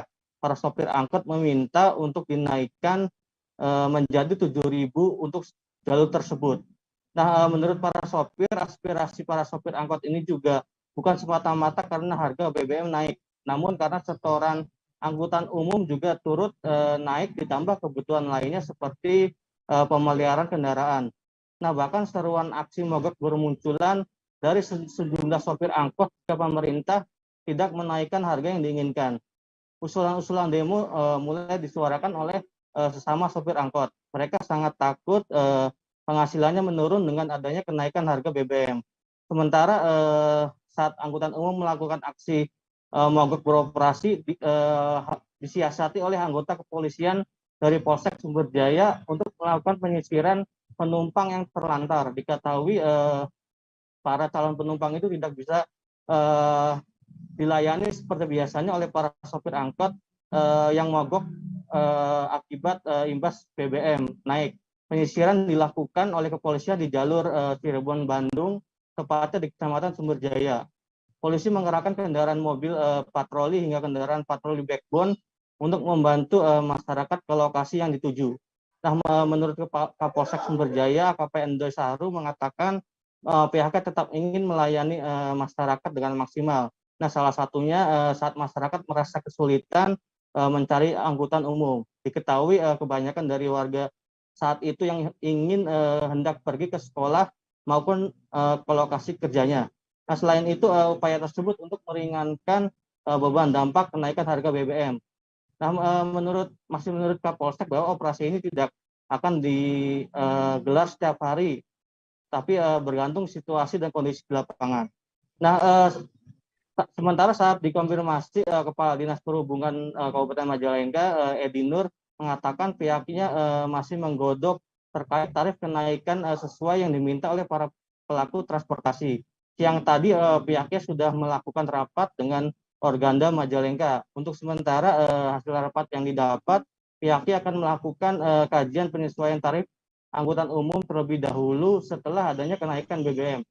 Kajian itu dilakukan agar segera menemukan persentase kenaikan yang pas guna tidak memberatkan bagi penumpang maupun angkutan umum. Kajian itu dilakukan dengan melihat seluruh komponen biaya operasional kendaraan tersebut. Pihaknya juga berharap dalam waktu dekat angka persentase kenaikan bisa segera diketahui. Namun untuk angka sementara Disub menyebut kenaikan tarif tidak akan melebihi kenaikan harga BBM jenis Pertalite, yaitu sebanyak 30%.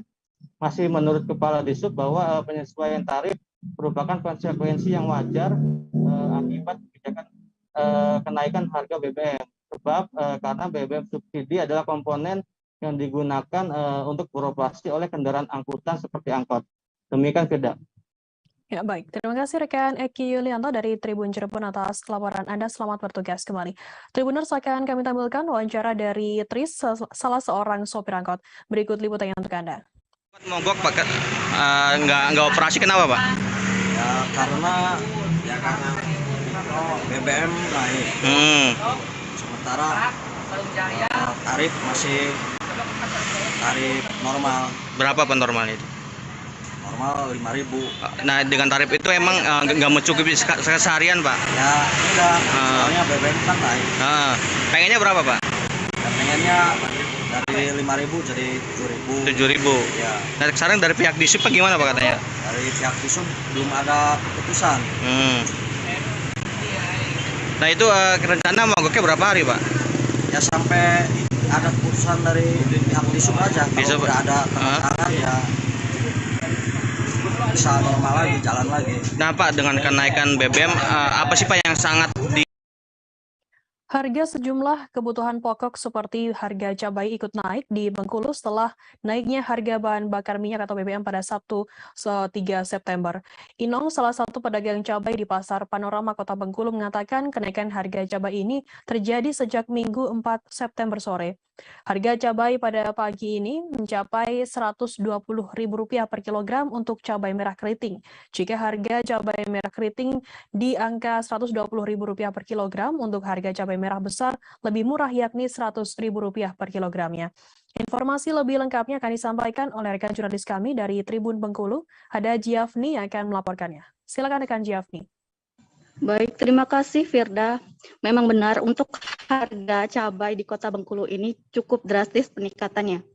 Pasca Sabtu sore lalu, pemerintah pusat menaikkan harga BBM yang mana berimbas dengan beberapa sejumlah komoditi di Kota Bengkulu juga mengalami peningkatan harganya ya. Salah satunya cabai merah keriting yang saat ini harganya masih Rp120.000 per kilo. Sementara untuk cabai merah besar itu harganya Rp100.000 per kilo. Padahal beberapa hari yang lalu untuk harga cabai sendiri masih di kisaran harga 80 sampai 85.000 per kilo. Persoalan ini membuat para pedagang mengeluhkan karena memang mereka harus membayar lebih untuk modal berdagangnya. Di samping itu, pembeli di kawasan pasar Kota Bengkulu, salah satunya pasar Panorama, sepi, menurun dibandingkan sebelum harga cabai melonjak tinggi seperti saat ini ya. Namun untuk kenaikan harga komoditas sendiri masih di komoditas cabai. Untuk sembako lainnya seperti bawang merah dan bawang putih itu masih stabil di angka Rp25.000 sampai Rp35.000 per kilonya. Untuk harga telur sendiri masih di angka Rp55.000 per kilo. Karena memang dari beberapa waktu yang lalu telur dan cabai mengalami peningkatan harga. Namun untuk cabai usai kenaikan harga BBM ini meningkat drastis. Selain dikeluhkan oleh para pedagang, pembeli juga kewalahan atas naiknya harga cabai yang hampir mencapai Rp120.000 per kilo ini. Sehingga mereka harus menghemat, apalagi penghasilan dari warga masih di angka penghasilan tetap seperti itu. Demikian Firda. Baik, terima kasih rekan jurnalis dari Tribun Bengkulu, Giafni atas laporan Anda. Selamat bertugas kembali. Akan kami tampilkan Tribuners wawancara dari pembeli cabai, Omi, dan juga seorang pedagang cabai, Inong. Berikut liputannya untuk Anda. Tadi, pagi ini dah yuk mulai 100 tuh. Dari kemarin, dari dia naik langsung ya itu dah. Harga cabai kok 100. Yang iko 100. Malah mahal iko dak. Oh iya. Oh cabai keriting. Cabai rawitnya berapa yuk? Cabai rawit 60. Berarti modal kita lebih banyak dak yuk. Harus umurnya berapa cabai ini kalau disimpan? Umur cabai berapa disimpan yuk? Sehari apa 2 harian? Oh, busuk dia dak. Harga cabai cak mano gitu nih. Kan BBM naik, cabai naik itu kan. Cak mana yuk sebagai pembeli gitu? Kami sebagai pembeli terus terang merasa agak kesulitan ya, karena akhir-akhir ini emang harga-harga bahan pokok selalu mengalami peningkatan dan tidak disertai oleh peningkatan pendapatan masyarakat. Gaji nggak naik. Berharap mungkin ada kebijakan dari pemerintah agar penyesuaian harga bahan pokok ini tidak terlalu stabil lagi ya. Boleh tahu nama kita yuk? Omi. Organisasi Kepemudaan atau OKP Persekutuan Pemuda Islam Indonesia atau PMI Cabang Ambon mendemo tolak kenaikan harga bahan bakar minyak pada Senin 5 September hari ini.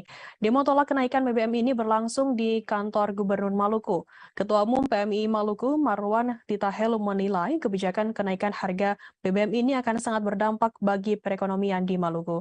Informasi lebih lengkapnya akan disampaikan oleh rekan jurnalis kami dari Tribun Ambon, ada Tanita Patiasina yang akan melaporkannya. Silakan rekan Tanita. Baik, Tribuners dan rekan Firda, pada hari ini 5 September 2022, pergerakan pemuda mahasiswa Islam Indonesia PMI Ambon unjuk rasa di kantor Gubernur Maluku. Mereka menolak kenaikan harga BBM. Dan unjuk rasa ini sendiri telah berlangsung dari pukul 11 siang hari. Dan dalam orasinya mereka menyampaikan bahwa mereka dengan tegas menolak kenaikan harga BBM karena di situasi saat ini masyarakat sedang mencoba memulihkan ekonomi pasca pandemi COVID-19, dan apalagi kenaikan harga BBM ini pasti akan berimbas pada harga-harga yang lainnya, dan tentu akan sangat mempengaruhi ekonomi di Maluku secara khususnya. Dan mereka tadi sempat menunggu Gubernur Maluku untuk menemui mereka, namun itu Gubernur Maluku tidak ada dan diwakilkan. Akhirnya dari dari kantor Gubernur Maluku, mereka kemudian beranjak ke kantor DPRD Provinsi Maluku. Di kantor DPRD Provinsi Maluku ini mereka menyampaikan hal yang sama, bahwa mereka menolak dengan tegas kenaikan harga BBM. Namun di kantor DPRD Maluku sendiri mereka menginginkan ada duduk bersama supaya bisa mencari solusi terbaik untuk ketika kenaikan harga BBM ini berlangsung tidak mempengaruhi ekonomi masyarakat. Dan tadi karena anggota DPRD Maluku sendiri tengah melakukan reses di daerah pilihan masing-masing dan hanya ditemui oleh Richard Rahakbau selaku Ketua Komisi 3 DPRD Maluku, dan Richard Rahakbau sendiri mengatakan mereka menerima aspirasi dari pemuda-pemudi ini, nantinya akan dirapatkan lagi bersama anggota DPRD sendiri. Dan masa aksi ini sendiri berlangsung hingga sekitar pukul 3 sore hari dan mereka kemudian membubarkan diri. Demikian rekan Vida dan Tribuners. Baik, terima kasih rekan Tanita Patiasina dari Tribun Ambon atas laporan Anda. Selamat bertugas kembali. Akan kami tampilkan Tribuners wawancara dari Ketua Umum PMII Maluku, Marwan Titahelu. Berikut liputannya untuk Anda.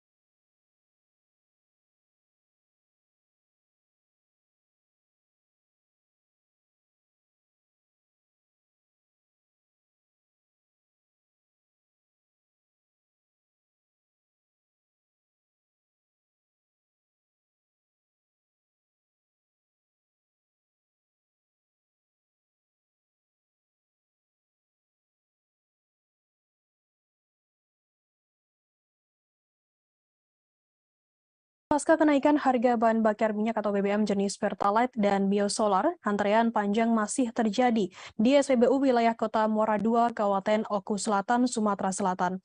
Di SPBU 24-32160 di Jalan Muara II Ranau, antrean panjang kendaraan mobil maupun motor masih terjadi pada Senin 5 September hari ini. Hanya saja antrean sedikit berkurang apabila dibanding sepekan sebelum kenaikan harga BBM dinaikkan oleh pemerintah pusat. Informasi lebih lengkapnya akan disampaikan oleh rekan jurnalis kami dari Sriwijaya Post, ada Alan Wijaya yang akan melaporkannya. Silakan rekan Alan. Baik, terima kasih rekan Firda. Dapat kami sampaikan untuk di Kota Muara II, pasca kenaikan harga bahan bakar minyak, Pertalite maupun biosolar, belum sepenuhnya membantu masyarakat ataupun pengendara dalam memenuhi kebutuhan bahan bakar kendaraan mereka, baik kendaraan dalam bentuk sepeda motor maupun mobil. Sebab pas terpantau Senin 5 September ini kendaraan masih terjadi antrian panjang di wilayah SPBU Kota Muara II di Jalan Raya Muara II Ranau. Terlihat pantauan kami di lokasi baik kendaraan mobil masih terjadi antrian panjang, terdapat 2 jalur, sementara demikian halnya juga dengan kendaraan motor dan terdapat antrian panjang. Sementara itu untuk pengendara itu merugikan bagi mereka, sebab harapan mereka dengan kenaikan harga BBM ini dapat memperlancar kembali pasokan BBM untuk mereka, namun hingga saat ini masih terjadi antrian panjang di wilayah Kota Muara II, Kabupaten Oku Selatan. Sementara untuk di Kabupaten Oku Selatan sendiri, rekan Firda dapat sampaikan terdapat 5 SPBU, maaf maksudnya ada 4 SPBU di wilayah Kota Muara II, terdapat 1 di wilayah Simpang Martapura terdapat 1 SPBU, dan juga di wilayah menuju wisata Danau Lanang terdapat 1 SPBU, dan juga yang terakhir berada di wilayah Simpang Haji. Dan juga untuk terpantau oleh kami di lapangan, keempat SPBU tersebut masih mengalami antrian panjang pasca adanya kenaikan harga BBM ini, rekan Firda. Demikian rekan Firda dapat kami sampaikan. Ya, baik. Terima kasih rekan jurnalis dari Sriwijaya Pos Alan atas laporan Anda. Selamat bertugas kembali. Akan kami tampilkan Tribuners wawancara dari dua pengendara yakni Burhan dan Riki. Berikut liputannya untuk Anda. Kalau bisa tidak ada ini, taruh kadang tuh, gawe lain terlambat. Ini dari pagi sampai kayak saya ini keluar jam 10. Ada Keputusan harga BBM naik juga berdampak harga penyeberangan speedboat wisata Berau, khususnya ke daerah Derawan dan Maratua. Salah seorang motoris speedboat menyeberangan pulau wisata, Wardani mengakui efek kenaikan BBM berdampak terhadap harga penyeberangan tamu wisata. Sebab kenaikan harga penyeberangan sudah mulai bertahap dirasakan. Lantaran penyeberangan biasanya harganya hanya Rp50.000, kini harganya sebesar Rp75.000 hingga Rp100.000.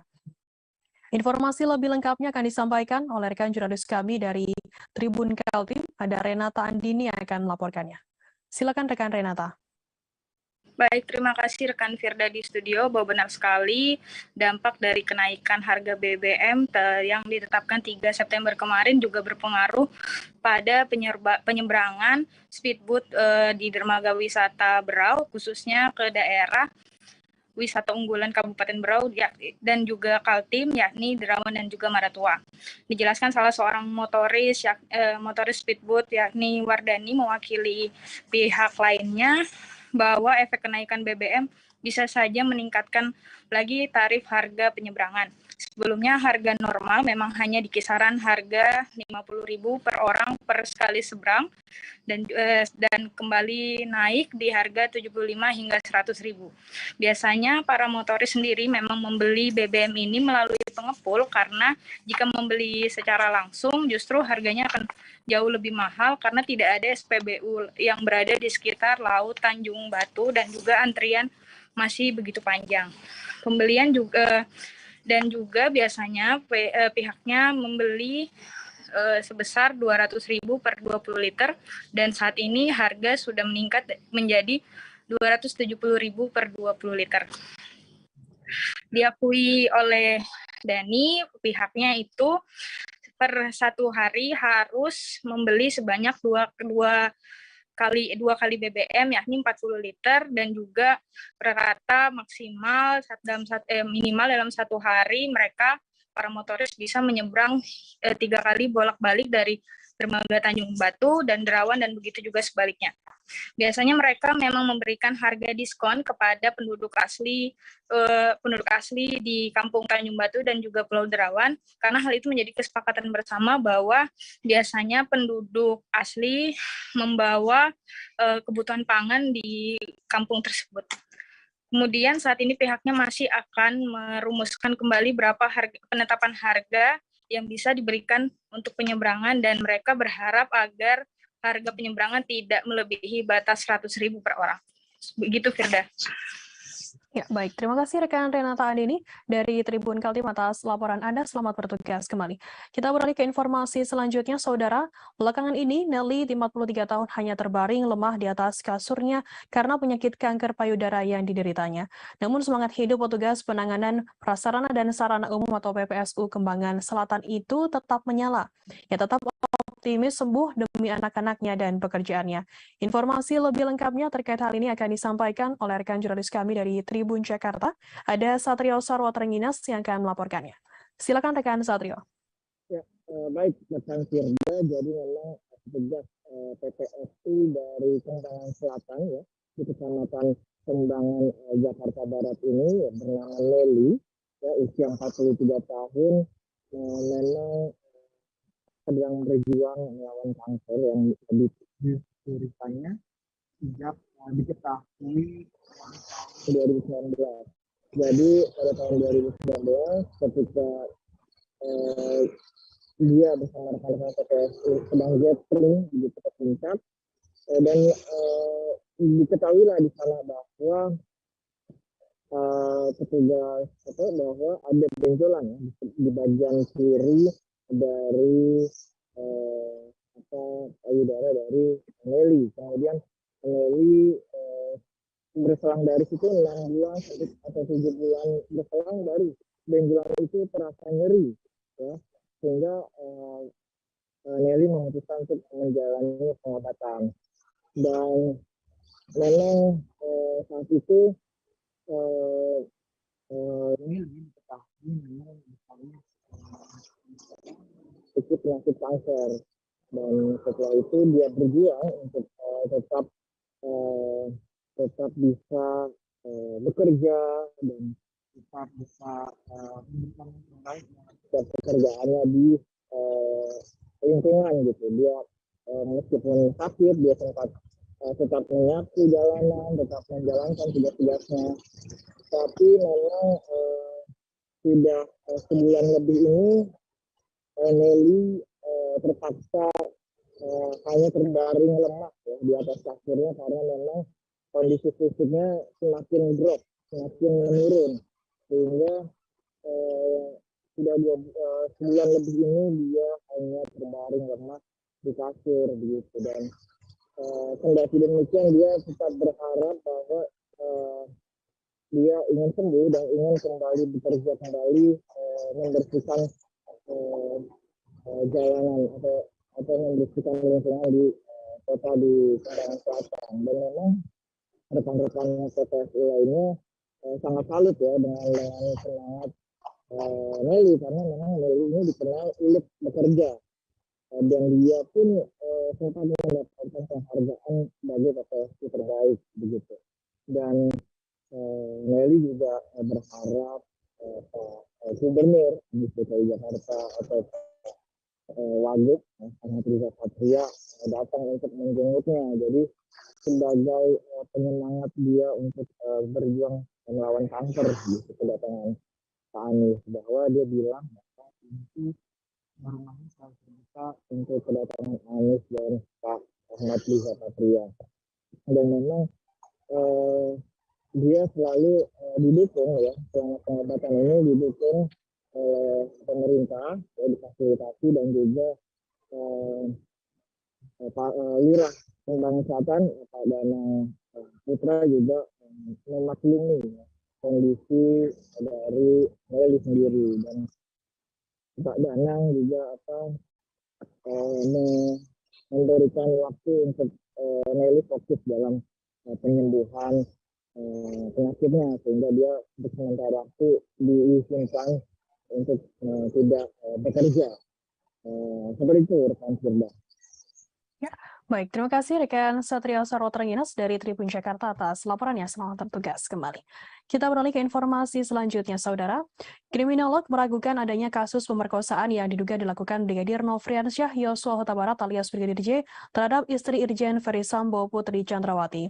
Hal itu diungkapkan oleh kandidat doktor bidang kriminolog pada Australian National University, Leopold Sudaryono pada Minggu 4 September. Leo mengatakan dugaan adanya hubungan khusus antara Putri dengan Brigadir J bersifat konsensual. Selesai adanya keributan di rumah Sambo di Magelang, senjata Brigadir J disita oleh Bribka Riki Rizal alias RR. Kedekatan keduanya terlihat saat Brigadir J meminta Putri agar memerintahkan ajudan Irjen Ferry Sambo seperti Bribka Riki Rizal untuk mengembalikan senjatanya. Selain itu disebutkan Brigadir J sempat menggendong Putri ke kamar saat berada di Magelang. Hal itu diungkapkan oleh Komisioner Komnas HAM Muhammad Khairul Anam pada Selasa 30 Agustus lalu. Anam mengatakan peristiwa tersebut terjadi pada 4 Juli atau 3 hari sebelum peristiwa dugaan pelecehan terjadi. Peristiwa Brigadir J menggendong Putri ini merupakan rangkaian penting yang ada dalam kasus dugaan pelecehan seksual. Leo mengatakan dugaan hubungan khusus antara Brigadir J dan Putri tersebut tak diketahui oleh ajudan, asisten rumah tangga maupun sopir dari keluarga Sambo. Dugaan pemerkosaan tersebut perlu diperiksa lebih dalam lagi oleh pihak kepolisian sebagai pendalaman rangkaian tindakan yang mendahului dan menjelaskan pembunuhan berencana tersebut. Leo juga menanggapi soal temuan Komnas Perempuan terkait adanya dugaan pemerkosaan terhadap Putri di Magelang.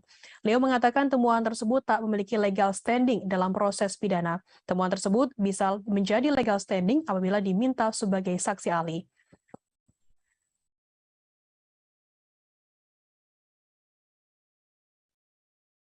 Lembaga Perlindungan Saksi dan Korban atau LPSK menemukan sejumlah kejanggalan dari temuan Komnas HAM terkait kasus dugaan pelecehan seksual yang dialami oleh Putri Chandrawati Minggu 4 Agustus. Wakil Ketua LPSK Edwin Partogi Pasaribu mengungkapkan pihaknya menemukan beberapa kejanggalan dari temuan pelecehan seksual yang diduga dilakukan oleh Brigadir Nofrian Syah Yosua Huta Barat alias Brigadir J. Ada 7 poin dalam rekomendasi dan temuan Komnas HAM tersebut. Pertama, soal kecilnya kemungkinan terjadi pelecehan seksual di Magelang karena di lokasi sendiri masih ada Kuat Ma'ruf dan juga saksi Susi. Edwin mengatakan apabila memang benar ada kejadian tersebut, Putri masih bisa berteriak ketika mendapatkan perlakuan tak senonoh. Kedua, yakni dalam kasus pelecehan seksual yang ditangani oleh LPSK erat kaitannya dengan relasi kekuasaan. Edwin menjelaskan relasi kekuasaan ini dalam hal pelaku memiliki kodrat yang lebih tinggi dibandingkan korban. Misalkan kekerasan seksual yang melibatkan guru dengan murid atau bos dengan stafnya. Dalam kasus pelecehan seksual Putri oleh Brigadir J ini, relasi kuasa tak terpenuhi. Pasalnya Brigadir J merupakan anak buah dari Irjen Ferry Sambo. Setelah kejadian tersebut, ada percakapan antara Putri kepada Bribka Riki Rizal alias RR. Edwin mengatakan Putri saat itu pun masih menanyakan keberadaan Brigadir J kepada Bribka RR. Menurutnya hal tersebut tak seharusnya terjadi karena Putri merupakan korban yang menanyakan kondisi pelaku. Setelah peristiwa dugaan pelecehan seksual tersebut, Brigadir J dan Putri masih juga kerap bertemu. Bahkan saat tiba di rumah pribadi di Jalan Saguling 3, Duren 3, Jakarta Selatan, Putri dan Brigadir J datang bersamaan dan memasuki rumah itu. Menurutnya hal tersebut dinilai janggal karena diketahui korban Putri lebih berkuasa dari pelaku Brigadir J. Edwin mengatakan saat ini pihaknya masih belum bisa menjabarkan lebih detail terkait kejanggalan yang didapatinya. Dugaan kasus tersebut saat ini masih dalam penanganan penyidik tim dari Polri. Sebelumnya Komnas HAM sendiri dalam temuannya mengungkapkan adanya dugaan kekerasan seksual yang dialami oleh Putri Chandrawati. Komisioner Komnas HAM BK Ulung Hapsara mengatakan adanya obstruction of justice atau tindakan menghalang-halangi penyidikan membuat Brigadir J terhambat untuk melaporkan kejadian dugaan pelecehan seksual yang dialami. Komnas HAM mengungkapkan temuan pihaknya terkait dugaan adanya pelecehan seksual pada Putri Chandrawati. Komnas HAM bahkan meminta polisi untuk menindaklanjuti temuan mereka itu.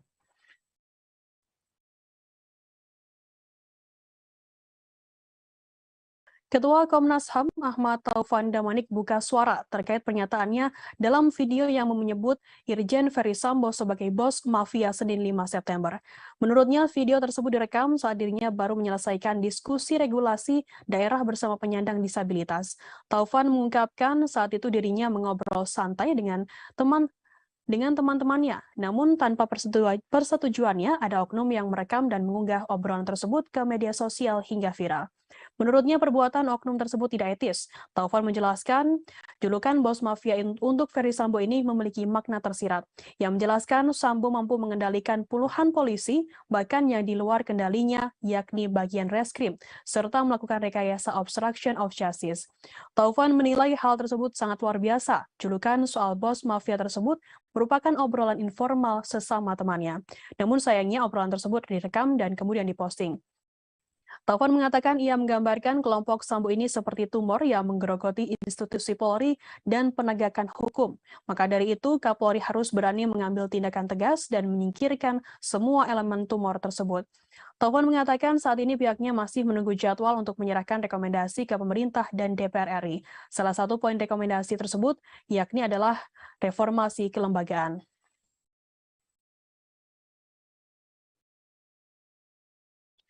PT Pertamina menanggapi soal viralnya SPBU Vivo yang menjual harga BBM lebih murah, yakni seharga Rp8.900 per liternya. Diketahui pemerintah menaikkan harga BBM jenis Pertalite yakni seharga Rp10.000 per liternya mulai Sabtu 3 September lalu. Korporat Sekretari Pertamina Patraniaga Erto Ginting menjelaskan harga SPBU milik swasta tersebut harus mengikuti formula batas atas yang ditetapkan oleh pemerintah melalui Kementerian Energi dan Sumber Daya Mineral atau ESDM. Erto Ginting mengatakan BBM yang dijual oleh Vivo merupakan jenis bahan bakar umum, sehingga harganya pun harus sesuai dengan ketetapan yang berlaku. Sementara itu, BBM Pertalite mengandung bahan bakar khusus sehingga harga jualnya menjadi kewenangan pemerintah. Diketahui sendiri, Vivo menjual bahan bakar Revo 89 dengan harga Rp8.900 per liternya. Namun Revo 89 dan Pertalite memiliki nilai oktan yang berbeda. Revo 89 memiliki research octane number atau RON 89 atau sedikit di bawah Pertalite, yakni yang memiliki RON 90. Oktan adalah angka yang menunjukkan tingkat ketukan atau knocking yang dihasilkan di ruang bakar saat terjadi pembakaran. Angka oktan pada RON didapat setelah melalui hasil penelitian laboratorium. Semakin tinggi RON, maka semakin baik kualitasnya dalam pembakaran di ruang mesin, terutama untuk mobil-mobilan keluaran terbaru. Dengan harga Pertalite saat ini sebesar Rp10.000 per liternya yang masih disubsidi, maka selisih harga Pertalite dengan Revo 89 yakni sebesar Rp1.100 per liternya. Meski dinilai tak lazim karena memiliki oktan di bawah 90, Revo 89 tetap masuk dalam spesifikasi BBM yang diizinkan beredar di Indonesia.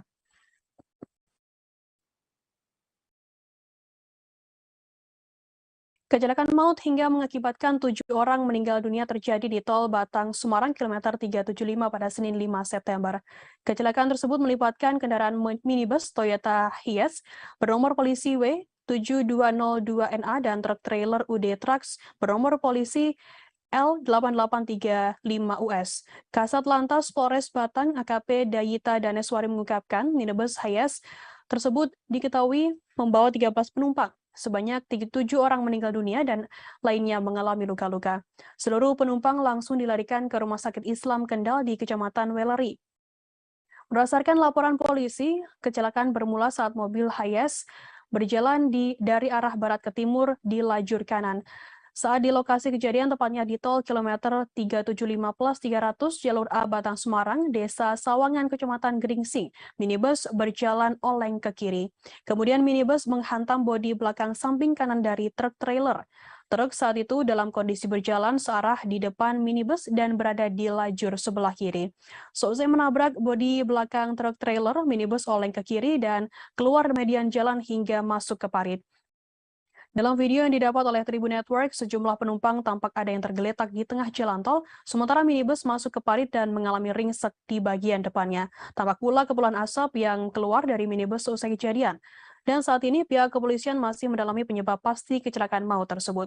Akan kami tampilkan Tribuners wawancara dari pengendara truk trailer Jumain. Jalan ke tujuan ke Surabaya. Tuh nggak tahu ada suara tua gitu. Kenceng. Ya kenceng banget. Nah, posisi mobil langsung oleng ya, langsung ke masuk itu ke tebing tol itu.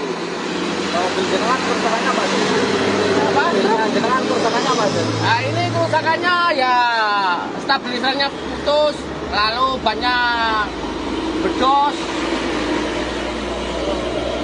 Ini kejadiannya jam berapa ya? Ya jam 7 lebih lah, 5 apa 10 menit lah, masih pagi. Tapi tahu kejadian itu jenengan langsung apa nih Pak? Langsung saya pelan-pelan naruh mobil, ambil itu yang korban-korban itu Pak. Kondisi korban tadi seperti apa Pak? Ya udah itu apa orang-orang itu ada yang duduk, ada 3 di atas. Leceran di jalan, di tengah jalan? Iya. Itu pas kondisi rame nggak Pak? Sepi.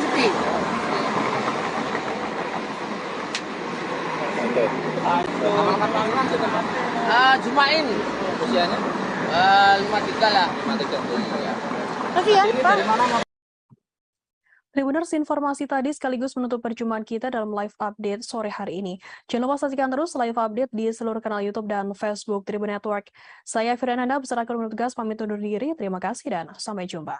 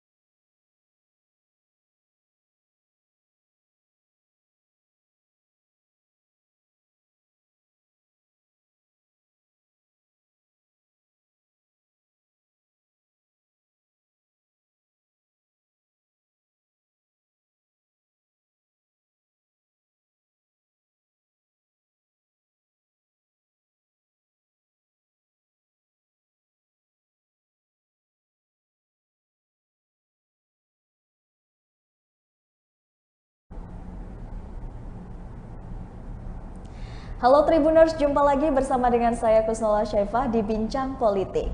Tribuners, hari ini saya sudah kedatangan tamu yang sangat spesial. Di hadapan saya sudah datang secara langsung. Wah, ini tamu saya yang sangat spesial sekali, Tribuners. Sekarang sudah kedatangan Bang Rizwan. Iya, Benar ya, Bang? oke, iya, betul. Iya. Bang Rizwan ini merupakan seorang politikus politikus Indonesia, Tribuners. Ini asal Lampung. Benar ya, Bang? Betul. Nah, dan sekarang kita akan berbincang-bincang selama kurang lebih 30 menit ke depan tentang bersama dengan Bang Rizwan. Dan tentunya tema kita serta materi ataupun obrolan kita yang akan kita ulik hari ini tuh benar-benar excited banget, Tribuners. Jadi untuk Tribuners pantengin dari awal sampai selesai biar tahu ya topik yang kita bahas bersama dengan Bang Rizwan hari ini itu apa. Oke. Bang Rizwan, mungkin Tribuners di rumah ini ada yang belum kenal dengan Bang Rizwan, walaupun Bang Rizwan kan sudah mondar-mandir di dunia politik gitu kan. Rasanya nggak Abdul kalau Bang Rizwan tidak perkenalan dulu dengan Tribuners di rumah. Oke, Tribuners ya, panggilannya ya. Kenalkan, saya namanya Rizwan Tony, lahir di Bandar Lampung ini 65 tahun yang lalu. Aslinya si putra Menggala, Omega, orang Menggala asli. Orang Menggala asli ya, Bang. Dan sekarang alhamdulillah dilantik kembali di DPR RI, sekarang duduk di Komisi 2. Membidangi pemerintahan, pertanahan, KPU, Bawaslu, Seknek dan lain-lain, termasuk staf presiden. Cakupannya cukup luas ya, Bang? Ya, pemerintahan lah. Pemerintahan. Oke. Bang Rizwan, hari ini Tribuners mungkin masih bertanya-tanya gitu tentang perjalanan karir dari seorang Bang Rizwan ini. Dimulai sejak kapan, Bang? Mulai meniatkan diri untuk terjun ke dunia politik ini, Bang? Bisa ceritakan, Bang? Awalnya sih sebenarnya ya kader Golkarnya udah lama ya, sejak Orde Baru. Tapi kalau zaman Orde Baru itu kan masih pakai apa? Untuk DPR RI itu nomor ya, nomor urut. Nah, kita yang rakyat jelata gini kebagian lah gitu. Abang rakyat jelata saya gimana nih? Lalu reformasi, tapi saya backgroundnya sebenarnya pengusaha, bukan politikus. Iya. Jadi, memang saya juga lihat dari beberapa biodata Abang banyak nih ya. Nanti kita bahas juga itu, Bang ya. Saya bidangnya properti, ya, di anggota REI lah gitu. Nah, lalu reformasi. Nah, reformasi kan tahu sendiri ya, perubahan ekonomi segala macam berubah, politik berubah. Nah, akhirnya saya berkecimpung serius lah. Serius di dunia politik. Di dunia politik mulai di 2004. Di 2004. Alhamdulillah langsung terpilih gitu. Di 2014 awal saya jadi DPR. Oke, jadi memang 2 periode berarti, Bang ya? 2 periode. 3 periode tambah sama yang sekarang. Sekarang ini kan sebenarnya 2014 itu saya mencalonkan diri, tapi tidak jadi karena Golkar cuma dapat 1. Nah, 19 itu sebenarnya saya juga sudah tidak berniat, tapi oleh partai tetap dimunculkan namanya. Gitu kan. Ya, alhamdulillah walaupun itu kan masih ada pemilih setia sama saya kan. Dapatlah saya nomor 3 terbesar ya, maksudnya perolehan suaranya. Nah, tapi karena dapat 2 kursi, yang dapat nomor 1 dan nomor 2. Nah, karena nomor 1 mendapat tugas sekolah baru, jadi saya menggantikan gitu. Bang Rizwan, kan Abang juga sudah lama nih, Bang, berkecimpung di dunia legislatif ya, Bang ya. Hampir bahkan 3 periode lah ya gitu kan. Nah, Bang, perbedaannya apa sih, Bang? Kan sekarang Abang sudah dilantik nih sebagai DPR RI Komisi 2 ya, Bang? Komisi 2 14 Juni kemarin kalau nggak salah. Ada nggak, Bang, perbedaannya antara Abang di 2004 sampai dengan 2014 terus dilantiknya sekarang gitu, pas sekarang ini? Karena kan ini kalau nggak salah dari masa peralihan ya, Bang ya? Nah, itu gimana, Bang? Beda lah ya, dari 2004-2009 itu di DPR itu suhu politiknya yang tinggi. Jadi bagaimana selalu kita bersama-sama ya membahas masalah politik, juga undang-undangnya cukup tinggi. Jadi minat kerjanya masih lumayan gitu. 2009, 2014 udah agak mulai berkurang. Nah, Tapi 2014 ke sini nih ya karena banyak istilahnya apa ya, calon-calonnya juga yang cuma duduk manis jadi gitu ya. Ya kalau orang bilang sih apa namanya itu titipan lah gitu ya. Akibatnya ya setelah saya dapat masuk kemarin itu agak kaget juga. Ditambah lagi ada virtual ini kan. Iya benar. Beralasan lah virtual semua. Jadi kadang-kadang di komisi itu cuma 4 orang. Jadi banyak yang enggak ya, kebetulan saya karena kebetulan saya gaptek, jadi saya hadir terus. Justru abang yang hadir terus tuh. Iya, dianggap mereka rajin katanya. Padahal saya sebenarnya karena udah lama nggak berkecimpung, ya pengen lagi lah rapat. Karena zaman saya 2004-2014 itu selalu hadir, gitu. Nggak ada yang virtual kan. Gitu. Jadi ada agak beda, terus banyaklah yang ini. Jadi dari segi kesejahteraan pun sebenarnya kalau DPR sekarang ini korupsi itu udah keterlaluan gitu. Gitu ya Bang? Ya, sebab yang ada sekarang ini sudah cukup mestinya. Lebih dari cukup. Lebih dari cukup gitu. Ya. Wah, jadi memang ada perbedaan ya Bang antara mungkin siklus politiknya juga ya Bang yang lama dengan yang sekarang gitu kan. Apalagi kita terdampak pandemi COVID yang memang mengharuskan kita serba virtual itu tadi. Jadi memang ada perbedaan di sistem kerjanya juga ya Bang ya? Iya, ditambah lagi kan sekarang ini hampir semuanya kan ke pemerintah. Ke pemerintah. Partainya dan ketua umum semua rata-rata. Jadi suhu politik di DPR itu sudah soft aja karena selesai di atas gitu. Beda 2004 dulu ada yang istilahnya apa itu tidak di pemerintahan, oposisi lah gitu. Jadi selalu ada pertempuran tuh. Sidang-sidang banyak kan malah waktu itu hampir voting terus setiap memutuskan sesuatu. Iya. Nah Bang, sekarang kan menduduk di Komisi 2. Bisa jelaskan tupoksi dan kerja Abang di Komisi 2 ini ngapain aja gitu Bang? Dan sampai sejauh ini sudah melakukan apa Bang? Nah, saya kemarin itu ya selama 2 bulan ini membuat daerah otonomi baru. Daerah otonomi baru DOB ya untuk Papua. Jadi Papua ini sekarang ini yang kemarin sudah kita resmikan 3. Ada Papua Tengah, Papua Selatan, sama Papua Pegunungan. Oh gitu. Jadi di Papuanya sendiri udah ada 4 nih provinsi ya itu ya. Jadi provinsi. Nah, alhamdulillah udah diketok, sudah mulai disusun, kita nyusun mulai khususnya KPU, Bawaslu, karena kan ini sudah mau pemilu. Iya benar. Terus PJ-nya juga kita minta segera diadakan supaya ada persiapan untuk penerimaan karyawannya, karyawan mana aja yang akan ini kan harus benar-benar terseleksi ya. Nah, sekarang sedang berjalan nih Papua Barat dibagi 2 lagi, satu lagi Papua Barat Daya. Nah ini yang lagi kita itu untuk pemerintahan ya. Jadi lebih kepada apa administrasi pemerintahan lah. Lalu ada KPU, Bawaslu ini dalam persiapan 2024 ini, baik presiden maupun caleg legislatif maupun pilkada nanti serentak. Jadi persiapan PJ, gubernur-gubernur, bupati-bupati yang sudah masa jabatannya habis diganti PJ. Ya. Dan Abang mengawasi di bidang itu sampai turun langsung itu. Ya Bang ya. Nah terakhir itu Kementerian Atr BPN. Kebetulan menterinya baru, mantan Panglima, dan diperintahkan oleh Presiden untuk memberantas masalah mafia. Nah masalah mafia ini. Jadi kemarin tuh seru juga, dia keras gitu kan.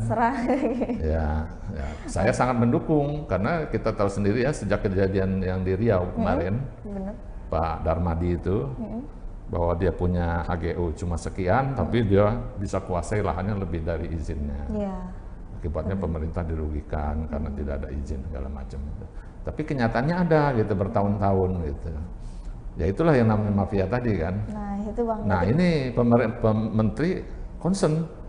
Begitu saya sebut Lampung aja dia, nah itu juga Pak Rizwan kita harus berantas itu Lampung katanya. Gitu. Memang Lampung banyak juga kah Bang atau gimana Bang? Banyak yang kita dengar, tapi kan sakti-sakti semua di sana kan.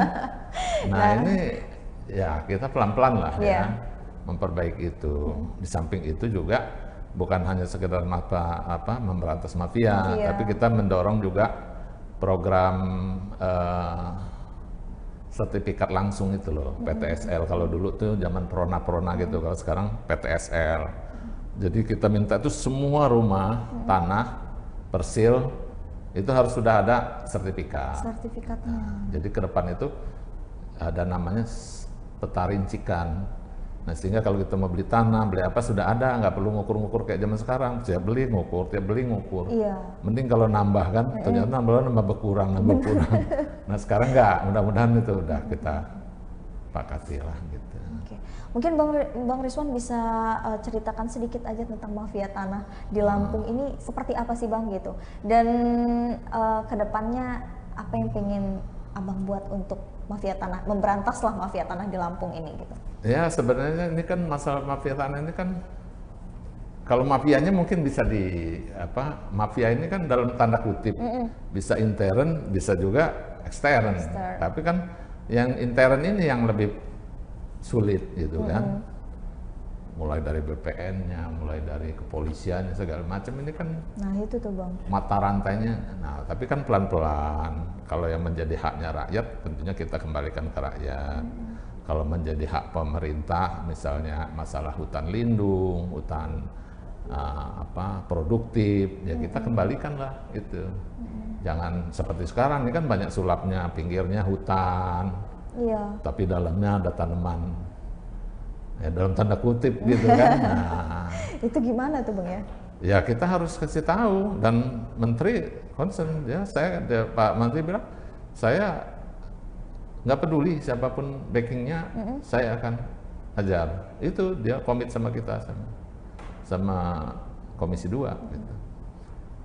Kalau dia tentara, saya akan ngomong Panglima. Kalau dia polisi, saya akan ngomong ke Kapolri. Itu komitnya Pak ini. Nah kebenaran kan dia memang mantan Panglima kan. Iya benar.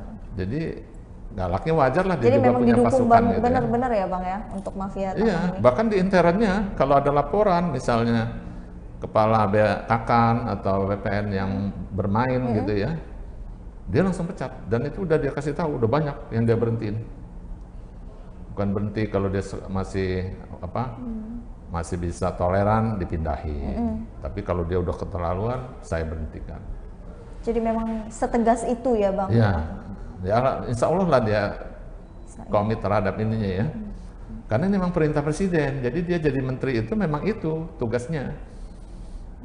Dan itu memang dia jalanin ya, dia punya pasukan juga kan, nama juga mantan Panglima kan. Gitu. Nah Bang, kita kembali lagi ke posisi Abang nih sebagai anggota DPR. Ada nggak sih Bang kesulitan atau terjun langsungnya gitu di anggota DPR RI ini gitu yang Abang rasakan? Kayaknya sih nggak ada ya. Nggak ada. Memang karena pertama kalau jadi anggota DPR itu kan kita nomenklaturnya aja yang kita bisa beda pindah komisi. Nah saya baru 1 hari atau 2 hari udah langsung suruh baca pemandangan umum ini kan. Orang juga heran, ini Bang Rizwan ini orang baru apa ya? Sebenarnya orang baru tapi bungkusnya lama gitu kan. Gitu. Ya tinggal menyesuaikan aja, karena saya kan 10 tahun di Komisi 5. Komisi pembangunan ya, transportasi segala macam. Nah, masuk ke sini kan ke pemerintahan. Memang kalau untuk pasal-pasal urusan pemerintah itu ya agak mudah juga gitu. Tapi kalau tanah, karena saya ada background saya real estate, saya udah biasa main tanah dari dulu. Gitu. Jadi udah tahu lah mafia-mafianya, cara kerjanya itu udah tahu. Jadi udah tahu ya Bang ya? Udah tahu, karena kan kita dulu tukang bebas juga ya dikerjain di ini juga gitu. Sempet-sempetnya ya Bang ya? Dan ada yang bisa kita selesaikan juga gitu. Berarti kesibukan Abang selama jeda 2014 sampai dengan itu aktivitasnya ngapain Bang? Bisnis ya, berarti memang Abang berkecimpung di dunia bisnis juga. Bisnis apa ya Bang yang sedang dijalankan? Perumahan, tapi karena kemarin ini agak lesu ya, jadi ke peternakan gitu. Peternakan juga main ya Bang? Ya. Kemarin juga ada resto-resto mana saya katanya. Tapi sejak COVID ini kan pada tutup semua. Gitu ya Bang. Memang kalau Abang sendiri merasakan dampaknya nggak sih Bang dari pandemi ini? Oh, sangat berdampak. Kalau rumah udah jelas nggak ada yang jual, abang nggak ada yang beli. Rumah yang jadi aja kalau kita jual susah. Susah ya Bang. Apalagi rumah yang belum jadi. Order tuh nggak ada, kosong. Nah, usaha-usaha lain ya kayak resto kemarin itu hampir gulung tikar, karena kan saya punya resto juga banyak di mall-nya. Mall-nya kan suruh tutup kemarin. Iya. Tutup sebulan, ada yang 2 bulan. Nah, yang saya pikirin kan karyawannya aja. Ada karyawan yang memang harus kita gaji juga ya Bang ya. Subsidi silang, karena yang peternakan ini ya alhamdulillah masih jalan terus. Kalau peternakan masih jalan Bang. Ya, tapi ayam kan, orang kan masih makan ayam oh juga. iya kalau ayam. Kalau ayam dia nggak kena PMK juga Bang ya? Enggak. Kan sapi. Sapi ya untuk ayam kan paling virus yang apa sih dulu itu? Ya kayak ini. Virus kayak, flu burung kayak ya, kayak itu. flu burung gitu. Oh gitu. Nah, tapi ada, cuma nggak separah dulu, belum jadi pandemi lah. Itu berarti dalam ternakan atau memang Abang jual sudah ayam? Enggak, kerjasama aja. Oh, Saya kerjasama. Kerjasama big boss besar juga, sama Bapak. Oke. Kalau nggak kerjasama kegulung gitu. Memang semua harus ada kerjasamanya ya Bang ya. Yang gajah ini memang luar biasa. Nah Bang, Abang juga saya dengar sempat bekerja di atau berkecimpung di Real Estate Indonesia. Bisa ceritain nggak Bang itu bagaimana tuh Bang perjalanannya? Ya kalau Real Estate dulu kan zamannya baru lebih smooth lah ya. Menterinya itu sangat dihormati dan didengar gitu kan. Terus kita membangun juga nggak sembarangan, selalu bangun tuh ada fasilitasnya. Tidak mengcover apa istilahnya, kalau kita bangun tetangga sebelah banjir nggak boleh, karena kan kita akrab gitu. Kalau sekarang ini nggak tahu, udah tumpang tindih aja, mana yang terakhir itu yang paling tinggi. Gitu. Akibatnya rumah yang lama ya terendam, drainasenya kurang. Karena pemerintahnya yang tadinya menteri perumahan aja ya, walaupun dia bukan kementerian tapi menteri negara, itu aja udah kesulitan untuk merancang perumahan nasional ini. Nah waktu saya di zamannya SBY, kita kembalikan sendiri karena beberapa orang lain juga ketua umumnya ada di Komisi 5. Kita kembalikan kementerian sendiri. Jadilah itu Kementerian Perumahan. Giliran Jokowi dibalikin lagi ke PU. Jadi dirjen doang. Iya. Padahal kalau sandang itu kan sandang pangan itu kan menteri sendiri, ya kan? Kalau pangan itu pertanian, sandang perindustrian. Ini nggak ada menterinya, jadi ya itulah akhirnya tumpang tindih tadi, nggak secara nasional tuh ya kayak di nomor 2 kan. Padahal rumah ini di mana-mana adalah ukuran ekonomi, indikator ekonomi. Kalau orang sudah beli istilahnya real estate banyak yang beli, itu ekonomi sudah mulai stabil berarti Bang ya. Tapi kalau dia stop atau berturun, itu ekonomi akan turun, inflasi pasti tinggi. Itu kalau di Amerika tuh indikatornya rumah. Berarti Abang waktu di REI itu mengurusi real estate seluruh Indonesia atau hanya jangkauan Jakarta atau gimana tuh Bang? Seluruh Indonesia. Kalau kita yang real estate perusahaan, itu kita kan dulu kan semua harus terdaftar. Kalau dia tidak terdaftar di REI, dia tidak bisa dapat fasilitas pemerintah, baik itu kredit maupun fasilitas lainnya. Kalau sekarang kan banyak, REI juga udah bermacam-macam sejak reformasi ini kan. Nah jadi kurang termonitor, bahkan tidak masuk anggota REI pun sekarang udah banyak sekali.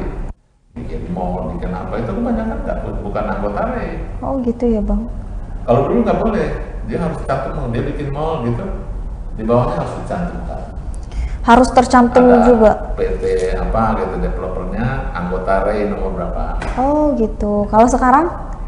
Sekarang udah bebas berarti. Kita nyari ini PT-nya siapa sih? Nggak ada. Nggak ada. Tapi kalau dia ada, kalau dulu kan tercantum anggota REI nomor berapa, seumpamanya nomor 1234. Nanti kita cari anggota oh PT ini. Nanti ada kesusunan pemilikannya. Direksinya siapa. Jadi kita tahu kalau mau beli rumah, oh ini yang punyanya. Yang punyanya. Berarti kalau seperti itu jauh lebih mudah, kayak banyak real estate bodong gitu nggak sih Bang? Kalau dia ya banyak sekali, apalagi udah bawa-bawa Islam gitu. Iya benar, syariah. Banyak kan ketipu semua. Benar-benar, apalagi dengan DP yang murah gitu kan ya. Jadi di Bogor segala macam di daerah-daerah juga banyak. Gitu. Abang berapa tahun bergelut di REI itu Bang? Saya sejak 94 sampai reformasi masih di PPU bisa. Nah, lalu reformasi sudah agak berkurang. Sempat nambang juga saya. Oh nambang juga Bang? Nambang batubara ya. Wow, Abang ini memang penjelajah banget ya Bang, nggak di politik, entrepreneur juga nih Bang. Sengaja sebenarnya. Kok bisa Bang nggak sengaja? Iya, karena saya dulu kan termasuk kontraktor yang membangun perumahan untuk KPNFIL-nya. Jadi saya punya beku, punya doser itu banyak.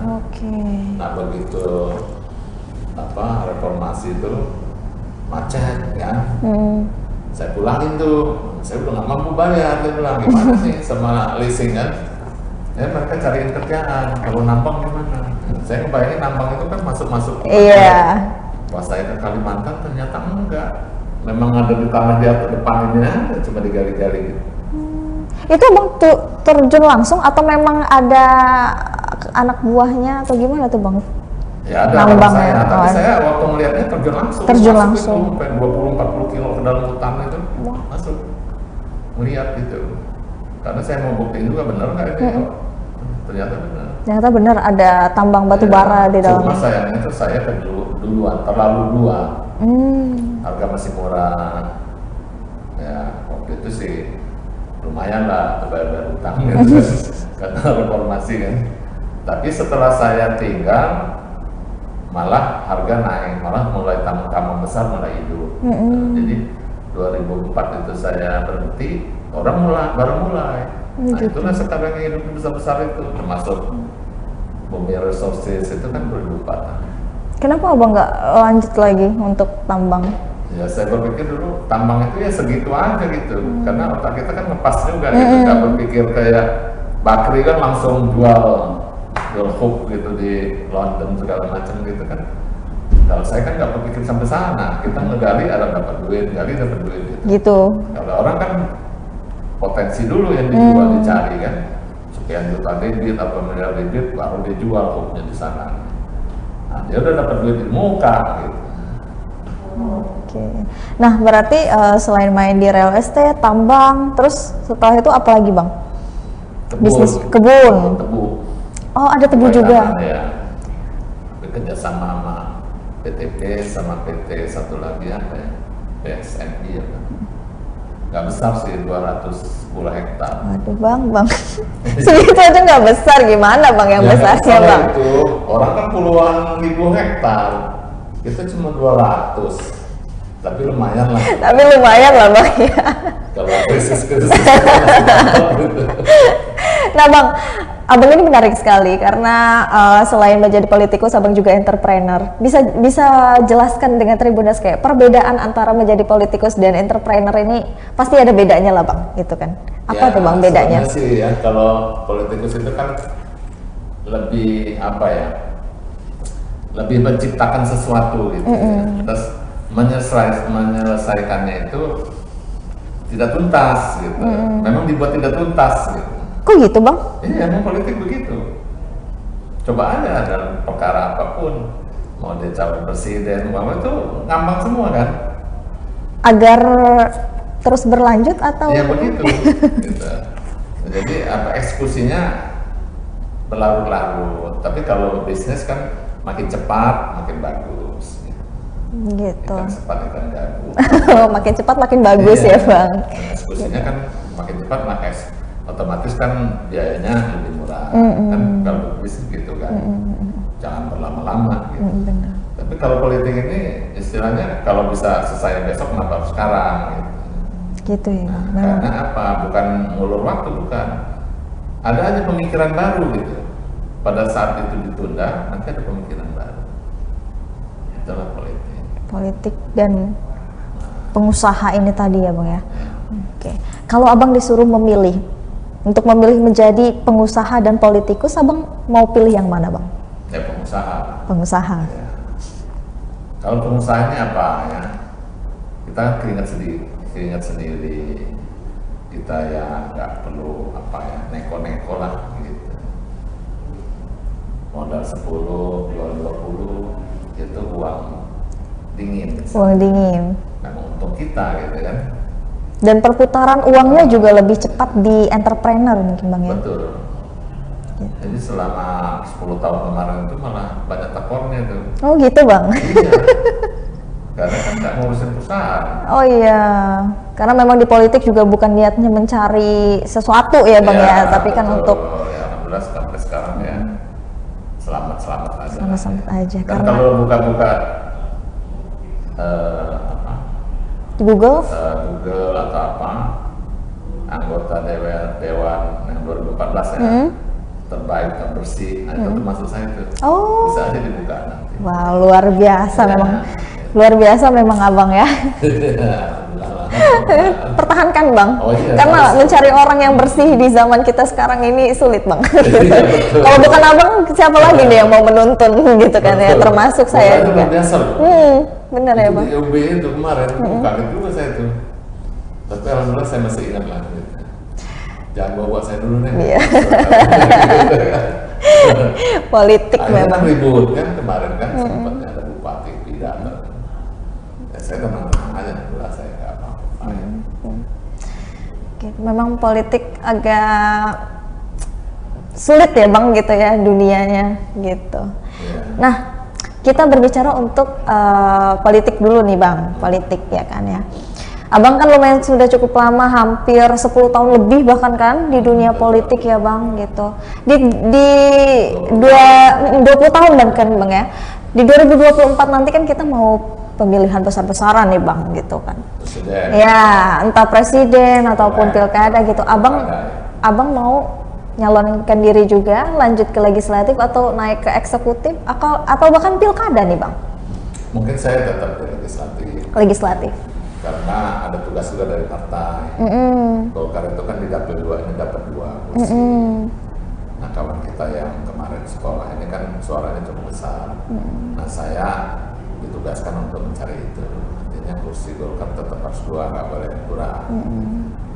Ya makanya udah mulai sering turun. Cuma kerasa juga gitu. Ternyata badannya udah tua juga. Tapi mukanya masih muda kok, bang, beneran. Mukanya kalau dilihat kayak gini masih umur 40-an lah gitu.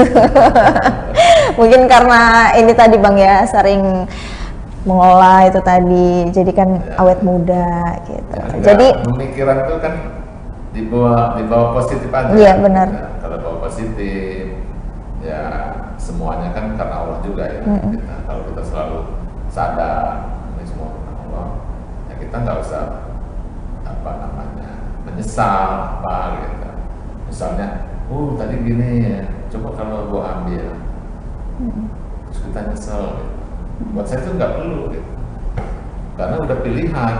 Ya Allah juga ada tentukan itu gitu. Nanti mungkin kalau kita ambil, kita yang celaka. Gitu. Karena kan apa yang itu belum tentu baik buat kita ya, bang ya. Betul. Benar.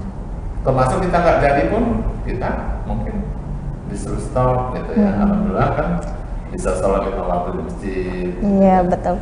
Nah, pas kemarin abang perjalanan berarti belum kepilih ya? Berarti di 2014 itu ya, bang, abang mencalonkan kemarin. Iya. Belum terpilih itu berarti ngapain tuh, bang, aktivitasnya?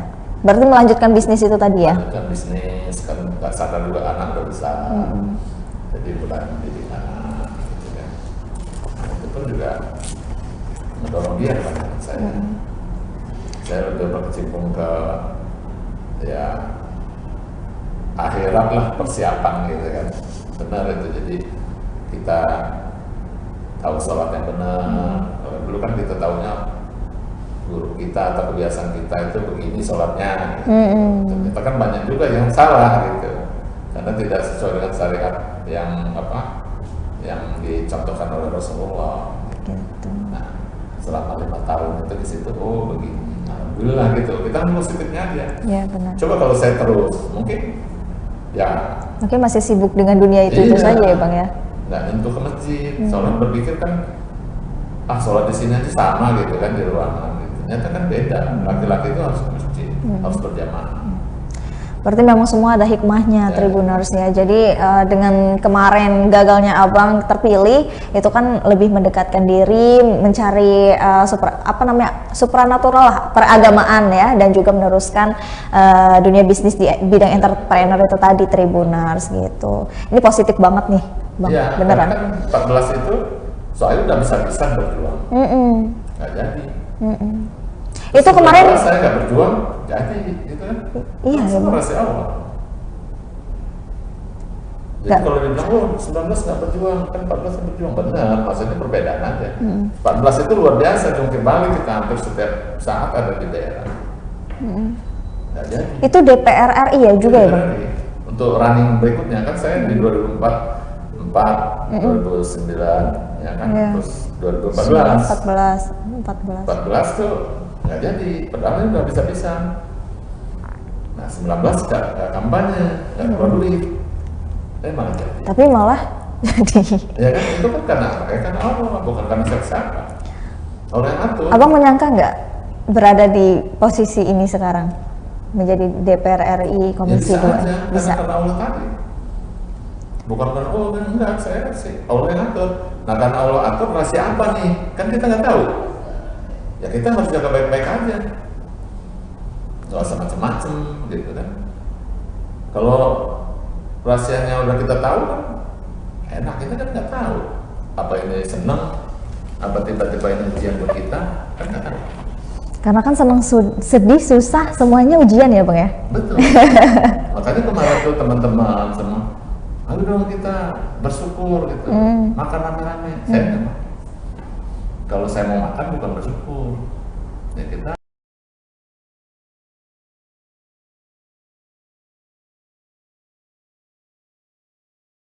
nikmati aja makanannya. Bukan konteks saya senang-senang, saya udah jadi pejabat lagi.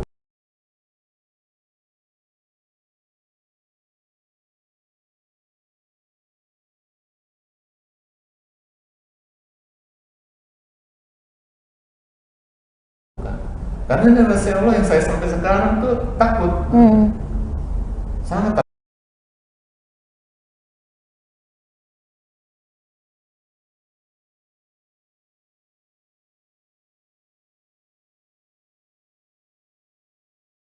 Takut saya, kok tiba-tiba saya dilantik gitu. Wah, mau ada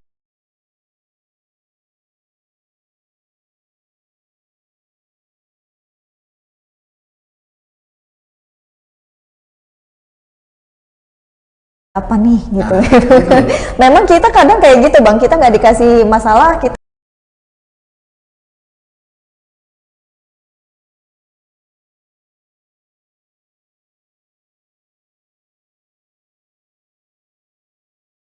bingung kenapa kok Allah apa nggak saya nggak dikasih masalah, dikasih kenikmatan, kita juga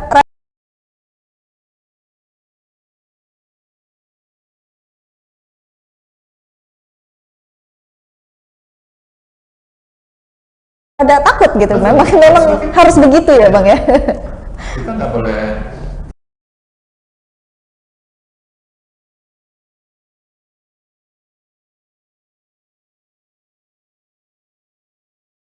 terlena. Oh ini Allah sayang sama kita nih, belum tentu.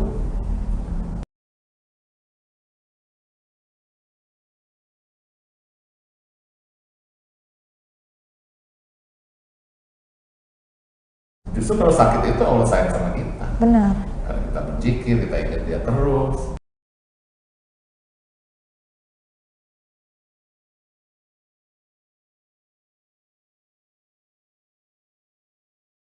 Jadi diangkat dosanya. Banyak berbuat baik kita kepada Dia. Coba kalau kita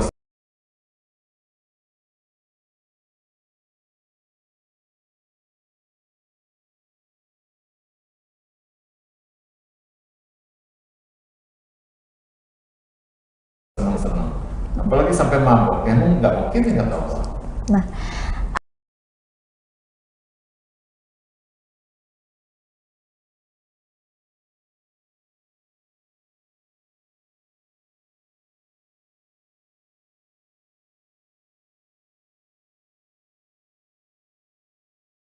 Ada tips nggak dari abang nih selaku menjadi anggota DPR sekaligus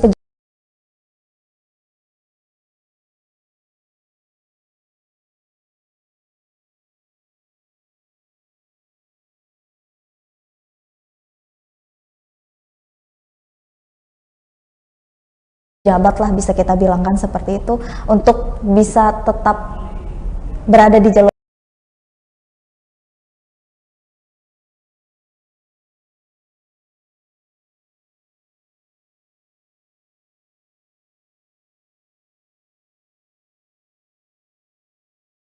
positif gitu? Ya berpikir positif, bersyukur, jangan berlebih. Kalau mau kaya itu ya harus jadi pengusaha, bukan politikus. jadi ada 3 moto saya itu sebenarnya di dalam memilih kerjaan ya. Pertama, kita itu ngabdi. Kalau ngabdi itu kita nggak boleh kaya, namanya juga kita ngabdi. Tapi kalau kita ngabdi, misal jadi guru, sampai ngojek, nah sekarang nanti jadi tukang ojek gitu loh, jangan jadi guru. Gitu. Karena kan dia mencari duit, jadi tukang ojek. Tapi kalau ngabdi, ya harus dimulai dari istri, kalau dia laki-laki. Kalau dia perempuan, suaminya kasih tahu, kita ini ngabdi, ya harus benar-benar. Tidak boleh bicara materi. Ya kan? Yang kedua itu, yang profesional. Dia punya pekerjaan bagus, punya keahlian bagus, ya tentunya penghasilan dia berdasar keahliannya. Manajer yang hebat, seorang komposer, pokoknya dia berdasar keahliannya. Keahlian dan profesionalitas ya bang. Makin pintar dia, makin banyak dia. Yang ketiga, entrepreneur. Kalau entrepreneur ya motonya memang kaya, time is money gitu kan. Iya benar. Lu nggak bawa duit, ngapain lu ke rumah gua gitu kan. Nah, jadi kita memang harus jadi entrepreneur kalau mau kaya gitu. Tapi kalau kita jadi anggota DPR kan ngabdi. Nah, kalau kita mau berlebih, mau cari kaya di situ, ya banyak itu teman-teman kita yang sudah sekolah itu karena berlebih. Kalau menurut saya ya, karena berlebih. Kalau yang wajar-wajar aja mungkin, Allah berbicara. Jadi pada dasarnya kita itu ya, semua orang manusia itu ada kesalahan. Cuma masih ditutupi oleh Allah. Ditutupi kesalahan. Tapi begitu Allah memberitahu kepada makhluk lainnya, itu ada tuh ayatnya itu, memberitahu makhluk lain apa aja, pohon kayak makhluk lain, bisa manusia, bisa kalau pohon mungkin kita nabrak pohon, itu kan pemberitahuan gitu. Keadaan tubuh, rambut berubah, itu kan tanda-tanda. Kadang-kadang manusia nggak sadar, tetap aja korup aja. Tapi begitu dia diberitahu kepada manusia lainnya, nah manusia lainnya kan macam-macam, bisa petugas KPK, bisa baru sadar. Dan umumnya bayangkan gitu, nggak Islam nggak Muslim kalau dia masuk KPK atau dimanapun dia pakai jilbab tuh, cewek, ya kan? Iya. Nah, gitu. Jadi pada dasarnya semua manusia itu ada kesalahan. Cuma ada yang ditutupi, ada yang dibuka. Nah yang dibuka ini kadang-kadang dia nggak sadar, dia nyalain orang, padahal Allah tuh yang buka. Hei, kamu sudah berlebih. Ini waktunya berhenti gitu ya. Oke, luar biasa sekali Tribuners. Bang, kita kembali, kita pengen tahu juga nih Tribuners di rumah tentang posisi abang di Golkar itu sendiri, Bang. Gitu. Bisa jelasin posisinya apa, Bang? Nah, di Golkar ini untuk periode sekarang nih, saya sama sekali nggak ikut apa-apa. Jadi memang anggota saja atau ya, gimana? Ya karena tadinya sudah mau stop gitu. Jadi saya nggak ikut di DPP, nggak ikut mana. Bahkan di DPR ini pun saya nggak masuk ke yang lain-lain, saya cuma anggota Komisi 2 aja. Anggota Komisi 2 aja. Ya, tapi ya, kalau badan-badan tuh ada yang mudah-mudah aja, nah. Badan legislasi, apalagi anggaran saya pasti tolak. Kalau anggaran itu jangankan saya bayar, kan kebanyakan tuh bayar. Saya dibayarnya nggak mau. Kenapa abang nggak mau? Ya itu api. Kan abang bisa ada cara untuk tidak. Nggak bisa itu. Lingkarannya api ya. Juga kita pasti kena api. Terimbas ya bang? Ya. Jadi lebih baik kita. Terimbas aja. Kalau kena api kan tetap aja kita lecet. Jadi lebih baik tidak mendekati api. Ya betul. Udah kita ngabdi aja di Komisi 2 kan banyak kerjaan itu. Pemekaran. Benar. Pemerintahan. Kan sekarang masih masih belum boleh ya. Masih apa istilahnya itu? Moratorium. Nah, tapi kalau moratorium buka, saya mau mulai tuh di Lampung Tengah itu dibagi 2 lagi. Oh, dibagi 2 lagi. DPRD-nya kan sudah setuju. Tinggal kita. Jadi mau ada pemekaran rencananya di Lampung Tengah. Kenapa memilih Lampung Tengah, Bang? Lampung Timur juga saya dengar-dengar waktu itu. Lampung Timur juga nanti pecah lagi. Oh iya, waktu itu kan mau ada Lampung Tenggara. Ya, di betul, Lampung Timur, Buan Maringgai. Tapi itu kayaknya sudah padam lagi, Bang. Nggak terdengar lagi ada progresnya. Karena moratorium dari pusatnya. Kan kalau di Sumatera ini kan, kalau Aceh itu kan pojok itu kecil. Daerahnya lebih kecil dari Lampung yang. Iya. Lampung kan kepala ikannya. Kalau Aceh kan buntut. Nah Aceh itu kabupaten kotanya 25. Kabupaten kotanya 25. Kita yang besar begini baru berapa? 14 atau 15? 14 ya. Nah menurut abang sendiri makin sulit nggak sih bang kalau lebih banyak pemekaran seperti itu? Atau lebih gampang? Kan mendekatkan administratifnya. Ya. Kita positifnya gitu ya, jangan berpikir negatif forumnya gitu, tapi secara administratif kayak Lampung Tengah itu kan Rumbia gitu ya, Rumbia ke sana ya dengan teman-teman yang lain lah kayak seperti Surabaya gitu, itu mereka ke Kota Gajah itu jauh sekali. Mungkin Kota Gajah ke Bandar Lampung tuh masih dekat ke Bandar masih dekat ya, jauh, apalagi jalanannya lebih jelek. Terus dari Kota Gajah ke Bangunrejo sampai yang dekat Ring Sewu itu loh, apa namanya itu jauh juga. Nah itu akan dipecah, idealnya dipecah. Jadi secara luasan wilayah memang terlalu luas, penduduk juga sudah padat. Sudah padat juga. Nah kalau sudah dipecah gitu berarti ada alternatif untuk ya jaraknya supaya lebih dekat gitu tadi? Ya otomatis kan infrastruktur daratnya tuh akan lebih bagus. Lebih bagus. Karena kan bupatinya juga nggak mau susah-susah dong datang ke Bandar Lampung kalau jalannya seperti sekarang gitu kan. Otomatis kan menjadi jalan nasional, jalan provinsi. Antar kabupaten itu namanya jalan provinsi. Nanti akan diperbaiki. Nah, sudah jelas anggaran juga akan bertambah untuk Lampungnya secara keseluruhan ya. Berarti ini program bidang pemerintahan dari Komisi 2 ya Bang ya, untuk Lampung sendiri gitu. Oke. Ini memang sudah direncanakan ya Bang? Sudah berjalan atau sudah? Sudah disetujui oleh DPRD-nya, itu kan persetujuan DPRD dulu. Itu kan cuma masalah kalau luasan wilayah itu kan kebanyakan sejarahnya dari kue danaan dulu. Kue danaan, akhirnya dijadikan kabupaten. Oke, seperti itu. Ada kesulitan nggak sih Bang? Yang mana? Untuk pemecahan wilayah ini? Sebenarnya sih sulitnya nggak terlalu sulit ya. Paling sulit itu kan masalah ibu kota, lalu masalah infrastrukturnya termasuk pengadaan apa gedung-gedung. Gitu. Tapi biasanya sih dari pusat kita.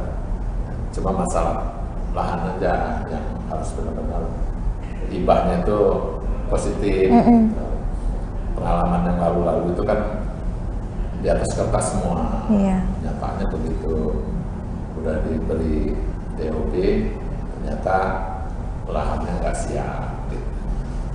Itu juga yang bisa menjadi catatan untuk kedepannya mungkin Bang ya gitu dalam perbaikan. Biasanya kita yang sekarang ini lebih telaten ya, kita harus cek dulu gitu. Ini lahan yang mau apa istilahnya dihibahkan, posisinya gimana, statusnya gimana. Gitu, oke. Ya kami sih para masyarakat kecil ini ya Bang gitu berharap sekali lah Bang ya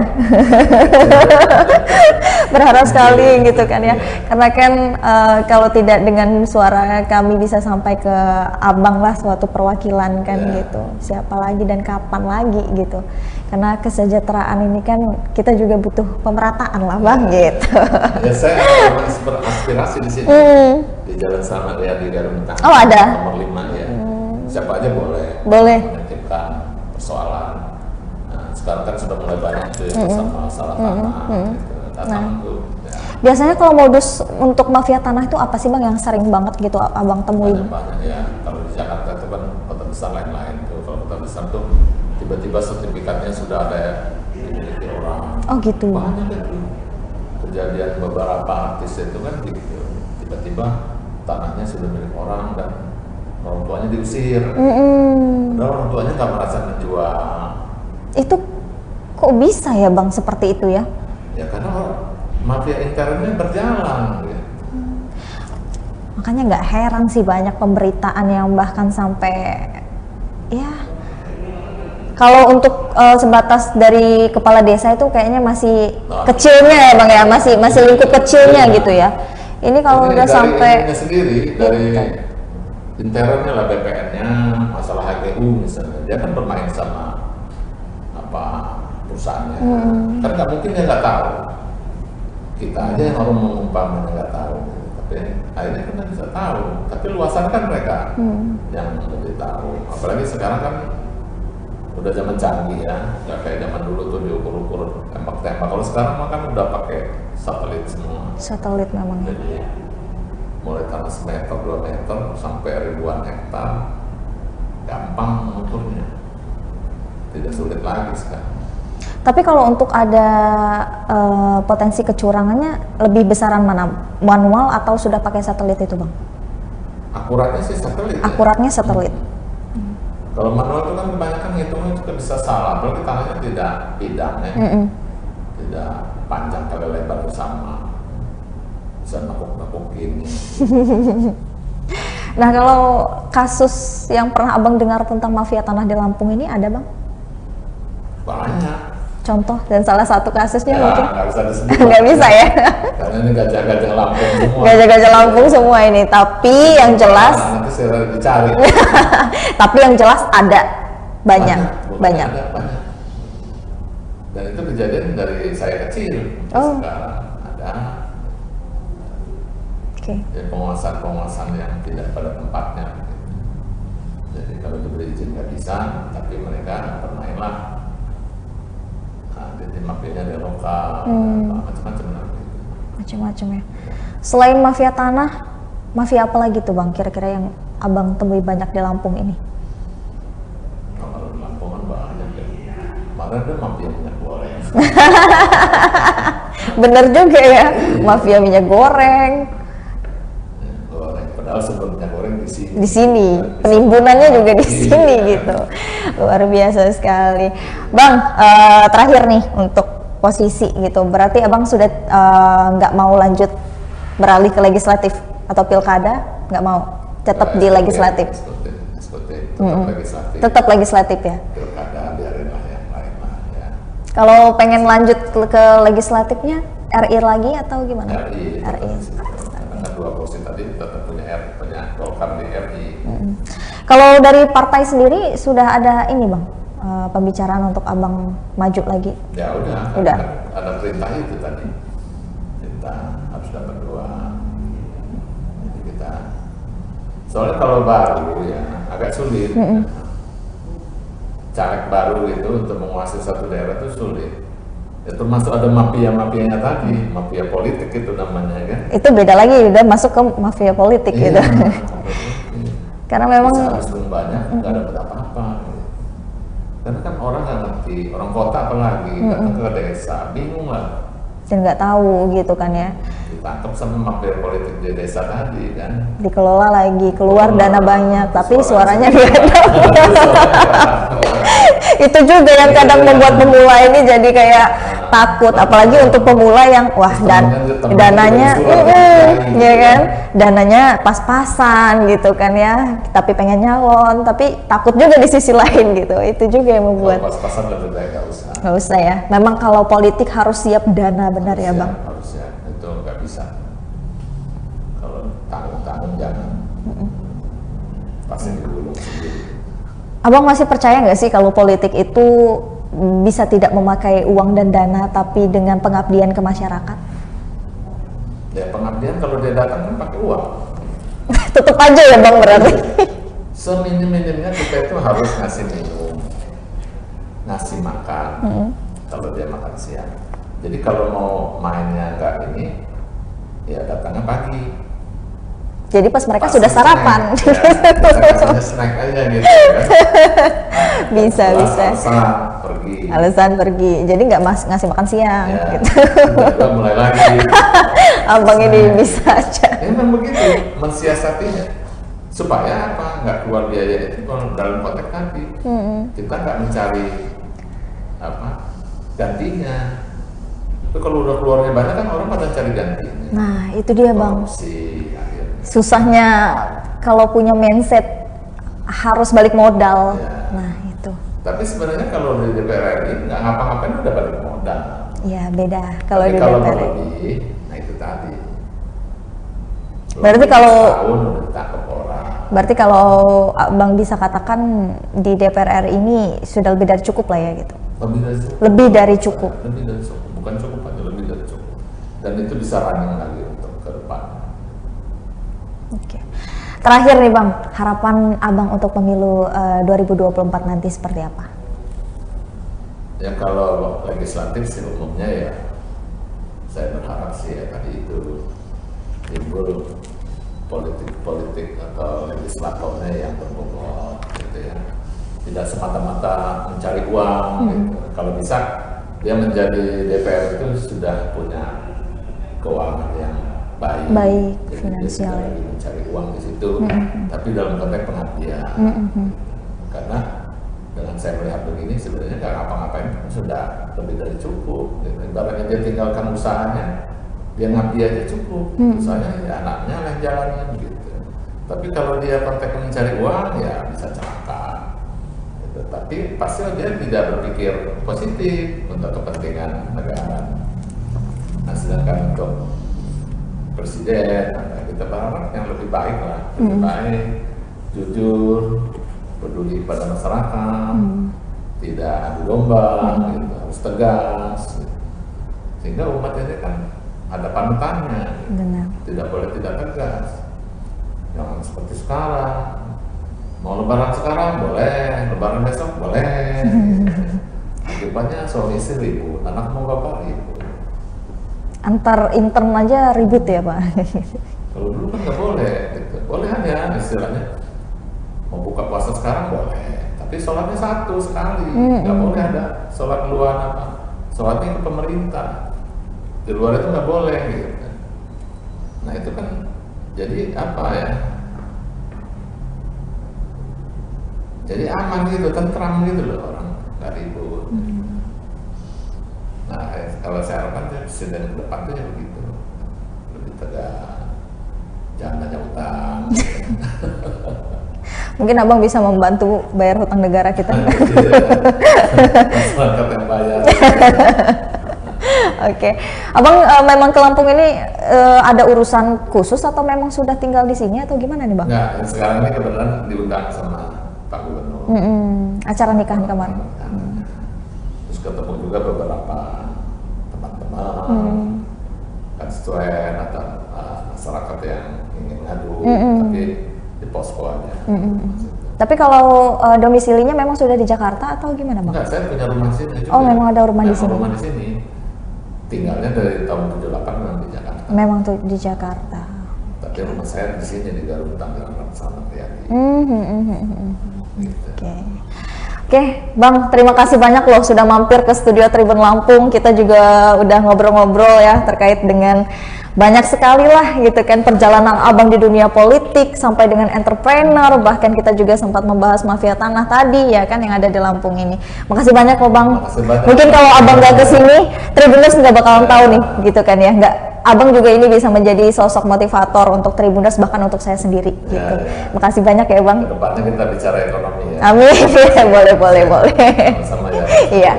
Oke Tribuners, terima kasih sudah menyaksikan tayangan Bincang Politik bersama dengan saya Kusnul Asyaifah. Saya pamit undur diri, terima kasih dan sampai jumpa.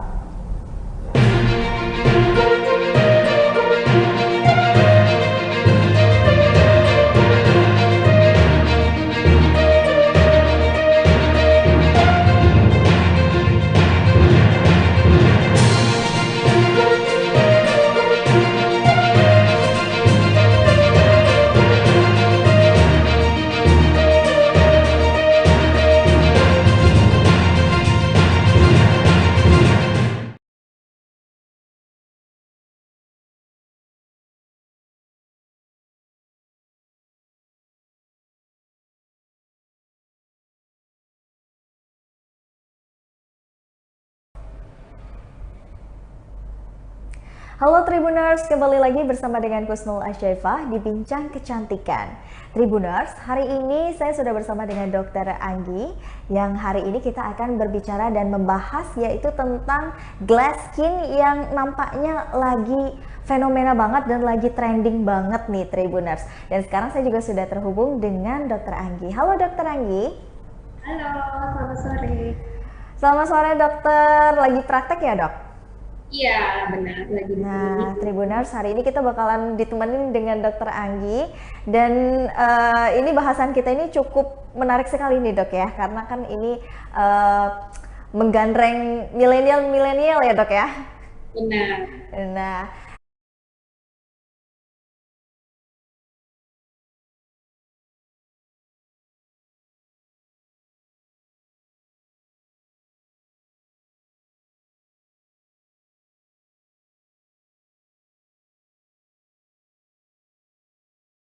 tentang glass skin ini. Sebenarnya glass skin ini apa sih dok? Jadi glass skin sesuai namanya ya, glass seperti kaca, seperti bening seperti kaca. Jadi dia tampilan wajah yang bening, tidak ada pori-pori, halus dan juga bening lah seperti kaca gitu. Makanya sekarang trennya itu kulitnya bening-bening, jadi nggak full make up, natural, lebih natural lah ya, itu sih. Oke, jadi memang sesuai dengan namanya, glass skin itu kulit yang mengkilat gitu ya dok ya? Nah, halus, bening, tanpa pori-pori. Oke, sepertinya glass skin itu kalau kita bercermin dan kita membidik balik seperti yang kayak artis-artis Korea itu ya dok ya? Benar banget, jadi tren mula glass skin ini sekitar mulai tahun 2017 dia mulai populer ya, karena di situ artis-artis K-pop lagi bersinar banget ya. Jadi masyarakat ini pengennya tampilannya seperti si artis-artis K-pop itu. Jadi memang dari Korea sana trennya. Oke. Yang natural, yang unik, yang halus, tanpa pori-pori itu memang kiblatnya ke arah Korea. Jadi, ke arah Korea sana. Kita pengen seperti artis-artis K-pop. Oke. Nah dok, ini juga pasti mewakili pertanyaan Tribuners di rumah sana deh dok. Kalau untuk glass skin ini rasanya siapa ya dok yang nggak pengen gitu punya kulit sebagus dan juga secerah artis-artis Korea nih dok? Kalau untuk cara mendapatkan kulit glass skin ini tuh seperti apa sih dok yang bisa perempuan Indonesia ini terapkan gitu? Oke, jadi banyak ya tahapannya untuk mendapatkan kulit seperti itu. Apalagi kita iklimnya memang beda sama negara Korea Selatan ya. Itu mulai dari lingkungan dulu. Dan untuk kondisi wajah sendiri, yang pertama kita harus bebas dari breakout atau jerawat-jerawat atau misalkan beruntus-beruntus, itu harus diselesaikan dulu permasalahannya. baru kita bisa tahap selanjutnya. Misalkan kita untuk menghilangkan flek-fleknya. Ya, selesai masalah breakout, baru kita mulai pakai skincare yang mengandung kayak misalkan ceramide. Ceramide itu bisa untuk menjadikan kulit kita seperti bening, seperti kaca. Nah, itu dari skincare-nya. Setelah itu bisa dilakukan treatment di salon itu ini ataupun di rumah untuk skincare rutinnya ya. Lalu pola hidup, pola makan, dan menggunakan sunscreen itu yang penting juga. Jadi itu tahapannya biar kita bisa mendapatkan wajah seperti kaca atau glass. Oke. Nah dok, sebenarnya untuk mendapatkan wajah seperti kaca atau glass skin ini sendiri, itu apakah cuman hanya bisa didapatkan melalui perawatan di klinik kecantikan, atau kita sendiri bisa merawatnya melalui kayak apa namanya, rutinan skincare di rumah gitu dok? Ya, oke.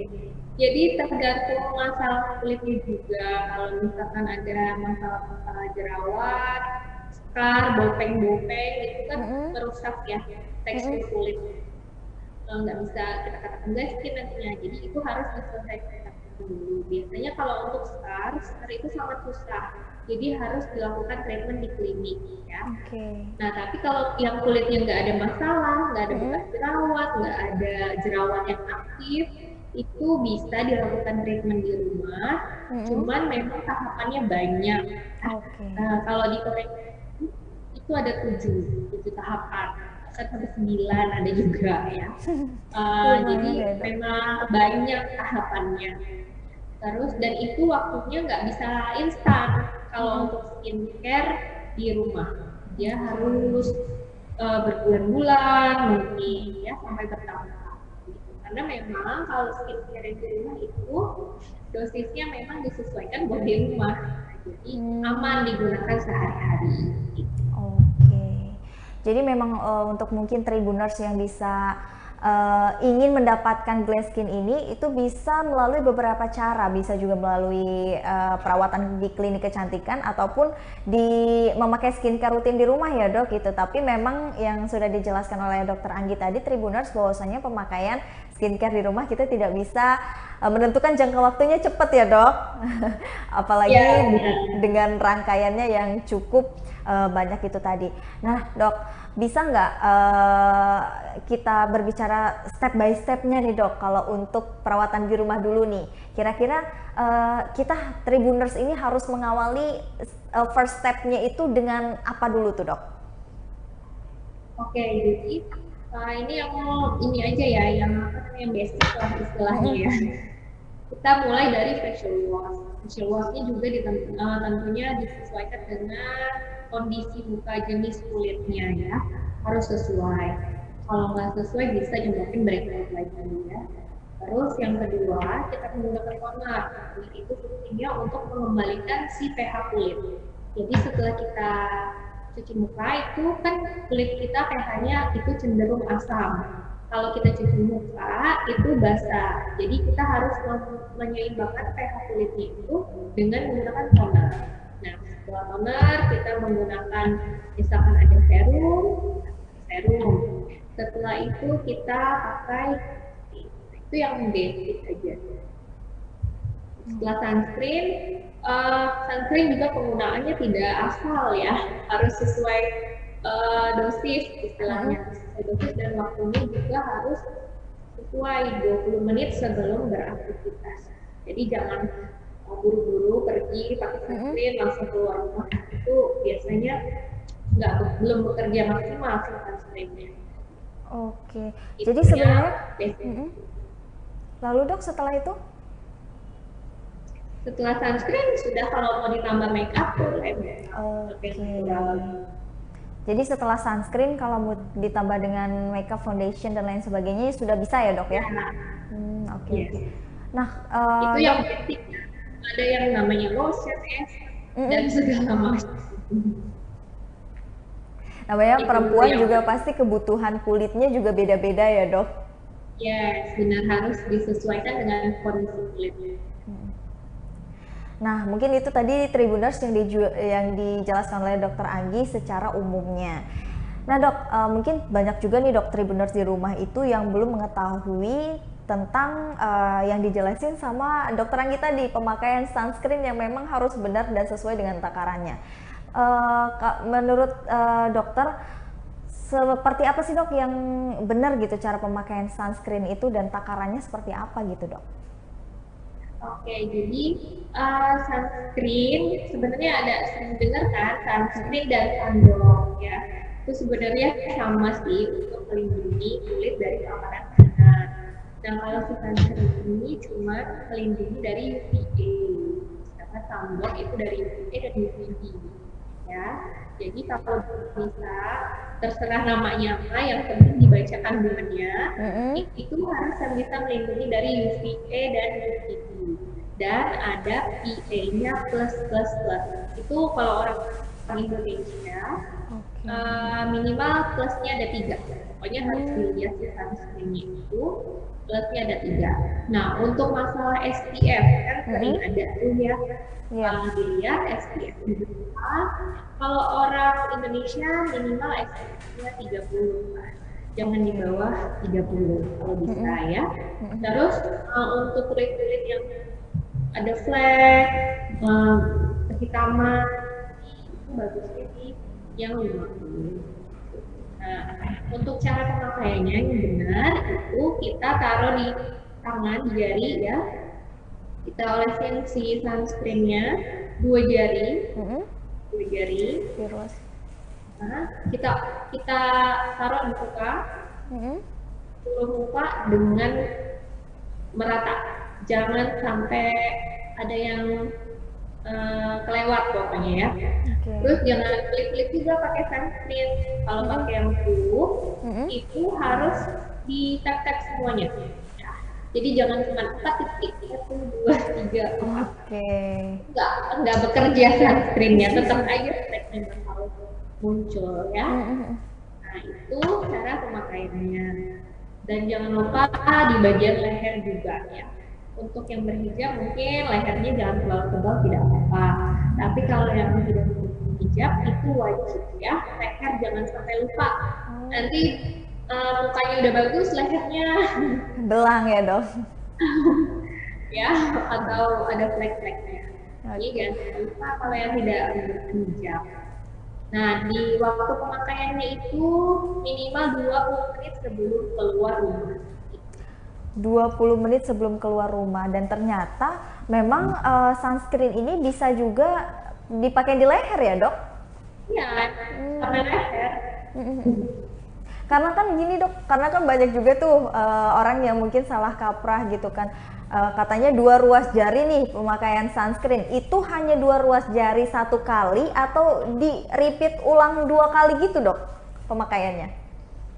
Udah 2 jari itu untuk 1 kali pemakaian. Nah nanti diulang lagi setelah siang 2-3 jam itu bisa diulang. Kalau yang SPF 50 bisa sampai sekitar 5 jam. 5 jam, oke. Jadi memang cara pemakaian sunscreen-nya tergantung dari SPF-nya tadi ya dok, pengulangannya juga berapa jam sekali itu ya dok ya? Oke. Nah dok, kalau untuk pemakaian sunscreen itu apa boleh dipakai di kelopak mata juga dok?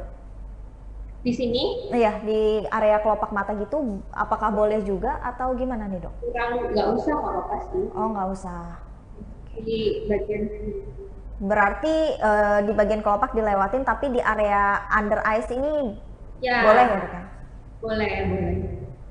Sebenarnya kalau sunscreen-nya itu cuma nggak ada bahan aktif yang lain, biasanya kan sekarang udah dicampur tuh, itu nggak apa-apa di kelopak. Tapi kalau ada bahan aktif nggak boleh. Nah, bahan aktifnya itu seperti kandungan apa sih dok yang nggak diperbolehkan dan dibolehkan? Ada yang ceramide, yang lain-lain ada. Memang dampaknya apa dok kalau yang nggak diperbolehkan itu kita oleskan di kelopak mata? Takutnya iritasi karena di area sini itu kulitnya tipis sekali, jadi takut mengiritasi malahan. Oh, iya. Nah dok, pertanyaan lagi nih dok, mungkin ya dari Tribuners di rumah. Memang ada Tribuners yang mungkin bekerjanya di ruangan AC gitu dok, nggak terkena paparan sinar matahari. Itu perlu nggak sih dok untuk memakai sunscreen juga nih dok? Ya, pertanyaannya bagus ya. Jadi saya nggak kemana-mana dok. Iya dok. Saya di rumah aja, tetap pakai sunscreen ya. Tetap ya dok. Hari itu bisa masuk lewat jendela, lewat pintu, mana-mana tuh bisa masuk, dan juga bisa dari sinar gadget atau laptop itu sinar biru itu ternyata bisa juga menyebabkan kita harus menggunakan itu. Jadi memang selain sinar matahari, kalau di ruangan ini bahayanya karena radiasi sinar komputer dan juga AC ini mungkin ya dok ya yang ngebuat kulit kering. Kalau itu lebih ke kering sih. Nah kalau untuk SPF-nya sendiri disarankan untuk SPF berapa tuh dok kalau untuk yang di dalam ruangan ber-AC ini? 30 aja cukup. 30 cukup ya dok? Cukup. Oke. Nah dok, kita kembali ke kulit glass skin ala artis Korea nih dok ya. Sebenarnya untuk mendapatkan kulit glass skin ini itu cuman hanya di area bagian wajah atau di kulit tubuh kita tuh juga bisa sih dok? Kalau kulit tubuh agak susah sih ya. Susah ya dok ya? Karena kulit tubuh dan kulit muka ketebalannya juga berbeda. Jadi kalau kulit tubuh paling kita cuma bisa mencerahkan aja. Tapi untuk sebening di muka itu kurang sih. Berbeda ya dok ya? Beda ketebalannya. Nah kalau untuk body care-nya sendiri nih dok, untuk tahapannya itu seperti apa dok kalau untuk di tubuh body care? Untuk badan ya, untuk mencerahkan kita bisa menggunakan lotion yang ada pencerahnya, itu bisa kita gunakan, dan juga pemakaian sunblocknya. Gitu. Ada juga yang lotion sekaligus sunblock kan, jadi memudahkan kita nggak perlu double untuk memakai perlindungan. Paling cuma itu, terus sama pola makan, balik lagi olahraga, jangan stres, paling gitu. Kalau untuk body care. Nah berarti kan kalau untuk ada juga nggak sih dok rangkaian untuk pakai body care di tubuh ini gitu? Body care nggak seberapa spesifik ya, karena yang sabun badan. Kalau kulitnya cenderung kering, harus sabun yang melembabkan, yang menggunil, ya. Terus pakai lotion, pakai body butter juga bisa. Jadi jenisnya memang bisa pakai lotion, bisa pakai body butter juga ya dok? Iya. Kalau untuk kandungannya sendiri yang disarankan oleh dokter gimana tuh dok? Untuk mendapatkan glass skin apa? Glass skin juga boleh. Glass skin dulu aja dok. Skincare di rumah ya? Iya, dari muka. Untuk muka yang bisa kita harapkan untuk glass skin, kulit menjadi glass skin itu yang pertama ada niacinamide. Sangat ini fungsinya mencerahkan, melembabkan, bisa. Yang terus ceramide, saat ini kita bisa untuk memperbaiki skin barrier. Kalau skin barriernya udah bagus, dia tahan terhadap radikal-radikal bebas, itu bisa bikin glowing. Nah, terus juga pemakaian retinol. Nah, makanya kenapa si glass skin ini belum bisa untuk kulit-kulit yang berjerawat harus digunakan karena ini mengandung retinol. Bagi sebagian orang, retinol akan memperparah si jerawat. Oke. Jadi untuk sebenarnya cara untuk mendapatkan glass skin itu kita juga harus bisa tahu ya dok kondisi kulit kita seperti apa dan yang dibutuhkan itu juga perawatan dan penanganan seperti apa gitu ya dok ya? Iya benar, itu untuk kalau mau skincarean di rumah ya. Tapi kalau Mesti nggak ngerti, udah datang langsung aja ke klinik. Iya, nah itu tadi dok yang ditanyain juga nih, untuk di klinik sendiri seperti di Lamir, itu ada treatment khusus untuk bisa mendapatkan glass skin ini nggak sih dok? Ada, kita di klinik ada yang namanya glass skin sendiri, glass skin treatment. Jadi memang ada. Si glass skin treatment ini dia menggunakan hyaluronic acid. Oh ya, tadi ada bahan yang hyaluronic acid itu bisa juga buat bikin glass skin ya, di rumah skincare Centella itu juga bisa. Banyak sih kandungan-kandungan di skincare. Tapi itu tadi lama kan kalau waktu. Nah, kalau di klinik ini ada yang namanya glass skin. Kita glass skin isinya HA, hyaluronic acid plus botox. Jadi kita metodenya dengan menggunakan dermapen. Si HA dan botoxnya itu serumnya. Jadi si serum itu kita masukkan ke dalam kulit melalui dengan menggunakan alat dermapen. Itu yang glass skin. Setelah itu ada Japanese periskin. Kalau Japanese periskin ini sama seperti glass skin, tapi dengan ada tambahan salmon liquidnya. Itu menggunakan dermapen juga. Tuh. Terus ada lagi HA skin booster namanya. Skin booster ini juga bisa bikin glass skin karena bisa melembabkan, bikin plumpy, terus juga menyalkan dan bikin glowing pastinya. Ini treatment andalan untuk glass skin di klinik Lamir. Oke. Nah, itu tadi mungkin Tribuners, rekomendasi Tribuners yang males perawatan di rumah gitu ya dok ya, males perawatan di rumah dan karena waktunya tadi cukup lama juga kan kalau kita perawatan sendiri, jadi memang di Lamir Klinik Kecantikan itu sendiri ada treatment khusus glass skin ini ya dok ya. Tadi kalau nggak salah ada 3. Ada glass skin itu sendiri, ada Japanese glass skin. Yang Japanese itu tadi dokter ada salmon ya, kalau nggak salah. Nah itu gunanya untuk apa tuh dok? Itu buat reduce bisa juga, reduce kulit, rejuvenation, dia memperbaiki garis-garis halus. Kalau yang udah muncul garis-garis halus, bisa kita samarkan. Oke. Sebenarnya banyak treatment juga kayak misalkan peeling, ultra glass peel, pearl peel, tapi yang andalan yang 3 itu. Nah, ya yang menjadi andalan dan best sellernya yang dicari ya dok ya. Nah, kalau perbedaan dari ketiga itu dan persamaannya apa sih dok? Dari glass skin sama Japanese itu sama-sama menggunakan HA ya. Tiga-tiganya malah. Tiga-tiganya isinya ada HA-nya. HA itu jadi suatu zat yang dulu itu ada di tubuh kita ya.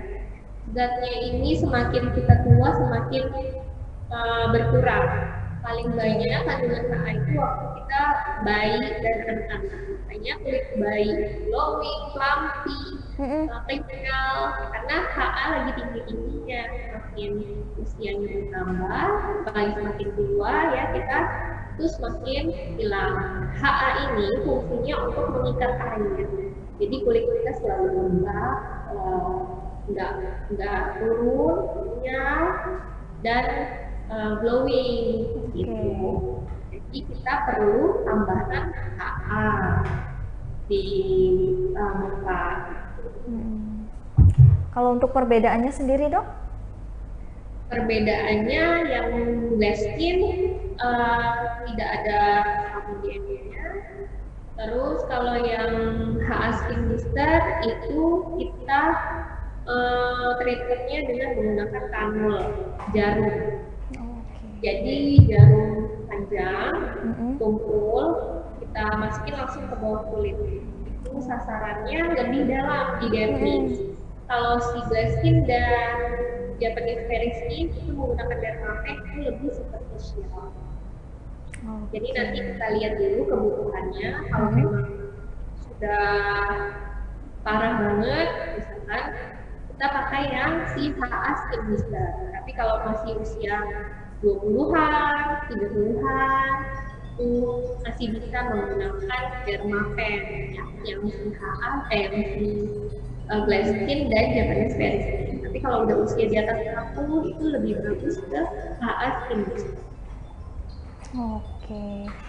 Nah dok, kalau untuk body care-nya sendiri, body care untuk bisa mendapatkan kulit yang glowing, bersih di tubuh itu ada juga nggak dok treatment khususnya di klinik ini? Kita ada body clinic untuk pencerahannya dan juga ada beberapa infus. Oke, jadi memang ada beberapa infus juga ya dok yang ditawarkan.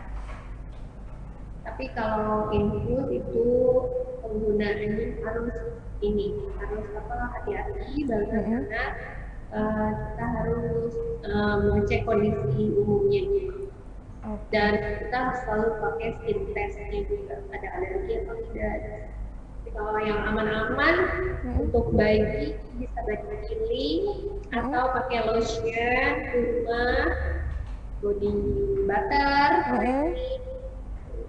Nah dok, kalau untuk bisa mendapatkan Glaskin ini melalui perawatan di klinik kecantikan tersendiri, itu diperbolehkan untuk usia dari berapa hingga berapa tahun dok? Kalau rentang usia dari mulai 20-an bisa untuk tampilan Glaskin-nya, tapi di bawah 20 itu biasanya masih usia remaja yang punya lagi itu biasanya masalahnya nerve ya. Jadi harus diselesaikan dulu nanya, baru kita ke yang berikutnya. Tapi kalau untuk di umur 50-an, 60-an gitu masih bisa nggak sih dok? Bisa, cuman ya, tidak maksimal. Jangan membayangkan seperti yang muda lagi gitu. Tapi dengan menggunakan HA Skin Booster tadi, di Smiley Line, terus pipi, itu garis-garis halus di sini itu sangat berpengaruh, bisa kelihatan dalam sekali treatment. Jadi bisa kelihatan ya dok? Iya. Oke. Jadi memang kalau bisa kita kategorikan range usianya itu yang paling baiknya di umur 20-an ya dok ya? Iya, dengan tidak ada masalah jerawat. Oke. Nah dok, untuk kondisi kulit sendiri nih dok, kondisi kulit seperti apa sih yang tidak diperbolehkan untuk bisa mendapatkan Glaskin ini? Tadi yang pertama yang berjerawat, yang lagi sedang breakout parah, ya, itu tidak boleh. Terus kulit-kulit yang alergi terhadap bahan-bahan yang kita masukkan tadi, misalkan yang alergi resiko atau ada alergi salmon, INE yang parah banget lah ya, itu tidak bisa. Oke.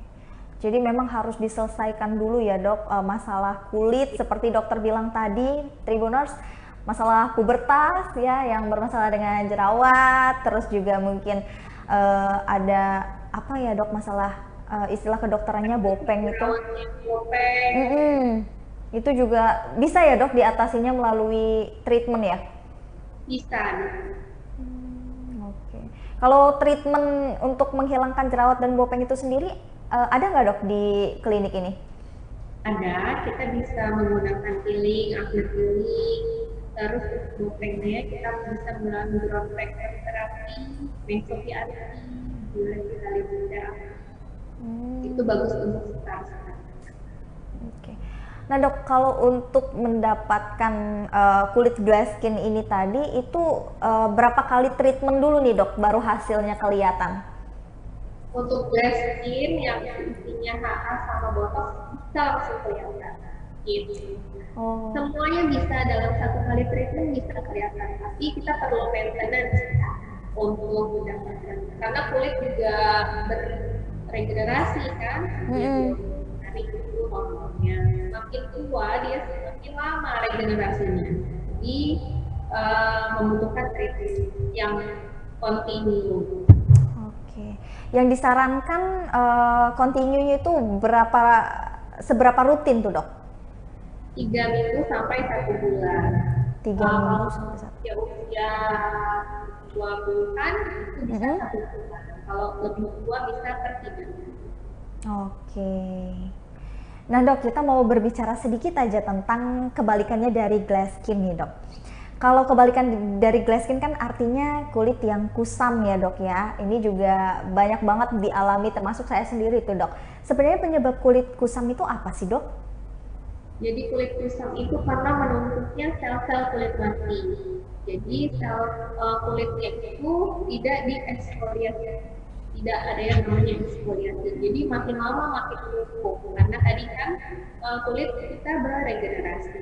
Jadi setiap 24 hari itu kulit itu produksi kulit baru lagi karena tidak dieksfoliat dan kelupas istilahnya. Bahasa Indonesianya, jadi dia akan menumpuk. Nah, penumpukan kulit mati itu yang bakal menyebabkan wajah kita menjadi kusam. Gitu. Oke. Kalau ciri-ciri yang bisa kita kenali itu gimana dok? Untuk wajah kusam? Iya. Jadi secara warna tampilannya lebih gelap ya. Terus pas dipegang itu terasa kasar. Terus ngerasa tebal, paling bisa dilihat. Oke. Kalau cara mengatasinya atau mencegahnya itu seperti apa dok?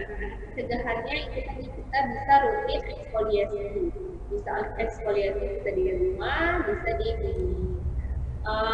Eksfoliasi itu per 2 minggu boleh ya dengan menggunakan produk scrub, misalkan scrub wajah di rumah atau peeling yang aman untuk di rumah. Ada produk skincare-nya ada. Terus di klinik juga bisa menggunakan peeling, menggunakan eksfoliasi. Oke. Nah menurut dokter dalam jangka waktu berapa tuh dok? Kalau bisa kelihatan kulitnya nggak kusam lagi gitu? Kalau melakukan treatment? Harus rutin sih. Kalau tadi yang di rumah per 2 minggu boleh. Terus kalau yang di klinik itu karena kandungannya lebih tinggi, jadi 3 minggu sampai 1 bulan. Jadi sudah bisa kelihatan maksimal hasilnya ya dok ya? Ya, nah semakin rutin semakin bagus ya. Jadi kalau cuma sekali aja mungkin pada saat itu aja kita bisa melihat sampai beberapa minggu, bahkan sampai 2 minggu. Tapi nanti kulit kan beregenerasi lagi. Sudah 3 minggu atau 1 bulan mulai lagi kan kulit barunya harus kita kelupas lagi, di eksfoliasi lagi. Oke, jadi memang controllingnya juga dari diri kita ya dok, yang mengetahui sebenarnya kondisinya gitu. Jadi produk-produk skincare itu memang harus kita pakai rutin ya, jadi nggak bisa cuma sekali-sekali aja makainya, tapi pengennya ekspektasinya pengen ya orang Korea, pengen skincare-nya males gitu ya. Jadi nggak bisa, harus rutin. Oke. Dokter Anggi, terima kasih banyak udah ngobrol dengan Tribuners hari ini, karena bahasan kita ini cukup milenial dan cukup antusias banget gitu dok, banyak banget gitu kan dari Tribuners. Siapa sih dok yang nggak pengen gitu kan kulitnya cerah, cantik, glass skin ala artis Korea, dan bahkan ternyata ini sudah ada juga Tribuners gitu kan ya, treatmentnya di Lemier Klinik Estetik. Jadi untuk Tribuners yang ingin bisa mendapatkan kulit cantik seperti artis Korea, glass skin ini, mungkin Tribuners bisa nih, itu kan menjadi rekomendasi Tribuners untuk treatment di Lemier Aesthetic Clinic ini. Benar ya dok? Benar sekali. Untuk kata-kata penutup nih dari Dokter Anggi, ada saran, pesan untuk Tribuners di rumah untuk bisa mendapatkan glass skin ini dok? Pesannya udah tadi ya, pokoknya jangan malas-malas skincare, karena muka itu cuma satu, kita harus merawatnya dengan benar. Oke. Terima kasih Dokter Anggi sekali lagi. Terima kasih juga untuk Tribuners yang sudah menyaksikan bincang kecantikan pada hari ini bersama dengan saya Kusnala Sifah dan juga Dokter Anggi. Pamit undur diri. Terima kasih dan sampai jumpa.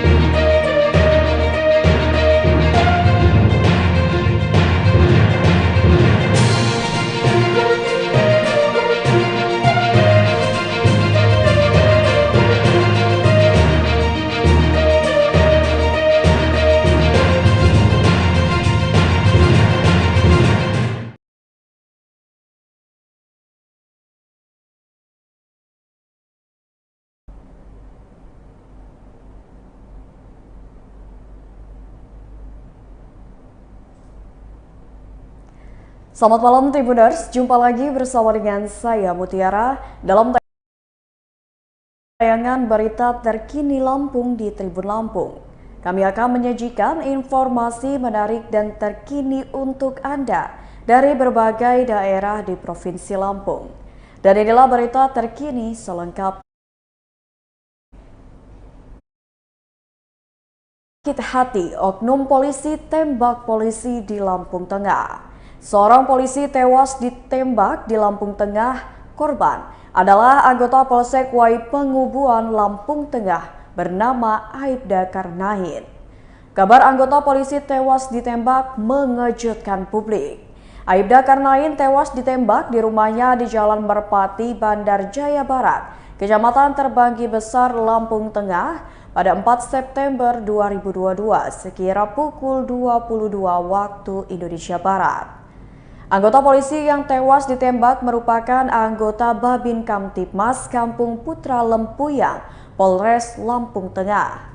Aibda Karnain mengalami luka tembak di bagian dada sebelah kiri hingga menyebabkan korban meninggal dunia. Pelaku yang mengakibatkan anggota polisi tewas ditembak juga merupakan anggota Polsek Wai Pengubuan, Polres Lampung Tengah. Korban sempat dilarikan ke Rumah Sakit Harapan Bunda Gunung Sugi sebelum akhirnya dibawa ke Rumah Sakit Bayangkara Polda Lampung, Bandar Lampung. Husnif selaku Camat Wai Pengubuan mengucapkan bela sungkawa yang sebesar-besarnya atas meninggalnya salah satu anggota Babin Kamtipmas Polsek Wai Pengubuan tersebut.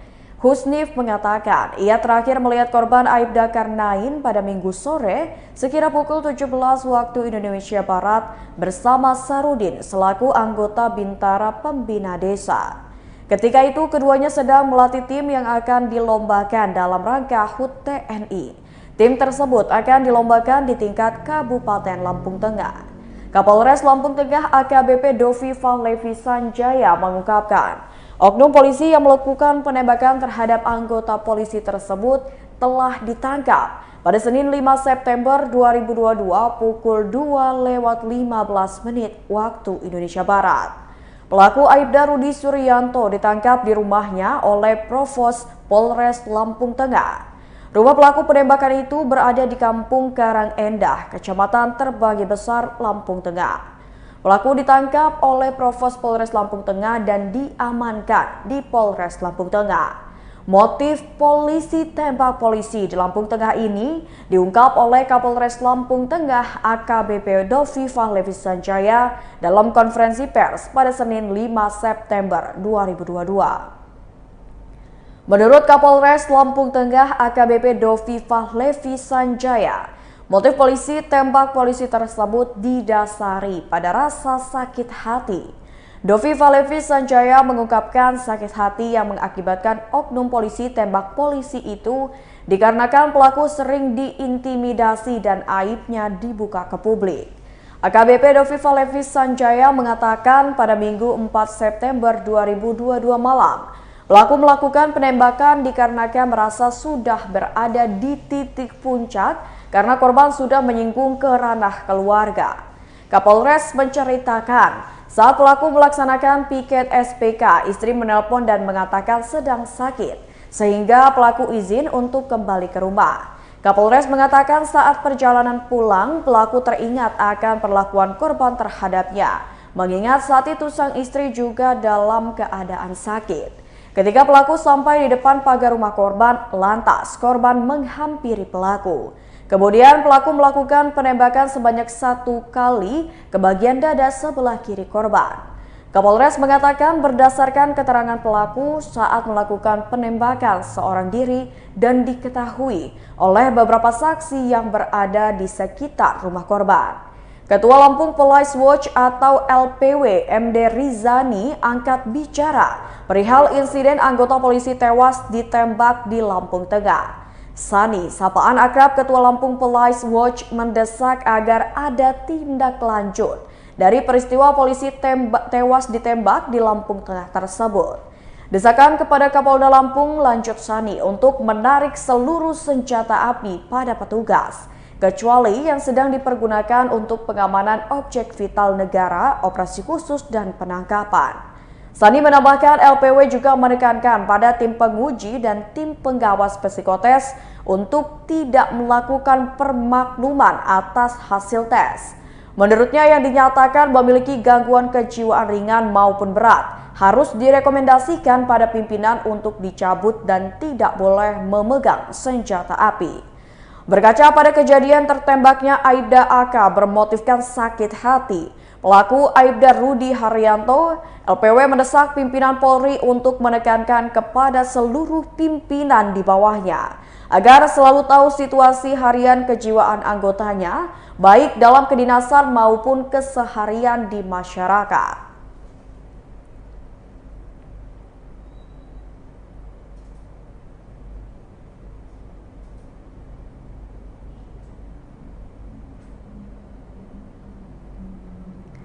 Berita selanjutnya, usai autopsi, jenazah polisi korban tembakan dibawa ke rumah duka. Jenazah Aibda Karnain, anggota Polsek Wai Pengubuan yang tewas akibat peristiwa polisi tembak polisi di Lampung Tengah, kini dibawa pulang pihak keluarga. Diketahui pelaku penembakan dalam insiden polisi tembak polisi tersebut adalah Aibda Rudi Suryanto yang merupakan Kanit Provos Polsek Wai Pengubuan, Polres Lampung Tengah. Jenazah korban tewas polisi tembak polisi dibawa pulang setelah jenazahnya selesai menjalani autopsi di Rumah Sakit Bayangkara, Polda Lampung. Jasad korban polisi tembak polisi di Lampung Tengah itu dibawa keluar dari ruangan forensik Rumah Sakit Bayangkara setelah menjalani autopsi pada Senin 5 September 2022 sekira pukul 14.30 waktu Indonesia Barat. Jenazah korban berada di dalam peti jenazah kemudian bergegas dimasukkan ke ambulans dari Bitdokes Polres Lampung Tengah. Sedangkan di ambulans tersebut sudah ada istri korban yang akan mendampingi selama perjalanan ke rumah duka di Lampung Tengah. Namun istri korban enggan menjawab pertanyaan wartawan. Bahkan anggota Provos yang berjaga bergegas menutup pintu ambulans. Informasi dihimpun proses autopsi berlangsung sejak Senin 5 September sekira pukul 8 waktu Indonesia Barat dan proses autopsi selesai sekira pukul 14 waktu Indonesia Barat. Sebelum dibawa pulang keluarga, Dirkrimum Polda Lampung Kombes Pol Reynold Elisa Hutagalung menyempatkan diri menjenguk korban di ruang forensik. Reynold juga tidak bersedia memberi keterangan saat diwawancarai oleh wartawan.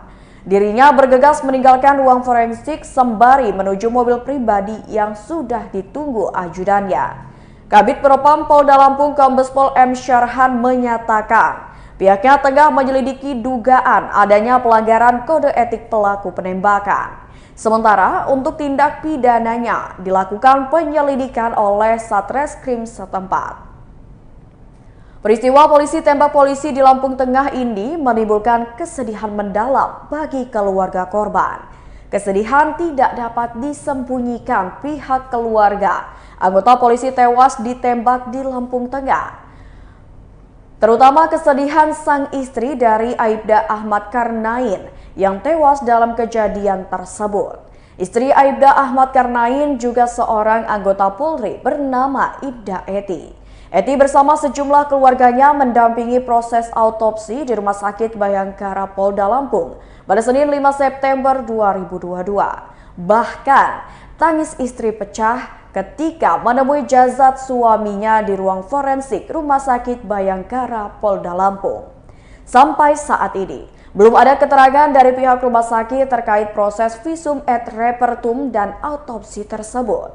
Termasuk pihak keluarga masih enggan untuk dimintai keterangannya oleh wartawan.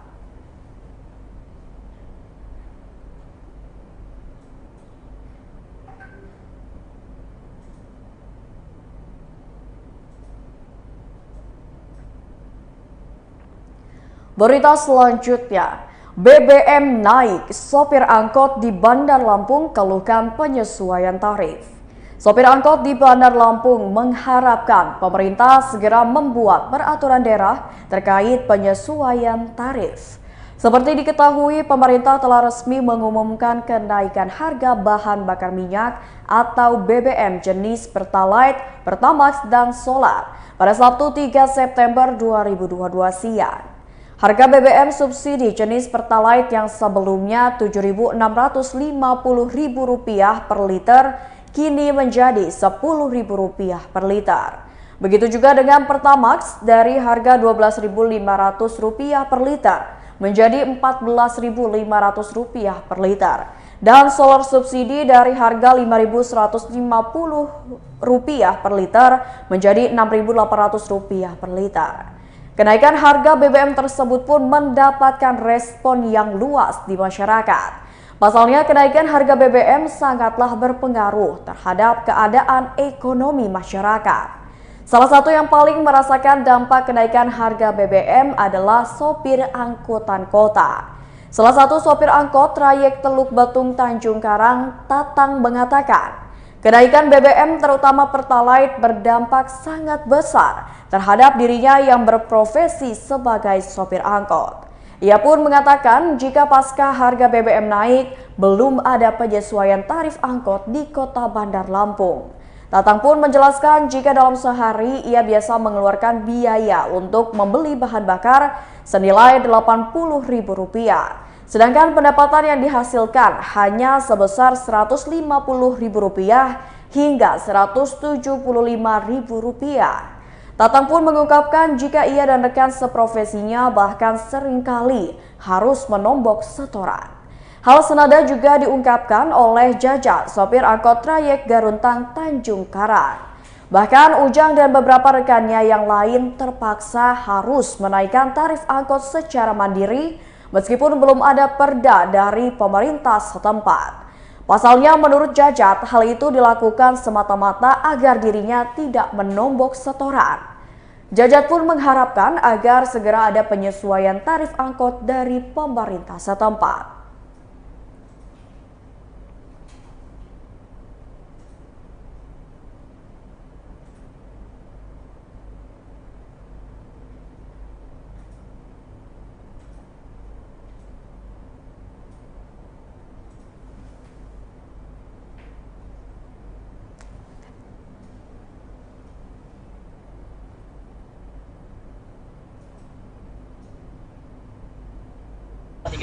Oke, jadi tapi ini belum merata, tapi secara resmi memang belum naik ini Bang ya. Cuma ini rata-rata udah mulai naikin apa belum Bang? Udah. Karena tadi saya nanya dari jurusan Teluk Betung itu belum dinaikin katanya. Ini tapi rata-rata udah kebanyakan udah dinaikin. Oh, udah pada naik juga ya Bang ya. Gitu. Jadi ini kesepakatan antar sopir aja. Iya. Oke. Ada keluhan nggak sih Bang kenaikan BBM ini gimana ini? Banyak keluhan. Nah, gimana ini Bang? Ini pendapatan kita berkurang. Ya. Pendapatannya berkurang. Biasanya setoran apa gimana ini Bang? Setoran. Setoran tuh biasanya sih berapa sih Bang? Ya sekarang ini semenjak pasca Covid ini setoran nggak dipaksain Bang. Oh, jadi semenjak Covid itu memang setoran tidak dipaksakan gitu. Tapi kalau untuk pendapatan sendiri hari-harinya biasanya dalam sehari itu bisa dapat berapa penumpang sih Bang? Kalau penumpangnya kita nggak tahu, pokoknya pendapatan supirnya rata naik turun. Naik turun. Rata-ratanya biasa itu Bang? Ya ratanya kita pukul rata aja 50 lah. 50.000 per hari. Itu udah sama isi bensin tuh ya? Iya. Jadi isi bensin udah terisi itu 50 itu yang kita dapat? Iya. Oke, jadi dalam sehari 50.000. Untuk harapannya sendiri gimana sih Bang terhadap kenaikan BBM ini sendiri? Ya kalau bisa ya tolonglah dipikirin supir inilah angkotan cepet-cepet apa tuh dibuatin perdanya segala macam biar nggak ada salah paham antara supir sama penumpang. Oke, jadi tarif jelas, harganya juga jelas gitu ya. Jadi nggak ada salah paham sama supir sama penumpang. Sekarang misalnya penumpang nih masih banyak yang protes Bang. Karena harga naiknya ya. Sedangkan BBM juga naik udah naik. Sedangkan kalau BBM kan naik kan udah resmi. Masa tarif belum naik gitu. Oke, jadi kalau bisa sama pemerintah ini tolong dipercepat gitu, surat perdaya turun gitu. Untuk penyesuaian harga ya. Oke, siap. Makasih Bang Jajat ya. Iya. Oke, terima kasih Bang Jajat. Ya. Demikian Tribuners ya. Ini Berita selanjutnya, pelaku penyelundupan ganja 19 kg berhasil diamankan. Polres Lampung Selatan menggelar ekspose pengungkapan kasus narkoba selama 2 minggu terakhir di halaman Polres Lampung Selatan pada Senin 5 September 2022 sekira pukul 10 waktu Indonesia Barat. Ekspose pengungkapan kasus narkoba dipimpin oleh Wakapolres Lampung Selatan Kompol Sukamso bersama Kasatres Narkoba Polres Lampung Selatan AKP Andri Gustami beserta pejabat utama di lingkup Polres Lampung Selatan. Wakapolres Lampung Selatan Kompol Sukamso mengatakan pihaknya berhasil mengungkap kasus narkoba yakni penyelundupan narkoba dalam 2 minggu terakhir. Sukamso mengatakan dengan barang bukti narkotika yakni golongan 1 jenis sabu-sabu dan ganja. Barang bukti yang diamankan narkotika golongan 1 jenis sabu-sabu sebanyak 30,4 kg dan narkotika golongan 1 jenis ganja sebanyak 19 kg. Sukamso mengatakan pengungkapan 2 kasus itu di 2 lokasi yang berbeda. Wakapolres Lampung Selatan Kompol Sukamso mengatakan sumber barang narkoba jenis ganja dari Pekanbaru, Provinsi Riau dengan tujuan barang ke Kota Malang, Provinsi Jawa Timur. Berawal dari informasi yang didapatkan oleh anggota Opsional Sat Narkoba bahwa akan ada kendaraan truk jenis Fuso Hino yang membawa narkotika jenis ganja dan sabu-sabu. Sukamso mengatakan pihaknya selanjutnya melakukan penyelidikan pada Jumat 19 Agustus 2022 lalu sekira pukul 5 waktu Indonesia Barat. Tim dari Satres Narkoba melakukan pemeriksaan terhadap truk Hino bernomor polisi B9051 SYO di depan rumah makan Mini Khas, Jalan Lintas Sumatera, Kecamatan Bakauheni, Kabupaten Lampung Selatan yang dikendarai oleh tersangka Muji Supono. TKP narkotika ganja 19 kg di depan rumah makan Mini Khas, Jalan Lintas Sumatera, Bakauheni, Lampung Selatan. Sukamso mengatakan lalu pihaknya melakukan pemeriksaan badan, barang dan kendaraan truk Hino tersebut serta pihaknya menemukan 1 karung beras. Sukamso mengatakan pihaknya lalu melakukan pengembangan ke wilayah Kota Malang, Jawa Timur dan berhasil mengamankan 1 orang pelaku. Setelah pengembangan, pihaknya mengamankan 1 pelaku atas nama Eka Prastio yang akan menerima barang di Terminal Madiopuro, Kota Malang, Jawa Timur. Pelaku dibawa dari Terminal Madiopuro, Kota Malang, Jawa Timur. Selanjutnya, tersangka dibawa ke kantor Satres Narkoba Polres Lampung Selatan. Peran pelaku Muji Supono yakni sebagai pembawa barang dari Lampung menuju Kota Malang, Jawa Timur. Peran para pelaku dalam penyelundupan narkotika 19 kg ganja dan 400 gram sabu-sabu dengan pelaku bernama Muji Supono sebagai pembawa barang dari Lampung menuju Kota Malang, Jawa Timur. Pelaku lainnya bernama Eka Prastio berperan sebagai penerima barang di Kota Malang. Sukamso mengatakan pelaku dan barang bukti telah diamankan ke kantor Satres Narkoba Polres Lampung Selatan. Untuk mempertanggungjawabkan perbuatannya, pelaku dijerat dengan pasal 111 ayat 2, JO pasal 112 ayat 2, JO pasal 114 ayat 2 Undang-Undang Nomor 35 Tahun 2009 tentang tindak pidana narkotika. Untuk ancaman pidana paling singkat 5 tahun dan paling lama 20 tahun atau seumur hidup dan atau hukuman mati.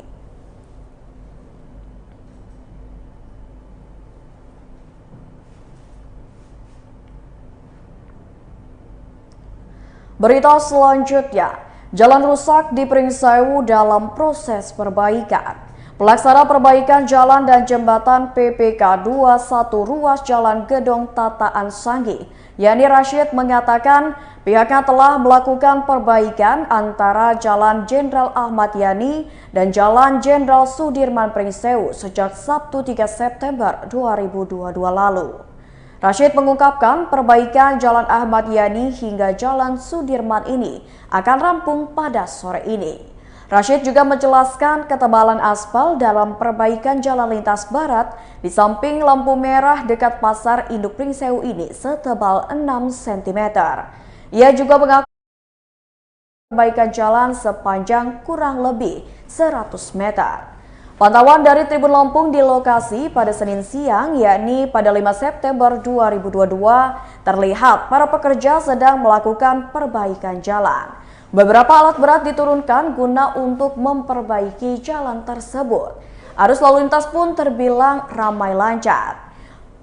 Bidang Bina Marga Dinas Pekerjaan Umum dan Perumahan Rakyat atau PUPR Pringsewu Fahmi mengatakan, pengerjaan perbaikan jalan tersebut dilakukan oleh pusat. Fahmi menjelaskan dengan adanya perbaikan ini masyarakat diminta untuk sama-sama merawat jalan supaya tidak rusak lagi.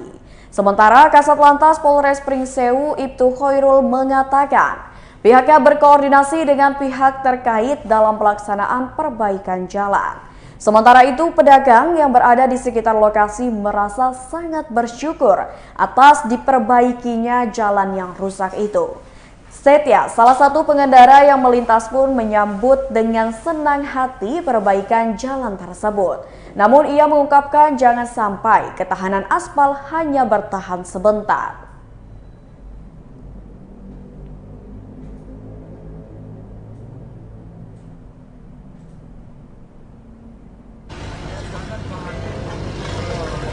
Oke, 2 hari apa kemarin dan selesai hari ini?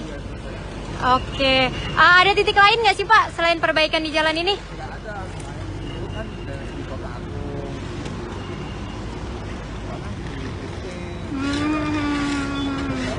Iya, nah ini sendiri ketebalan aspalnya ada lapis-lapisannya apa nggak sih Pak? 6 cm ya Pak? Lalu kemudian harapannya apa sih Pak ini nanti dengan diperbaiki jalan ini? Oke, jadi hari ini selesai 6 cm, kemudian hanya di titik ini saja ya Pak ya? Oke. Langsung dari mana sih Pak pekerjaannya? Dari CV77 ya Pak ya? Oke, jadi diperkirakan 2 hari selesai, sore ini selesai ya Pak ya? Oh iya Pak, panjangnya berapa meter sih Pak? 100 meter ya? Oke, dari Jalan Ahmad Yani sampai Jenderal Sudirman, betul Pak? Oke. Untuk titik yang di Pringsewu ini, apakah cuma ini apa ada titik lain? Berita selanjutnya, Matahari Department Store berikan promo tas kanvas gratis. Memasuki bulan September 2022, Matahari Department Store menggulirkan promo bernama September for Member. Supervisor Matahari Department Store Rendika Ada Tanjung mengatakan, sesuai dengan namanya, promo ini memang ditujukan untuk member Matahari Rewards, baik member MR Diamond maupun MR Red dalam promo ini, mulai dari tanggal 1 hingga 30 September 2022 mendatang. Dalam promo ini, member berkesempatan untuk mendapatkan gratis tas kanvas. Ketentuan untuk mendapatkan tas kanvas adalah dengan belanja minimal senilai Rp750.000 dalam satu struk dan tidak berlaku kelipatan. Akan mendapatkan satu tas kanvas apabila melakukan pembayaran dengan Atome minimal Rp750.000 dalam satu struk dan tidak berlaku kelipatan akan mendapatkan 2 tas kanvas. Promo lainnya adalah adanya tambahan diskon sebesar 10% untuk produk tertentu khusus tanggal 12 hingga 15 September 2022 mendatang. Serta gratis rias mata di kosmetik tertentu khusus member yang berulang tahun di bulan September ini. Selanjutnya promo yang tak kalah menariknya adalah promo dengan partner MR. Dalam promo ini, apabila berbelanja minimal Rp250.000, member akan mendapatkan ekstra 100 poin Tizo di Time Zone, voucher beli 1 gratis 1 di Max Coffee atau voucher bonus senilai Rp500.000 di Optik Melawai. Berikutnya ada promo gratis member MR Diamond apabila melakukan pembelanjaan minimal Rp500.000. Dan kalau mau mendapatkan promo-promo ini bisa segera datang ke Matahari Department Store. Kalau belum menjadi member Matahari Department Store, segera daftarkan diri untuk menjadi member. Caranya dengan temui salah satu Department Store. Selanjutnya akan mengisi data diri sebagai syarat mendaftar sebagai member. Selain itu masih ada promo lain yang terus berjalan setiap minggu, yakni promo struk kupon di SKD. Dalam promo ini, pelanggan yang berbelanja di hari Senin hingga Rabu minimal Rp150.000 akan mendapatkan struk kupon diskon senilai Rp50.000. Struk kupon diskon ini bisa digunakan sebagai potongan harga pembelanjaan berikutnya minimal Rp100.000. Kalau pelanggan berbelanja di hari Jumat hingga Minggu, minimal Rp300.000 akan mendapatkan struk kupon diskon senilai Rp100.000. Struk kupon diskon itu bisa digunakan sebagai potongan harga pembelanjaan berikutnya minimal Rp200.000.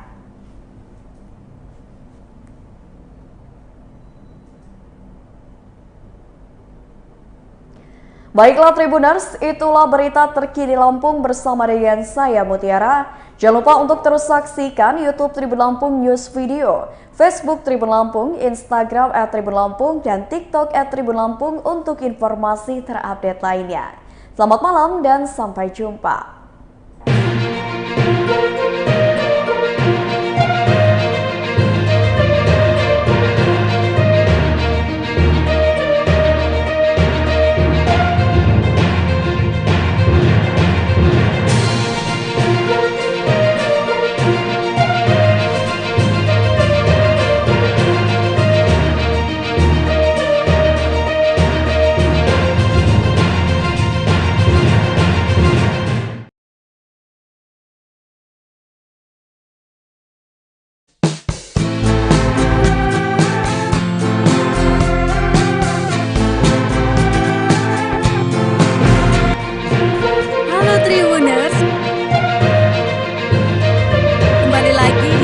Lampung. Wisata Lampung kali ini lagi ada di Pulau Pahawang loh.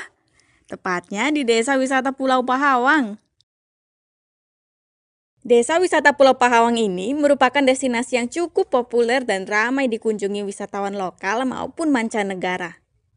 Lokasi tepatnya ada di Kecamatan Margapundu, Kabupaten Pesawaran, Provinsi Lampung. Pengunjungnya biasanya dari wisatawan lokal sampai mancanegara loh.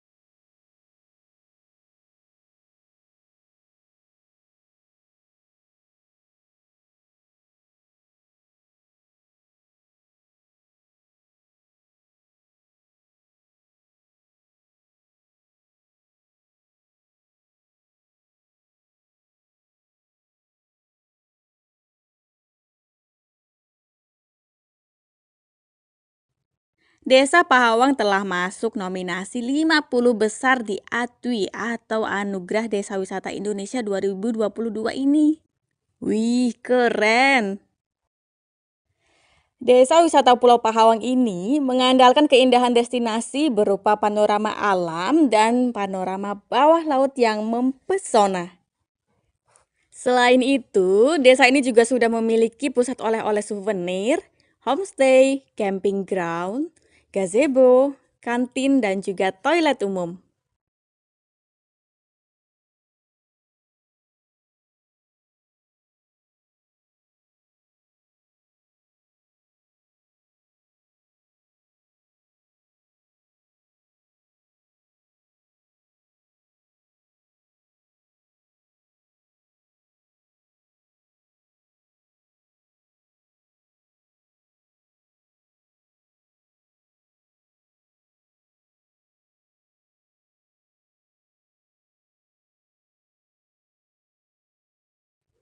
Desa wisata ini juga menggalakkan aktivitas kerajinan tangan beserta seni dan budaya. Aktivitas seni yang bisa dijumpai seperti tari, permainan anak, dan pencak silat. Panorama di Desa Wisata Pulau Pahawang tersebut lebih asyik dinikmati dengan melalui aktivitas menyenangkan seperti snorkeling, diving, eksplor hutan mangrove, penanaman terumbu karang hingga camping.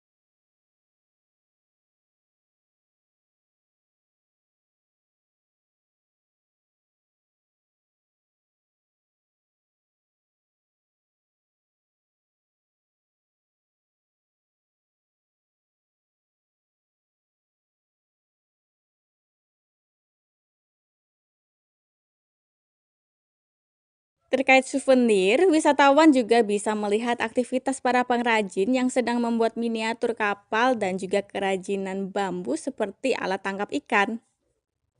Wisatawan juga bisa loh mencicipi beberapa kuliner unik dan khas daripada pelaku UMKM Desa Wisata Pulau Pahawang ini.